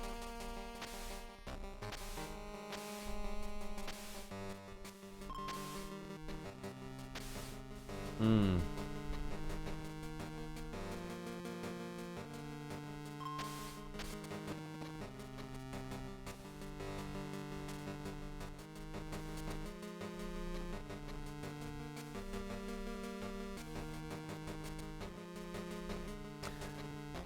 Okay.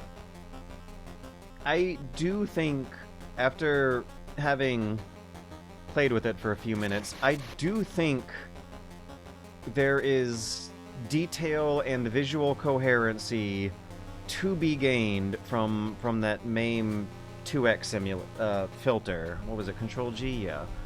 Super Ego Pixelate. Wait, was it Advanced MAME that I just skipped?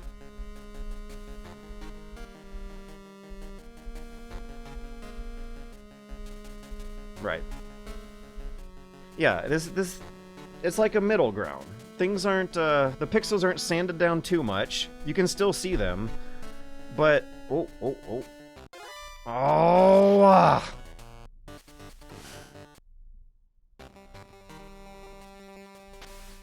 pixels aren't sanded down too much. It's clearing up some visibility with the text. It's making Snake's ass look bigger. It is, kind of sort of smoothing out the occasional, like, black or dark gray pixel that I would see, like, turning on and off on his thighs. Let's see, how else can I describe the subtleties of it?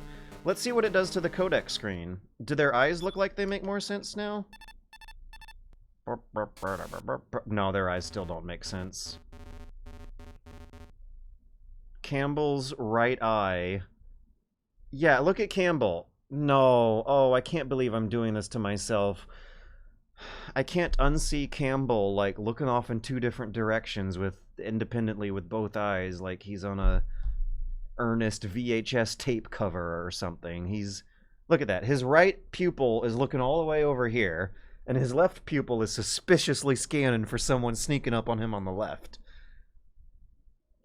Snake's right eye is a little lazy, like it's kind of drooping down the right side of his face. His left eye looks fine. Euphoria, is that what it's called? Oh, I just can't find the one that fixes their eyes, can I? None of them are gonna fix their eyes. I wonder if that's, if there's some photographs from a camera of what that codec screen looks like on a Game Boy screen, and if their eyes are still pretty silly looking on the actual original hardware. I do believe that the boomerang from the Boomerang boss would look pretty different on actual hardware, but the pixel art going on with their eyes looks, and considering that it was also the Game Boy screen that's not doing the whole phosphorescent scanline thing, I wonder if I'm complaining about something that does look just as silly as that on the original hardware, too. Do.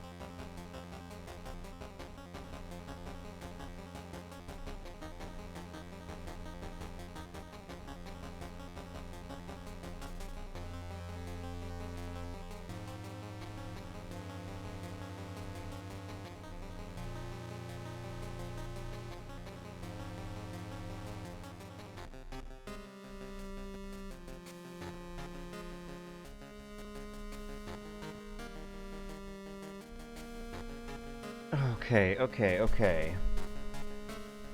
His cell wall is thinner on the east, and I just took stairs up to the second floor that is known to have a lot of garbage chutes that drop you down one floor. So I have to use my map and my memory to spatially work my way on top of his cell, with my route biasing myself towards the east. Oh boy.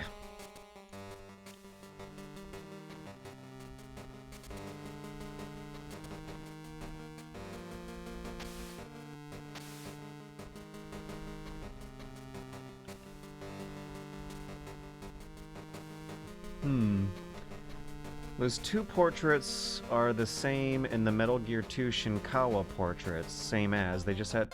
I wasn't looking at the screen, I was reading chat message. Fuck, shit. Oh, no, I didn't mean to do that. God damn it, there's always something happening. Yeah, let's just die and retry.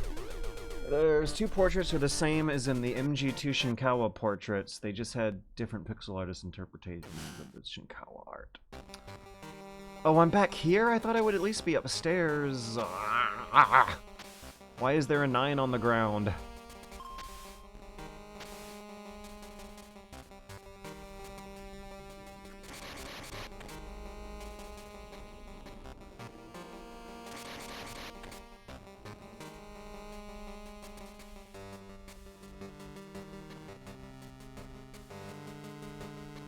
Love the look of Snake's ass with his filter turned on. Every time Snake walks to the north, I peek a glimpse at his ass. When the filter is turned on. When the filter is turned off and it's raw, it's not there. It's camouflaged into... it's camouflaged perfectly into the brick walls.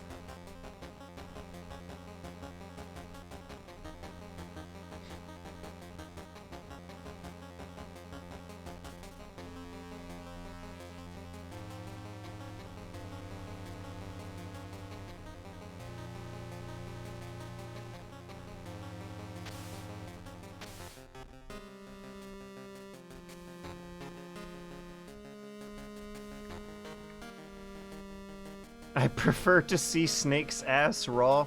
You know what? Maybe we should do a left to right screenshot comparison. Hang on, when I get to some kind of safe zone, we're gonna make a save state. Where am I? Where am I going? I'm going to the east, I guess. Woo! And what's the pause button? It's the pause button, of course. Let's see if I can pause it on a...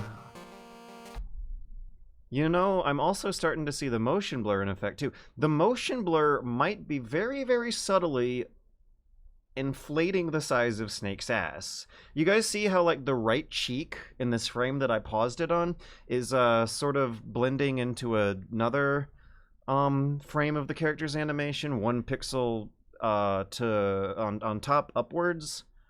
So the motion blur might be making his ass a little bit bigger, but I think the filter is also doing something to the ass as well. Ugh, I don't even know if you can really see it in a still frame. You kind of have to see it in motion. Okay, here's a good screenshot. Let me print screen. Where's the print screen button?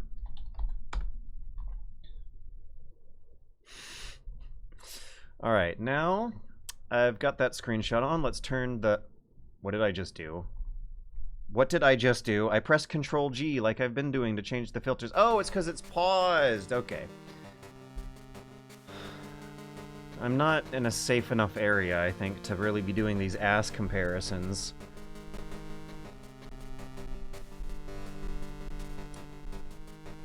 I mean...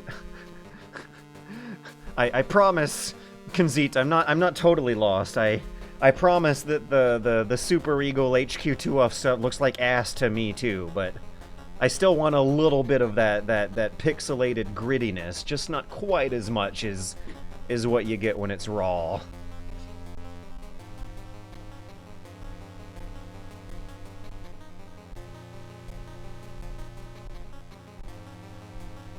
Alright, so this is raw. And pause. So what frame of his animation did I pause on last time? It was okay, like full display of right cheek, partial display of left cheek. Let's see if I can pause it on that frame of the sequence.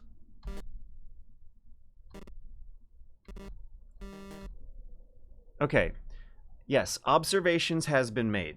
An observation has been made, and that is that the motion blur is distorting his sprite harsher when it's raw than when it's under the filter. Alright, I'm gonna make a screenshot of this frame right... No, it's not the same frame.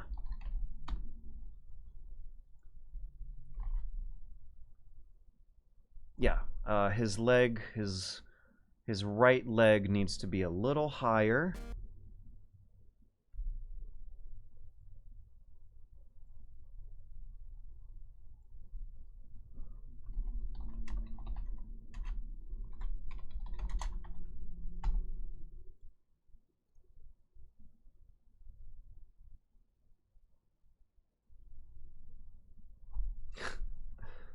Alright, and pause. Yeah, oh, there is a difference. No way! His ass is bigger!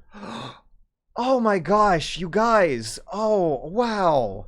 Yeah, no, this is really cool. I found an ass smoothening filter. His cheeks get slightly bigger because the filter is like adding an extra pixel of just 1 extra pixel of staircasing. You can still see the staircasing effect, but it adds a extra pixel to the 90-degree turns so that they look a little more smoother. So some of the harsh 90-degree turn staircasing happening on Snake's ass under raw is a little bit more smoothed out under the filter. So when you look at the animation in motion as opposed to still screenshots, and you're not individually looking at every single motion blurred frame, it does actually, I shit you not, this is one of the most obvious differences between turning this filter. I am looking at the screenshots right now. I'm gonna put them on the screen. Wow. Oh, this is quality video game analysis here on the Super Bunny Hop fundraiser because I'm broke stream. So okay, gotta navigate OBS for a while. Where's my MS Paint window? There it is. Should I turn on studio mode for this? All this ugly crap on the screen for a little while is gonna not be too easy on the eyes at first. But I have a nice screenshot comparison of what Snake's ass looks like under these two different frames. So we're gonna pause the game capture for a second here and smoothly transition for 600 milliseconds, 500 milliseconds over to this beautiful screenshot comparison of Snake's ass under the Super Mainframe 2X filter compared to just raw pixels on the right. Now, as we can see here, the effect is especially noticeable among the stacked boxes in the room. You can see that the filter's algorithm is designed to sort of chisel away that harsh 90-degree angles of the boxes on the right. Now, under the raw filter, you'll see that Snake's right for us, left for him ass cheek is showing this 90-degree turn where we have 3 pixels here making an L. These bright blue pixels. Oh my gosh, I gotta make the brush super duper big for that, don't I? These in particular, compare the L shape of those 3 pixels there with this. Yeah, you can see Snake's ass has 1, 2. We just went from Snake's ass being made out of 3 bright blue pixels to the filter kind of sort of like giving another 1/2 pixel of ass that is just enough to make Snake's ass actually look bigger. I'm not wrong, am I? Like, look at this. On the left, his ass... Okay, no, better word, smoother. His ass is chunkier and smoother. On the left. It still looks about as big on the right, but it's like a big square. On the left, it's a big, smooth, curved sphere. It is fooling my brain into picturing, like, Snake's ass in a regular Metal Gear Solid game. This is a very important moment in game criticism history, of course. We're all going to be looking back to the days when the gold standard of game criticism video essayists were comparing Snake's the shape and smoothness of contours and actually counting the pixels on Snake's ass as a very, very important seminal, if you will, moment in being able to explain to the common people what sort of subtleties these filters do and how those subtleties can ultimately add up to an image greater than the sum of their parts. Thank you for joining me for that. What in the world did I miss in the Twitch chat while I was doing that? This is canonical with Snake's ass in Metal Gear Solid 2. Also, okay, no, actually, at this point in the character's development, his ass should look like it does in Metal Gear Solid 1, right? This is, at this point in the series timeline, we're closer to Metal Gear Solid 1, so like whatever he's been eating or whatever kind of exercises he's been doing around that time in the character's history is where we should be judging what sort of canon is going into his ass.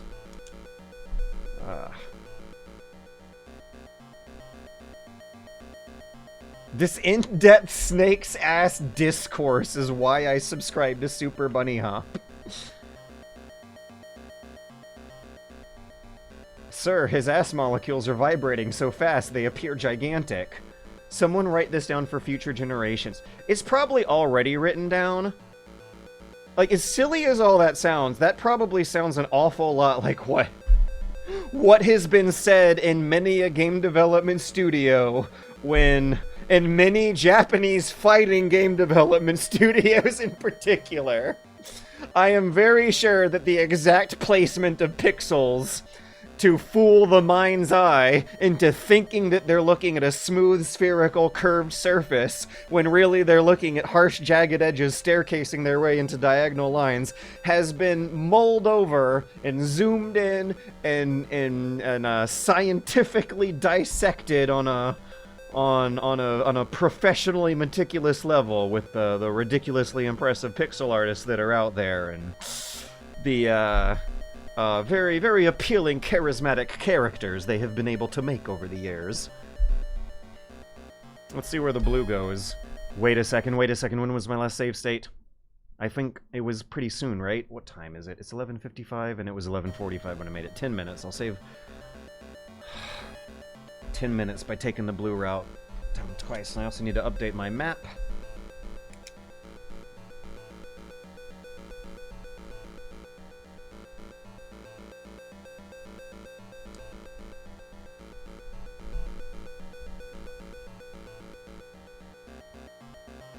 Oh no! I'm on a route that's gonna spit me out onto a destination that'll make me waste a lot of time. I better load a save state. So yes, wait, are they still at the Twitch chat? I would love to hear what the pixel artist thought of all that. Did they just leave in disgust? Okay, Konzeet, are you still in here? Cause I just really got into it. I feel like I just made a very a Digital Foundry level analysis of why Snake's ass actually looks superior under the filter versus raw. The last message we have from the professional pixel artist from a while ago, and they may have left under sheer disgust of me trying so very hardly to objectively prove the superiority of Snake's ass under the... Oh, for fuck's sake. What's the hotkey? Load state. 45, F6. Okay. So, okay, another one is claiming to be a pixel artist. Ropcord. Someone going through Morrigan's animations with a magnifying glass and a protractor. I am also a pixel artist. You are correct. They will not be returned. I mean, okay, yes, you know what I'm talking about. When I was playing King of Fighters 13 and seeing the very skillful level of dedication put into Mei Shiranui's pixel art, I realized what a lifetime of learned skills goes into fooling the mind's eye into thinking that they're looking at smoother curves than what they really are. Oh no, the pixel artist is in a professional pixel art meeting call right now. I missed the pixel art. I am in a call. Okay, I'm sorry, Konzeet. Let me just put the image on the screen one last time and make sure you get a good eyeful of my attempt at trying to make the comparison here. See? Just making sure. Soak it in. Get an eyeful of that. And let's just get back to the game.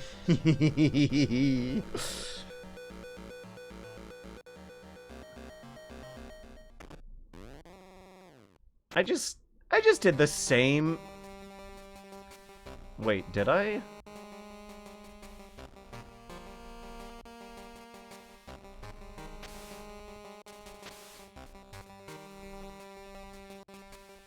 Should I look up a map? No, I should make my own map. Oh, blech. This level design is actually fucking disgusting. You know, I don't know, maybe... If I was writing a video, I would play the game like twice, really put it under a microscope before making this kind of claim, but since we're on a super duper casual Twitch stream where nothing anyone says ever matters, I gotta mark on my map that both of these lead to dead ends. I will make the hyperbolic declaration right now that this is the worst level design in the franchise. This level design is ass. None of as bullshit and backtracky as Metal Gear Solid level design gets. This has taken it to a very unreasonable level that I do not like. I really like the core stealth mechanics. Whatever's going on in this level is poop slop. Dead end. Another dead end. Let me mark that down on my map. I didn't mind... Man, the sinking swamp in Metal Gear 2 is rough. With the hidden pathways. The spiral basement in Metal Gear 1 with explodable walls is rough. Backtracking for the keycard that you heat up and cool down in Metal Gear 2 is rough. None of that is rough as this shit, though. Jesus Christ. Act 3 in Metal Gear Solid 4 is rough. Not as rough as this. This is worse than Act 3 in Metal Gear Solid 4. I enjoy Act 3 on replays. I don't know if I'm foreseeing myself enjoying this on replays. Yeah, like, what if I have to make a whole new map on my replay? Maybe it'll come easier if I use a map from the internet on my replay. On replays of Metal Gear Solid 4, Act 3 does have a surprising amount of alternate ways you can go through it. I have my curiosity piqued with how, during my first playthrough, how they'd lock you out from some of those areas and pick your curiosity for a second playthrough. Let's take the red route this time. But, you didn't have to, like, do so much trial and error here. It was very hard not to get spotted. There might have been some trial and error if you were trying very hard to be a non-lethal European extreme, perfect stealth kind of guy. But this is just me playing the game the first time normally, killing guards, letting myself get spotted, and I'm still experiencing a level of trial and error that is, more familiar with the super-duper hardcore playstyles. Alright, now, I never did see what the far western exit of this room is like. I never did see what a few exits from some rooms in this area are like, but that's what I'm going to check out next. The far western wall had a conveyor belt leading out of it. Oopsie whoopsie, my filter's not turned on. Eagle, pixelate, no, garbage, good, there we go. Yeah, boxes look a little smoother. They're cardboard boxes. They should have harsh 90-degree angles. Text looks a little smoother. It's supposed to be like digital 90s LCD numbers and letters. But Snake's ass, on the other hand, looks better. Therefore, I'm keeping the pixel on. Some things look worse. Most things might. Some things look worse. Some things just look different, but about the same quality-wise. Snake's ass, on the other hand, makes an improvement quality-wise.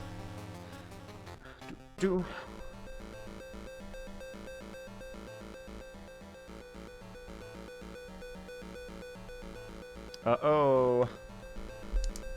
We got a joint, a turn, a fork in the road. We got an R to the right and a B to the down.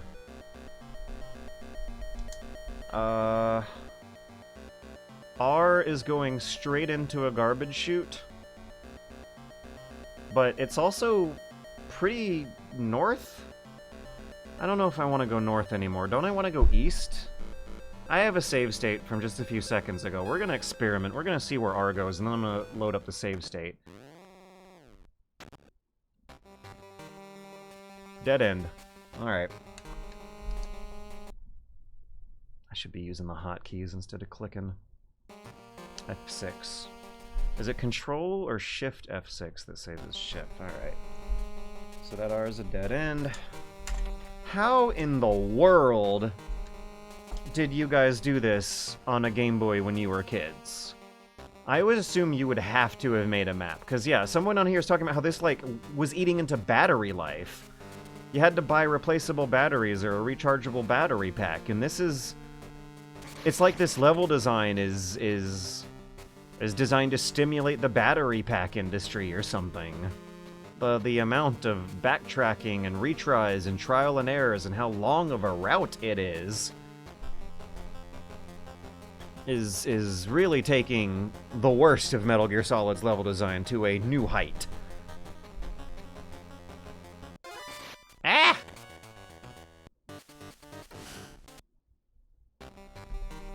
F6.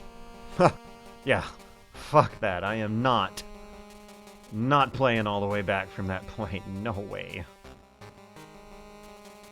Oh, well, come to think of it, it is just a hallway and a staircase down the way, and the save states kind of...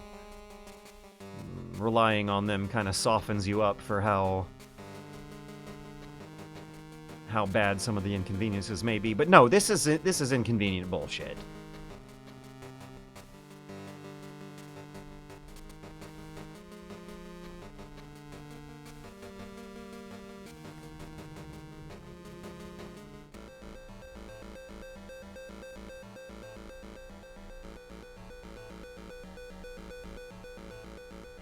And this time we're gonna try the blue route. Wait, what? Hold the phone. Man, I hate that I'm doing this. We're turning rewind on. Where's the rewind button? Video, audio, input, GBA, Game Boy. Configure, boot ROM, system, Because Control B, there's a rewind function in the emulator. I see it in the toolbar menu, but I believe you have to press something to turn it on. Speed up / turbo, no. Cheats is another cheat menu. No. Disassemble logging, map viewer. The emulator can dump out a really shitty looking map. No, it's garbage. Yeah, this isn't very helpful. Is this actually showing up on OBS? No, it is not. It's rewind time. Mine was purple. I had the transparent purple Game Boy Pocket. I don't think I ever actually had a real Game Boy Color.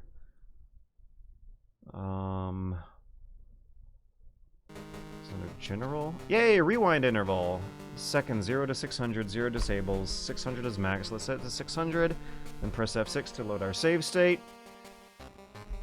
So, I was wearing a blue box, but the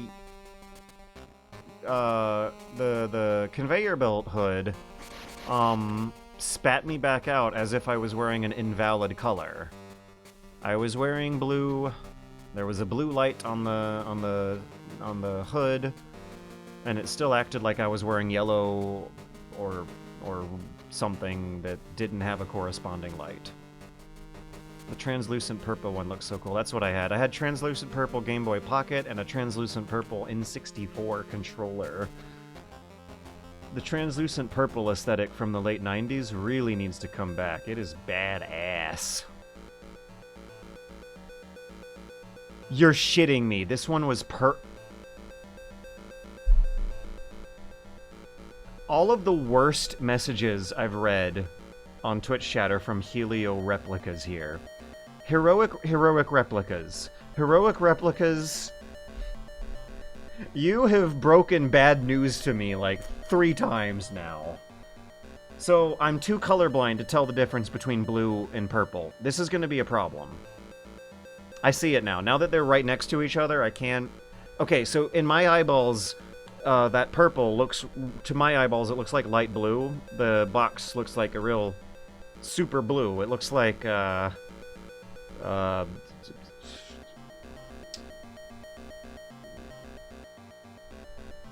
pansies, chrysanthemums. It looks like the kind of blue a flower blooms into. The blue on the bottom looks like light baby blue. Okay, some people in the chat see it more like a pink. The conveyor belt is more purple. Okay, thank you, Hero Replicas. Can I give you some good news that you're nearly done? Thank you for telling me I'm nearly done. Therefore, lights violet. So, not only am I having to tell the difference between red and yellow, I have to tell the difference between blue and purple. And I'm already on, like, a doomed state either. I should load my save state here. Both directions, or the only direction I can go, because I can't go purple right now, is, are gonna dump me out where I don't want to go. Alright, load state! That's just dead ends all to the south of me. I think... My god, I'm still tempted to, like, double check and make sure my mapping has been correct.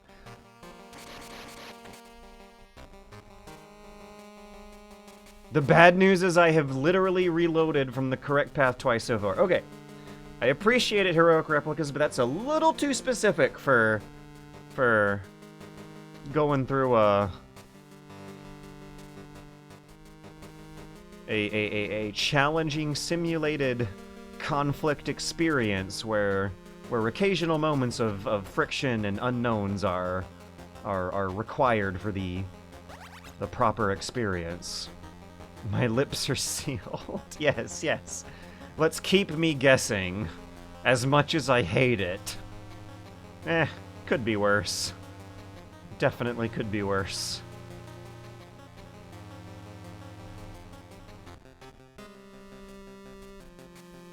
I'm thinking... My map says there's dead ends, but... I'm thinking of, double-checking where this one goes to.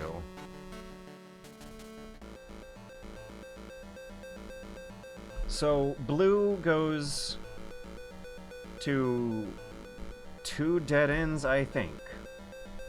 Red goes to a dead end, I think. Well, the blues are fresher on my short-term memory. The red's digging into some long-term memory. I'm not quite... Okay, the red is leading to another junction that is yellow on the left and blue on the bottom.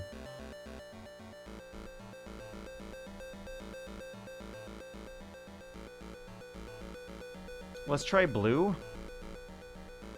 Yeah, I marked it on my map as a dead end, but really it actually connects to other parts of the route that also lead to dead ends, which is why I marked it as a premature dead end, because I might just be wasting my time by... Oh yeah, look at that, dead end. God almighty. What was it, Control B? Hang on a second, no, that... I was trying to rewind. Not load state.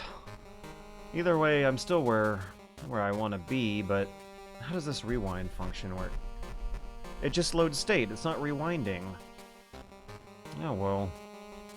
Rewinding is far past the point of the intended experience, to the point where I'm not feeling too salty about that function not working properly in the emulator. Let's try blue! I think I know where this is gonna go, and I think it's a dead end. He just casually shot that man, I know, that is the depths. Did I try blue last time? I already forgot. Because it spat me out on the same spot.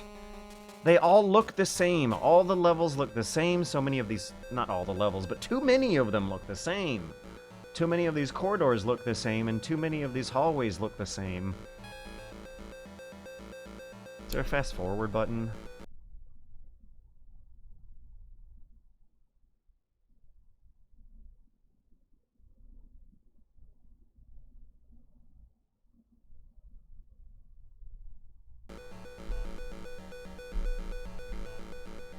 So blue was a dead end.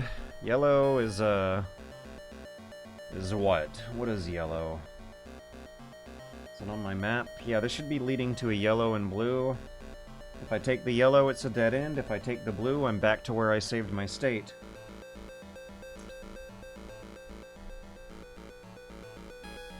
Well, if I take the blue, I got a yellow and a red here. I don't have the red route marked on my map. It should lead to a junction with the B on the button. Nope, it's going somewhere a little unpredictable. Okay, so that's going here.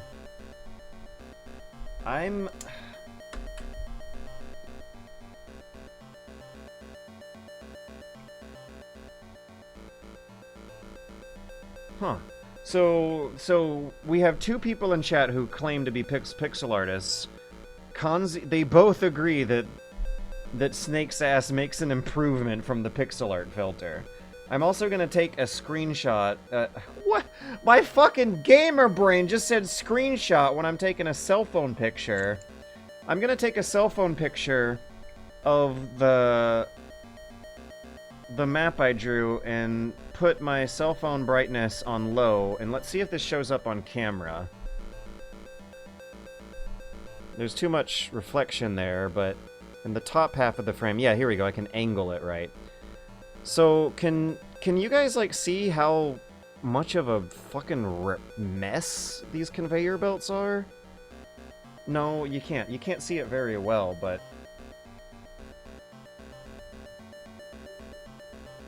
But I'm making a map, and it's real messy. I started the elevator shaft in the middle of the paper, and all of these conveyor belts are to the upper right of the elevator shaft. They're not really surrounding it. So my map has, like, ran off the page to the upper right. Is this gonna come through clear? Hey, this is coming through clearer. And I'm out of space on the paper. I might need to start a new map. I might need to start a whole new map!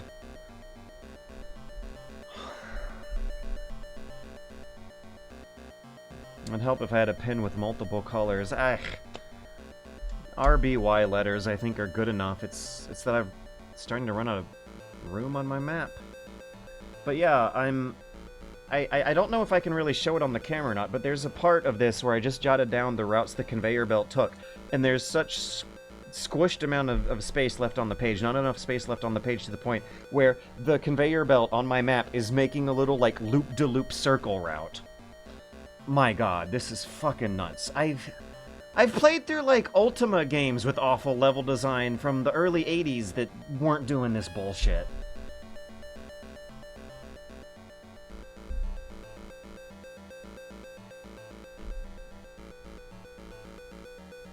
On the radar, it looks like there's more areas surrounding the elevator shaft, but on my handwritten map, all of these conveyor belts are just to the upper right of the elevator shaft.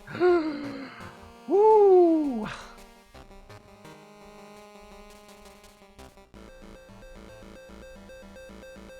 So, I'm gonna take a route that my map marks as a dead end, but I haven't taken it in a while. Maybe after all this time it's worth another, double check.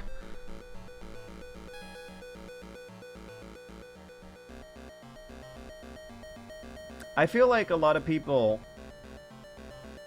probably looked this shit up on a guide, and I'm almost at my limit myself. Because, this seems like the kind of part of old video games people will resort to using a guide for. Okay, so this is the very relatively small chunk of the conveyor belts that go around the elevator shaft. We got R going up and Y to the left, and I remember both of them going to more or less the same spot.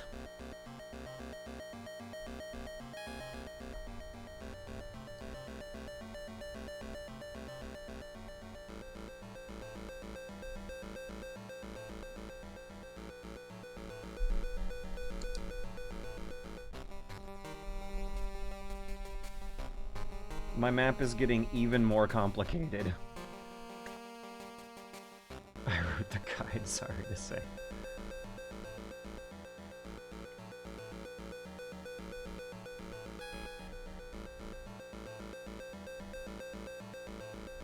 The official Japanese guide was cool. It had an interview with the team. Did it have an interview with whoever was responsible for this? Who is responsible for this? Can we get an intrepid, brave game journalist to interview whoever was responsible for this and ask them if they were tripping balls while coming up with this?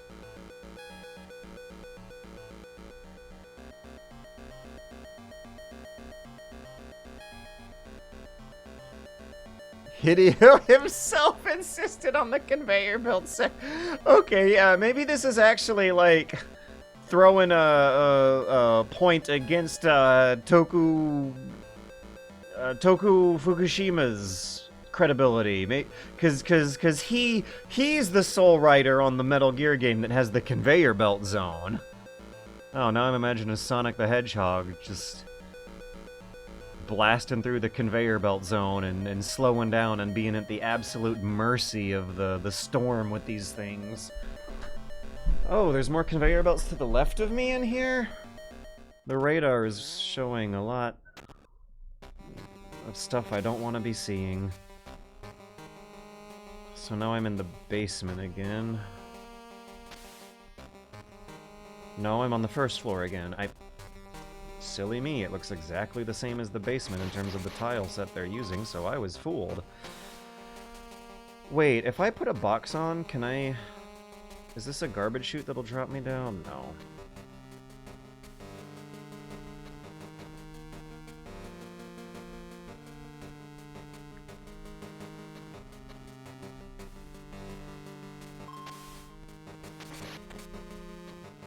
I just killed a man.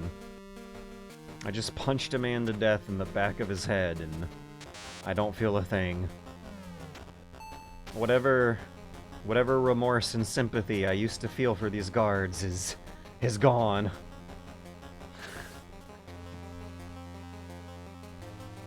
Alright, well, that's the prison cell to the north of me, I know that much. Maybe the wall I need to explode...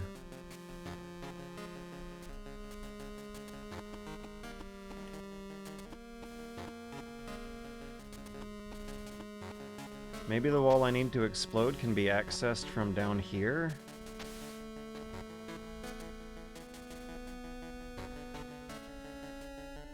Okay, so the door to the left of me leads to the B offices. On the wall it says B1, B2, B3, and there's office furniture in there.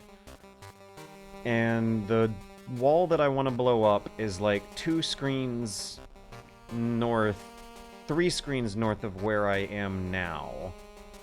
And I believe that the door right in front of me leading to the gas room is a dead fucking end as well. But maybe it's worth... No, I want the gas mask, not the goggles. Maybe it's worth taking a look?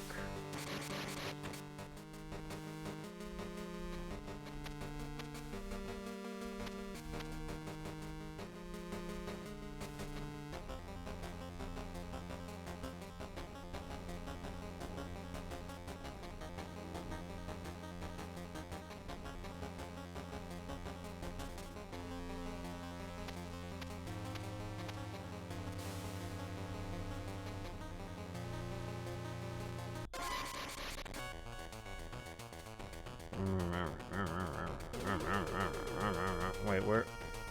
Am I gonna die? I'm gonna die, and I don't feel a thing either. You know, usually I'm so careful and cautious. Okay. So, maybe I need to look at this with a bit of a fresh perspective. Maybe I need to make a new map.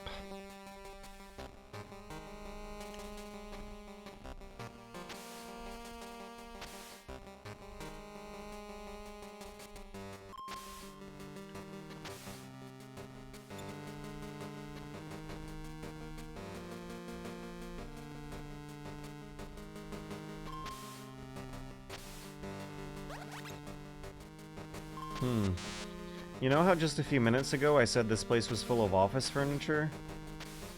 One place has a table with a chair and some paperwork-looking items. The others are cells. These are prison cells. Why did I think these were offices? There's just a bed, some storage boxes, but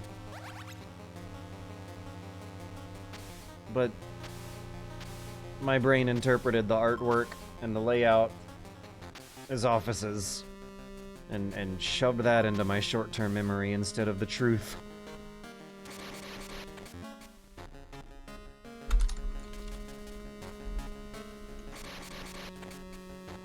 It was a Silent Hill 2 save point.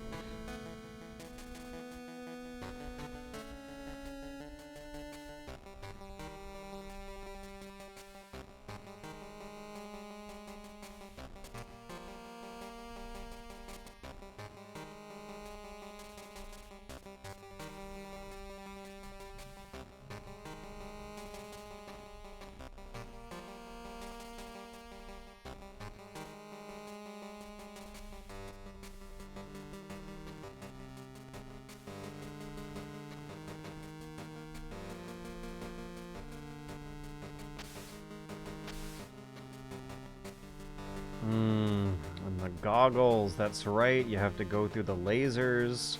Yeah, I should just... There we go, I'm past the lasers. It's like I never died at all. Okay. So... I need to relabel that B as a P, because it's either purple or pink to the far west of me right now. Now, if I leave through this conveyor belt, I'll,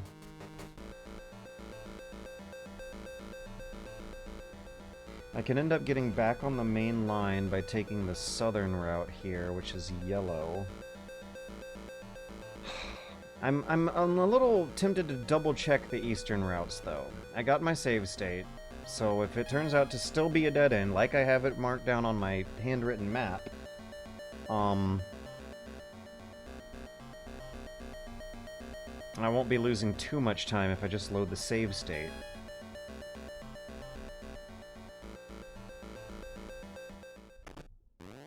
I think I should still have the C4.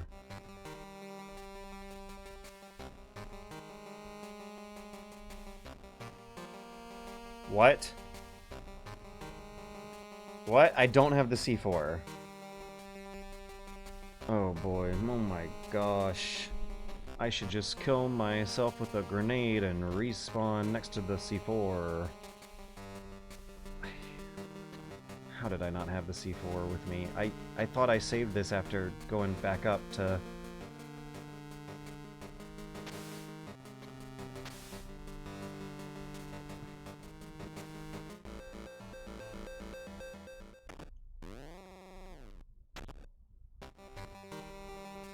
Hey, guard, can you do me a favor and shoot me in the head?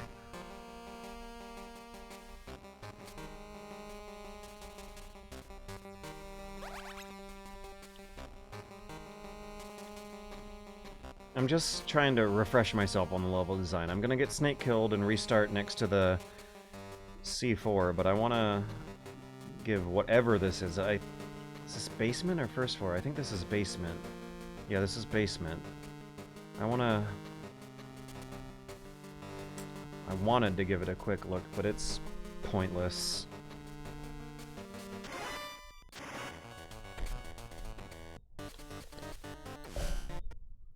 Alright, C4's to the east.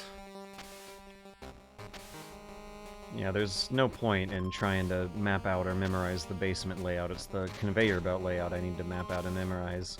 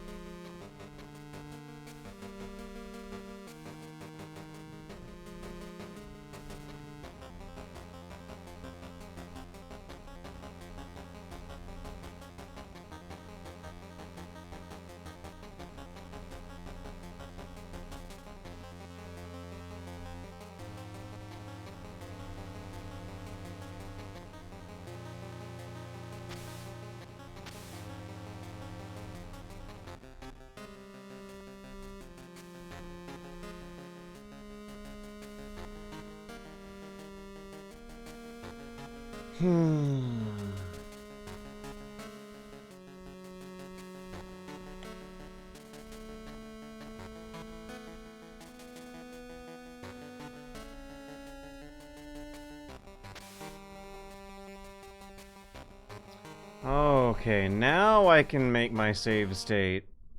And honestly, I think I might actually want to be using the elevator as my primary point of...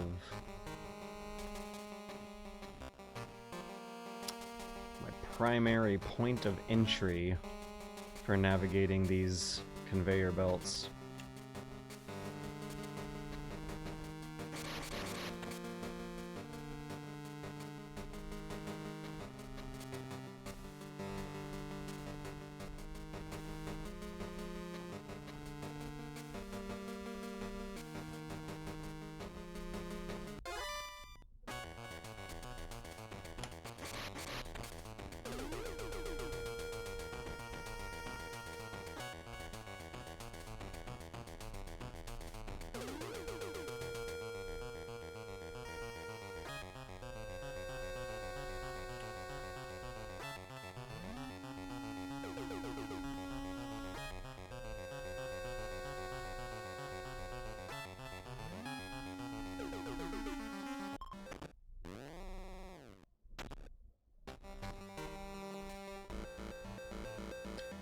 So, I deliberately took a...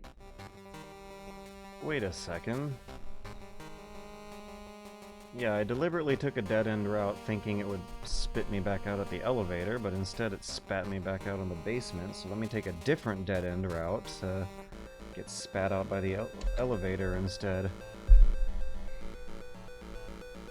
Maybe I should make two save states, one in the elevator and one in the cardboard box storage room. So if I want to get back to the elevator area, I need red, not blue right now. And I think I did in recent memory reconfirm that if I took the blue route out of there, it'll be dead ends.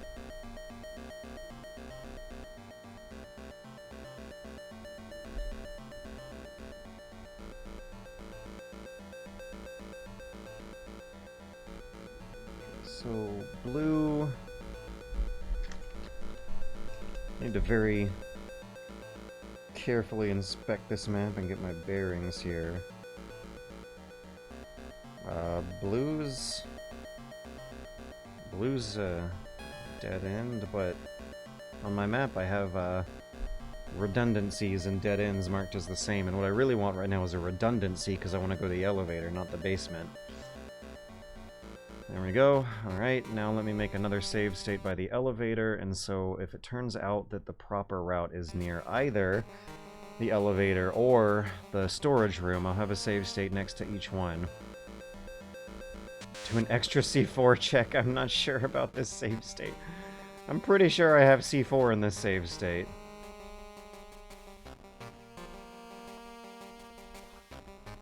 What? What? What is happening here? How come my C4 is not in my pockets? Yeah, what? What?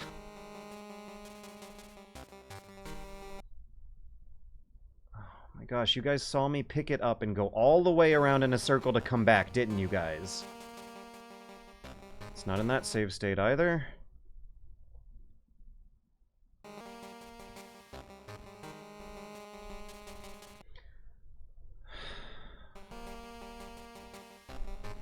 I'm wearing goggles in this save state. I have C4 in this save state.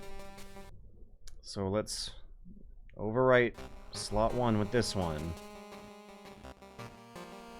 What the hell? What the hell did I do to screw that one up?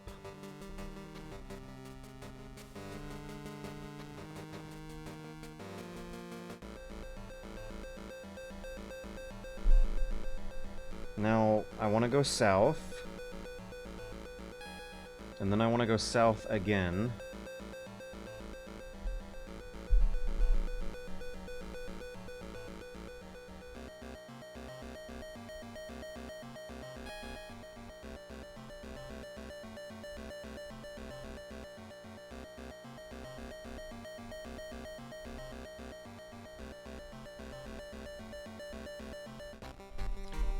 And I want to save this under slot 2.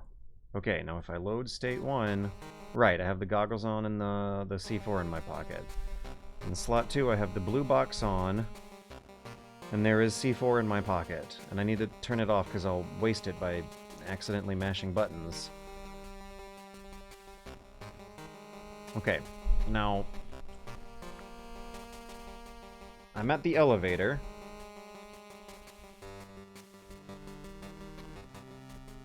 And the prison cell wall that I blow up is the eastern wall of that cell. The guy in the cell is on the first floor, 1 story below me. I'm gonna take another look at the first floor to try and get my bearings on that save state I just made at the elevator. Look at my map as I go through to try and see how closely these different game levels actually do correlate with a hand-drawn map made of them. I don't see the prison cell here. I am east of... There, this is the prison cell. Okay, so... Elevator... East, northern... Okay. Okay, I'm gonna try something. I'm gonna try taking a blue route twice in a row. And see if that gets me somewhere new. After taking the yellow route first.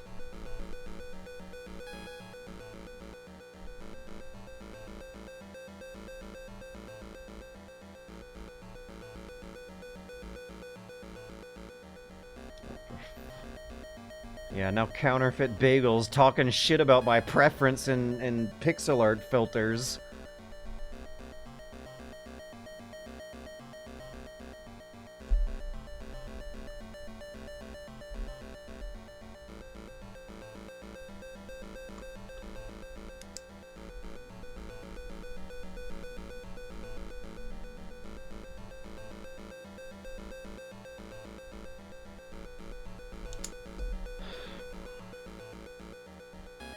I feel like my map is making little to no sense.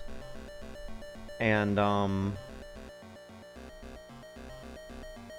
might be exposing that there's some impossible geometry going on with the level layout here. Like, once the screen goes to black and loads in a new area, there are intrusions being made on the space of the previous era. Yes, that's right, Narrator Way. I am entitled to my taste in terrible pixel art Vaseline filters that make Snake's ass look better despite all the other setbacks. So we're gonna go yellow this time.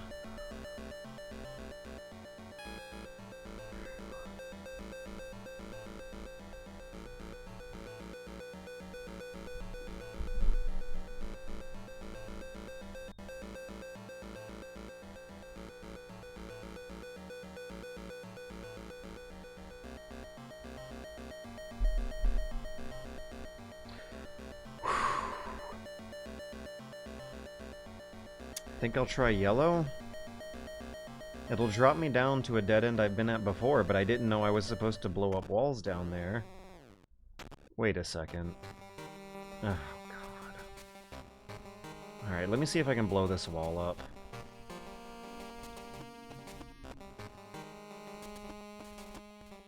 No. It's not an explodable wall. Alright. We have people in the Twitch chat admitting that maybe as a kid they did actually look this up on a strategy guide. Let's load up 2. Yeah, bad humans, I am aware. I am not in the kind of financial situation where I can be traveling for quite a while. I would like to go when I do have money, but I'm worried that by the time I have money to travel, the spirit of the convention may no longer be in swing, because the Metal Gear franchise has been in pretty quiet waters as of recently. But come to think of it, that might not actually be the case with the MGS3 remake on the way, and then whatever Master Collection Volume 2 is supposed to look like, too. That's something to look forward to, right. There's gonna be people still talking about Metal Gear Solid. Okay, so it's been a while since I've taken the red route down here. Maybe there's something new to see this way. Let's go yellow. So, if I go even further to the northeast, I might be able to hit some new uncharted territory that was a dead end earlier, but might lead me to an explodable wall now. Unofficial plans are to have a themed con each year, I think, so next one would be in GS3. It might resonate well with Delta. Oh, no, no, no. Next year? Okay. You know what? Maybe this will actually be a good fire to light under my ass. Raising up money, saving up money to go to MGSCon 25, when they're specifically going to be focusing on everyone's favorite MGS, is a good long-term goal to look forward to the future with in these very, very hopeless, bleak times where it seems like there's not much of a future in 2025 to look forward to. You're going to this year's? No, I'm not. I'm really super not. If you guys saw the numbers I see in my bank account, you would know I'm not. But maybe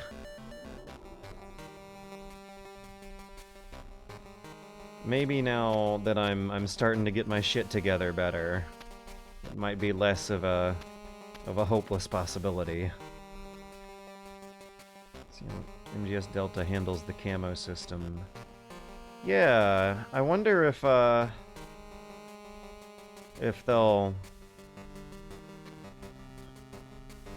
be making gameplay changes, because that is one of the most obvious, clear parts of the game that deserves some kind of retweaking. Damn, and I accidentally punched the wall instead of him. I was really shitting the bed with that one.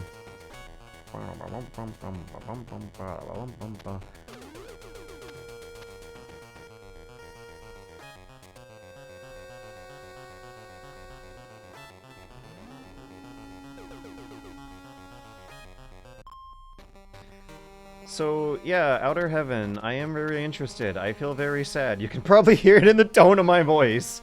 For a really long time ago, I actually wanted to put together a Naked Snake cosplay. I bet I would be a damn fine-looking man in a Metal Gear Solid 3 Naked Snake cosplay. And that was back in 2015. Eventually put those plans on hold. At some point the pandemic happened. Yeah, the 2015 version of George was actually, like, putting together a Naked Snake cosplay shopping list for a couple of those weeks, and this is like an opportunity to let the legend come back to life.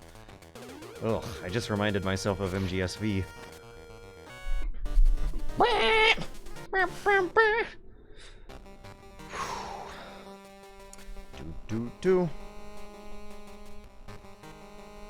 What is that? That's state 1. This one will be state 2.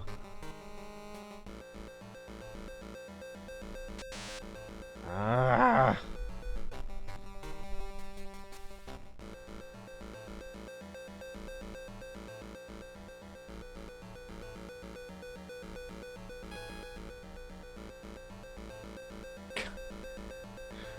Yeah, what is with, it feels even weird to say the name Ocelot, because it so totally is a different character, but can't believe there wasn't a twist in that game about how it secretly was a different character all along.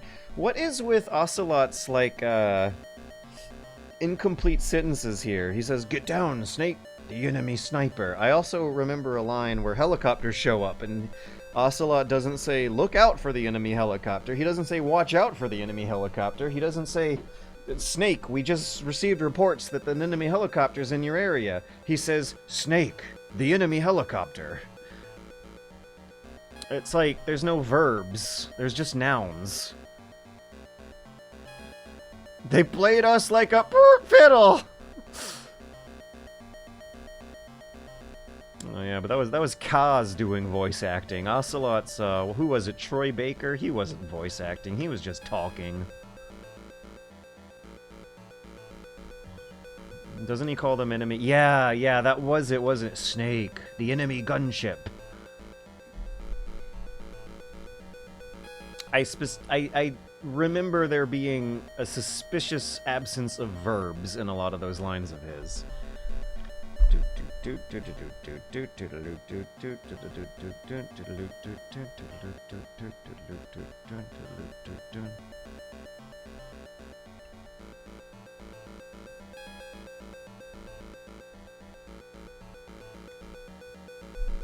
Troy Baker trying to pronounce Selino Yarsk. Is it hard to pronounce? I always heard it as Selino Yarsk. And it doesn't seem... The T is silent. Selino Yarsk. Yeah, it's not spelled weird. It's just the T is silent, but that's the only thing... The rest of it's not spelled weird. It sounds like how it's... It kind of fumbles it a bit. How in the world do you fumble Selino Yarsk? Selinar? Selinorks?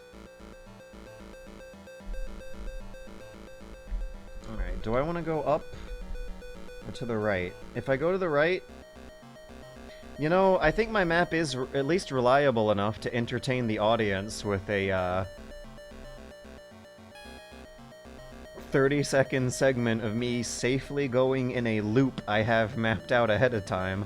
So yeah, I'm gonna go in a fun little loop for a second. We're gonna go in a loop-de-loop ride just to confirm that my map is accurate. Could have been the writing, but he was just so monotone. I want to talk more about him not pronouncing Selino Yarsk correctly, though. Because I just want to point out that I am working on a line-by-line rewrite and recitation and voice-acted audio drama of the Iliad, which requires pretty intense pronunciations of sounds and words my English-wormed brain is not going to be familiar with making. And if I am doing this shit for free on a Patreon budget while broke, how the fuck can Troy Baker, who's making millions of dollars doing voice acting, not take the time to look up how Selino Yarsk is supposed to be pronounced when he's sitting there in the studio? Like, there are people right there in front of him he could ask for help on that. Could sound the same as it did in 3 and how every other character says it. Right, so what version of Selino Yarsk are we supposed to be pronouncing? And I'm gonna call someone on the radio. My map is complete. I have every single dead end mapped out from every single route I feel like I've taken from this area. And at this point, I think the problem is I'm not spotting the wall I need to blow up on the first floor, rather than me not taking the correct route through the conveyor belts. Snake, get Dr. Harks out of there. The east wall of his cell seems to be thinner. Blast through it with C4 explosives. Alright, nothing new. Don't count on luck. The only thing you can count on is your own skills. That's how I've survived.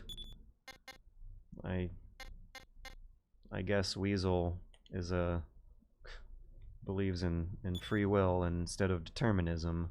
If there's no such thing as luck, an only skill. But then I guess it depends.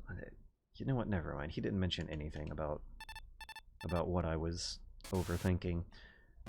Snake, I took the liberty of looking up Harks' records. James Harks, age 18, considered a child prodigy from an early age, received his PhD from Carnegie Mellon University at age 15, later recruited by Ramdyne Systems, a DoD contractor, and headed the Metal Gear development team in cooperation with the U.S. Army, also known as Jimmy the Wizard. He's already accepted as one of the most foremost experts in the field of robotics, but here are some of his subordinates' comments regarding him. Quote, I will not be tolerated being asked to humor a child's whim constantly. He certainly knows what he's doing, but we'd all be happier if he could do something about that stubborn streak. Another one just said spoiled rotten. Another one says, I don't care about anything else, but could he please shut the bathroom door when he has to go? Seems a fun sort of guy.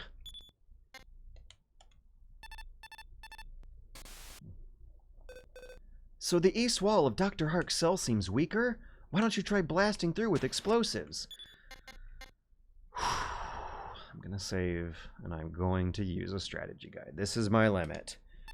You guys have witnessed me deal with a lot of you guys have seen me beat Metal Gear Solid 1 on extreme difficulty mode with no radar.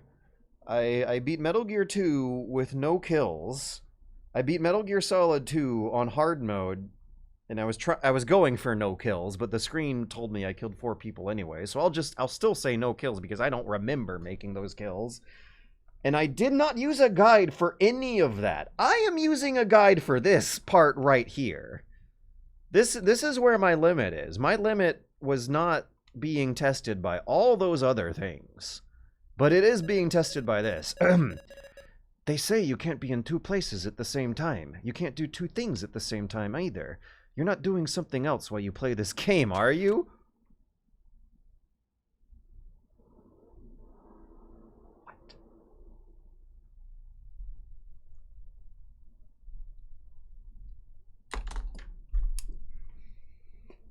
What? What? Maybe what I need is a quick 3-minute break.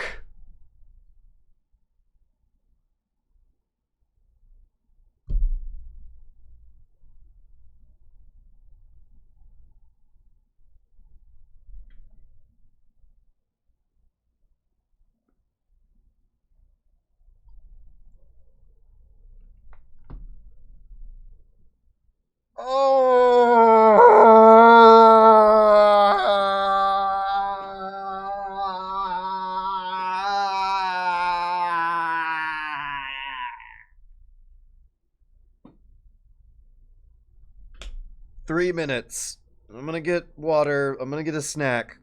I'll be back in 3 minutes.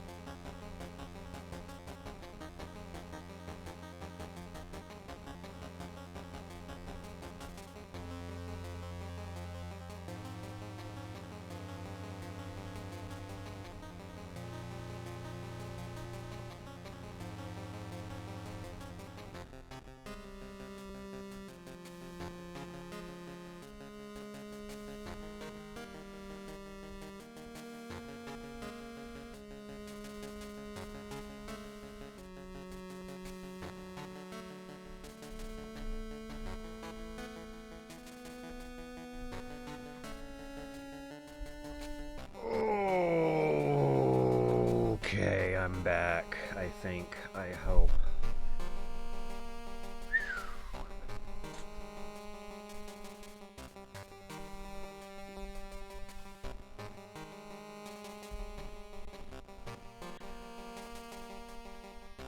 Ooh, alright. I have ice cream, and I have a glass of water, and I, have a newly emptied bladder. I am ready for the guide. Yes, yes. What guide should I look up? What guide comes recommended? If I just want the route to blow up this guy's wall and hide any other potential spoilers. Okay. From save state 1. How in the world have you been keeping track of which number corresponds to which save state? So save state 1 is a codec screen. Yeah, that's this save right here. Alright, so from save state 1, go down blue red after dropping down C4 to the left. It was the IR goggles room? I really don't think there's any way I would have gotten that. I had been misinterpreting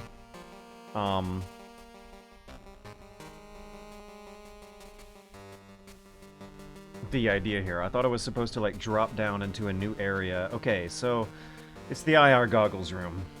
There we go. That's it. IR goggles room. All right, go down blue, red after dropping down C4 to the left. This was the IR goggles room. Down. So that was blue. Now I do red, right? Let's see what the map says. Yeah, okay.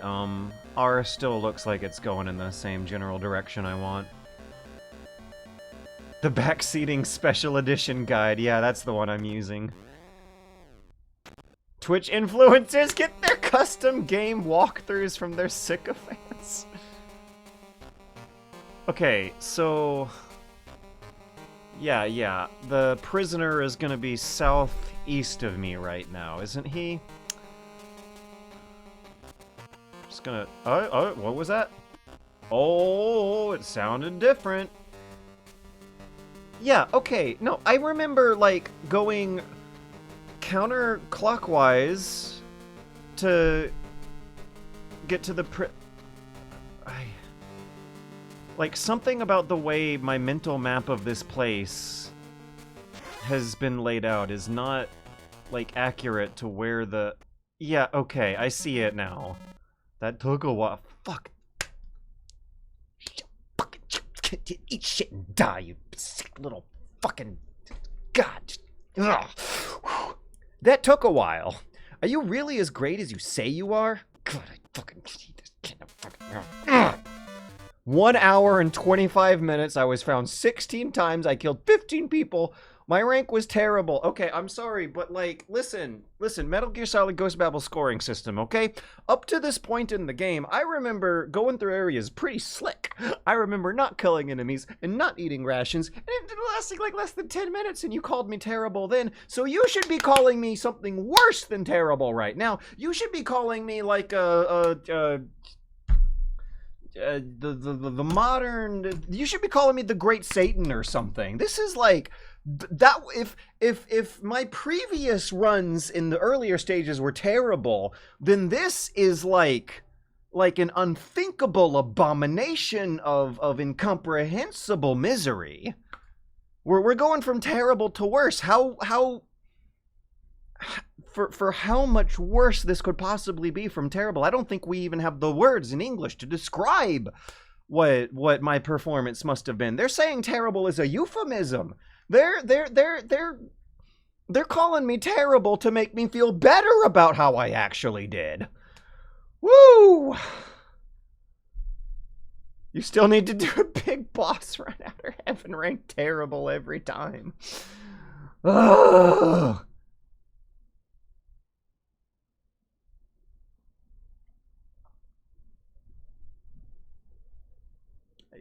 Act 3 in MGS4, you know what the fuck? Bad humans. What is... Big Boss is the highest rank. You were Johnny Sasaki. Yeah. Like, if Big Boss is the highest rank, then I just got the diarrhea rank. It would be great content. I know virtually nothing about Ghost Babel compared to you. What are we talking? Oh man, I gotta stretch. Is Act 3 the one where you follow the dude and play? Yes, Act 3 in Metal Gear Solid 4 is it's like comparing Redneck Rampage to Half-Life compared to this. Act 3, I don't know why everyone's shitting all over Act 3 in Metal Gear Solid 4 so much right now while witnessing this. Act 3 in Metal Gear Solid 4 is a stealth sandbox with some interesting creative gimmicks that can feel very frustrating and limiting when maybe you're playing through it for the first time or so. I remember feeling pretty frustrated with Act 3 and when I was playing through Metal Gear Solid 3 the first time, and I remember having fun with Act 3 the second time. I think the most lasting criticism about it is it's just very, very short and linear, and half of the act is an overly long motorcycle sequence, so you don't really get to do much sneaking in the second half of Act 3 at all. But, like, I did not feel like this. I definitely did not feel like this at the end of Act 3. This is worse. Yeah, the longest tailing mission you'll ever play in a game is still better than this. I hate this kid so much. Okay, get me out of this hole. Not so fast. First, tell me about Metal Gear. I thought you were going to help me. I'm going to make his voice sound stupider the longer this goes on. Talk first. Well, that's just great. I can always leave you here. Are you going to give me answers? All right, ask away, will you? Where is Metal Gear, first of all? In the maintenance base, to the north of the first floor northwest exit of this barracks. Okay, first floor northwest exit of this building, then north. Metal Gear's operational? The assembly's done. That's why I got locked up. They're probably adjusting the power net now. It's really nuclear capable? Yeah, the South American trip was supposed to be for practical exercises, brought real nuclear warheads along. That's crazy. How could you be permitted to take a nuke out of the country? Parker, the Army Chief of Staff, is a big fan of the project. The Army's top brass? Yeah, so we got all the funding we wanted, and the project moved pretty quickly. Why so much effort? What were they planning to do with Metal Gear? Project Babel. What is it? It's some project of Parker's. That's what Metal Gear's supposed to be for. What is it? I don't know the details. They wouldn't tell me. Not like I care. I just want to be where I can make the best use of my talent. You make weapons of war that kill millions of people. Look what's happening right now. That's to do with people who use them, not with me, not with Metal Gear itself. I don't care what anyone says. Metal Gear is a masterpiece, the product of every technical genius I possess. Nobody can build anything, so... What is it? Power failure. This could be bad. Why? They're gonna go nuclear with Metal Gear. What? Metal Gear can launch warheads with the railgun, but the railgun has an enormous power consumption. So they're charging up the thing with all the power they can get. Yeah. How long till full charge? About 30 minutes. 30 minutes. 30 minutes to a nuclear strike? Oh god, now the pacing's getting up and I don't want to put it down even though I really should take a break after that conveyor belt. Chris, come in. Snake, the power plant just went into overdrive. What the hell? No time to talk. I found the Metal Gear researcher. I'd like you to take over his protection. Okay, but what about you, Snake? I'm going after Metal Gear. Metal Gear? What's going on? There's no time. I'm counting on you. Metal Gear is in the maintenance base to the north of this barracks, right? Yeah, but... Wait a sec. What about me? You stay here. Hey, weren't you supposed to get me out? Your new Delta Force bodyguard will be along shortly. You'll like her. What am I supposed to do until then? What are you, a kid? Okay, man, you really need to work on your people skills. That's the truth. That keeps happening in these games, doesn't it? For the love of God, save it. Yeah, for sure. Snake, put a stop to Metal Gear. It seems to be to the north of where you are. Get to the north of the barracks first. For the love of God, save. I definitely don't disagree with that. Wait, is Mei Ling gonna freak me out again with the fourth wall break? You rang, Snake? Yes. Save completed. Ever heard of this? Dr. Copplethorne says, Mei Ling, you're... Never mind me. Tell me about yourself. Me? Like, why you're back in combat. I heard that you've given up the military. Did the Colonel tell you that? Uh-huh, and other things too. Like what? Like the bandana underwear and barbecue bugs and that stuff too? That blabbermouth. So why did you come back? I had something to finish and decided to stop running away. That's all. And after that? After? When it's finished, what are you going to do? I haven't thought about it. As long as the score is settled, that's all I care about. Bandana underwear.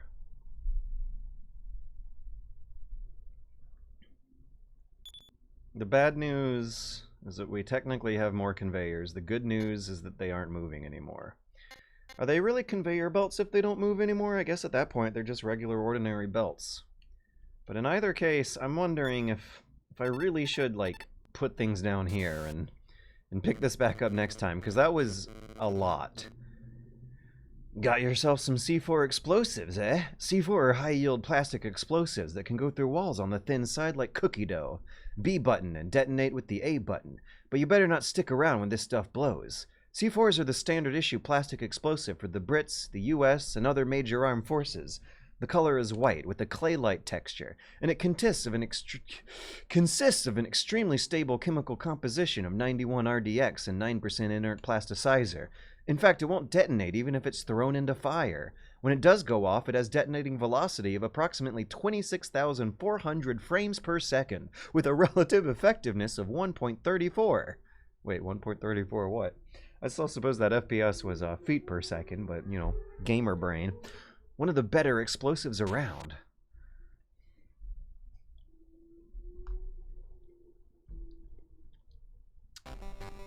For what it's worth, I'm not expecting the rest of the game to be that bad. No way. Like, the math just doesn't add up. Yeah, I don't know how they could have stood, tolerated, wanted, how there could possibly be more room for, bad level designs. Whew.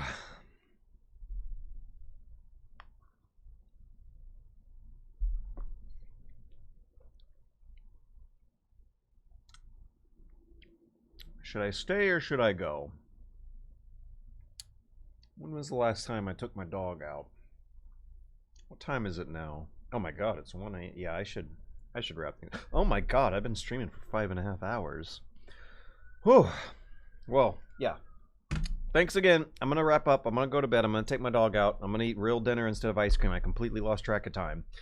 Thanks again for showing up. Despite all those frustrations with the conveyor belts, I still, believe it or not, as frustrated and angry as I got every now and then, had a lot of fun doing that tonight. Specifically, we learned a lot about pixel art, didn't we, guys?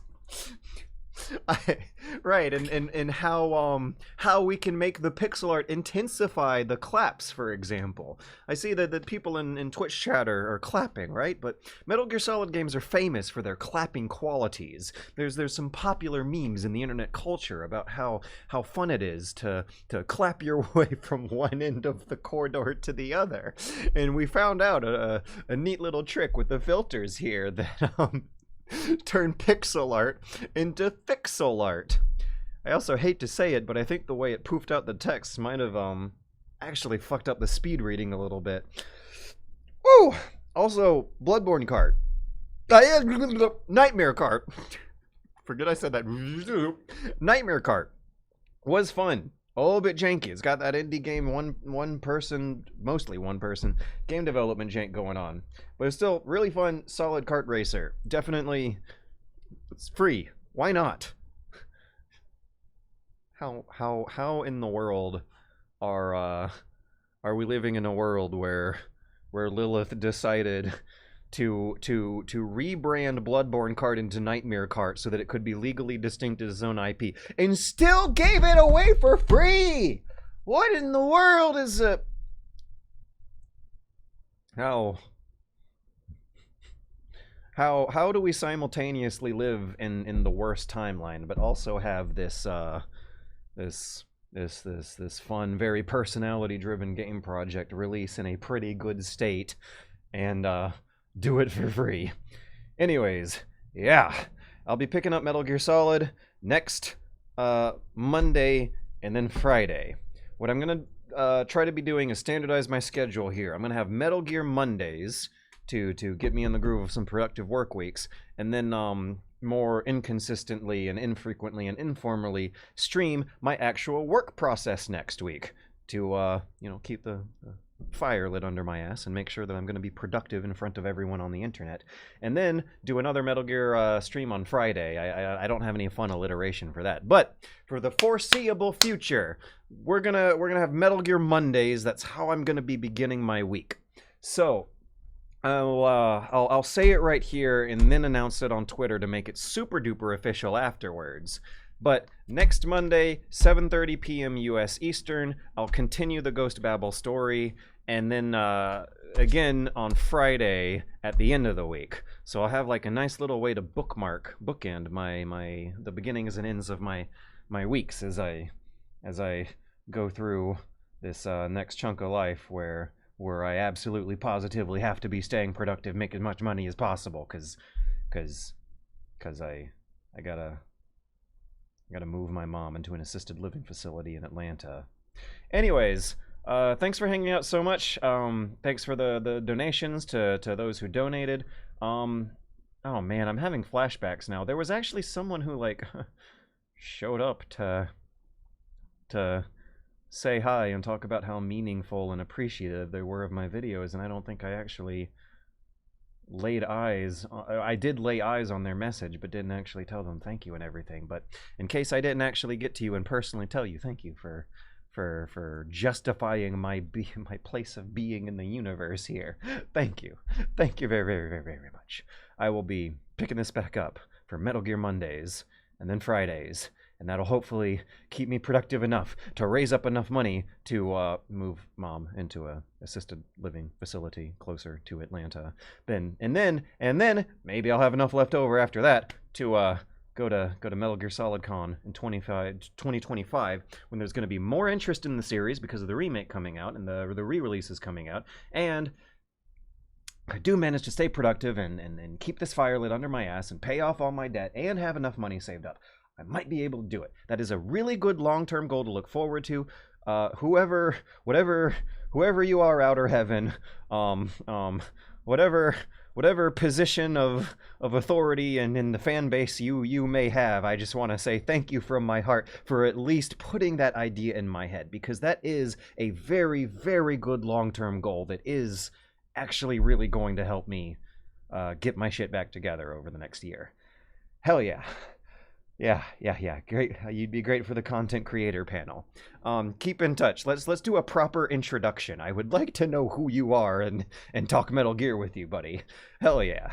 Thanks for showing up. I'm just a guy who plays too much Metal Gear. I'll see you guys on Monday at 7:30 p.m. U.S. Eastern for Metal Gear Mondays. Woo!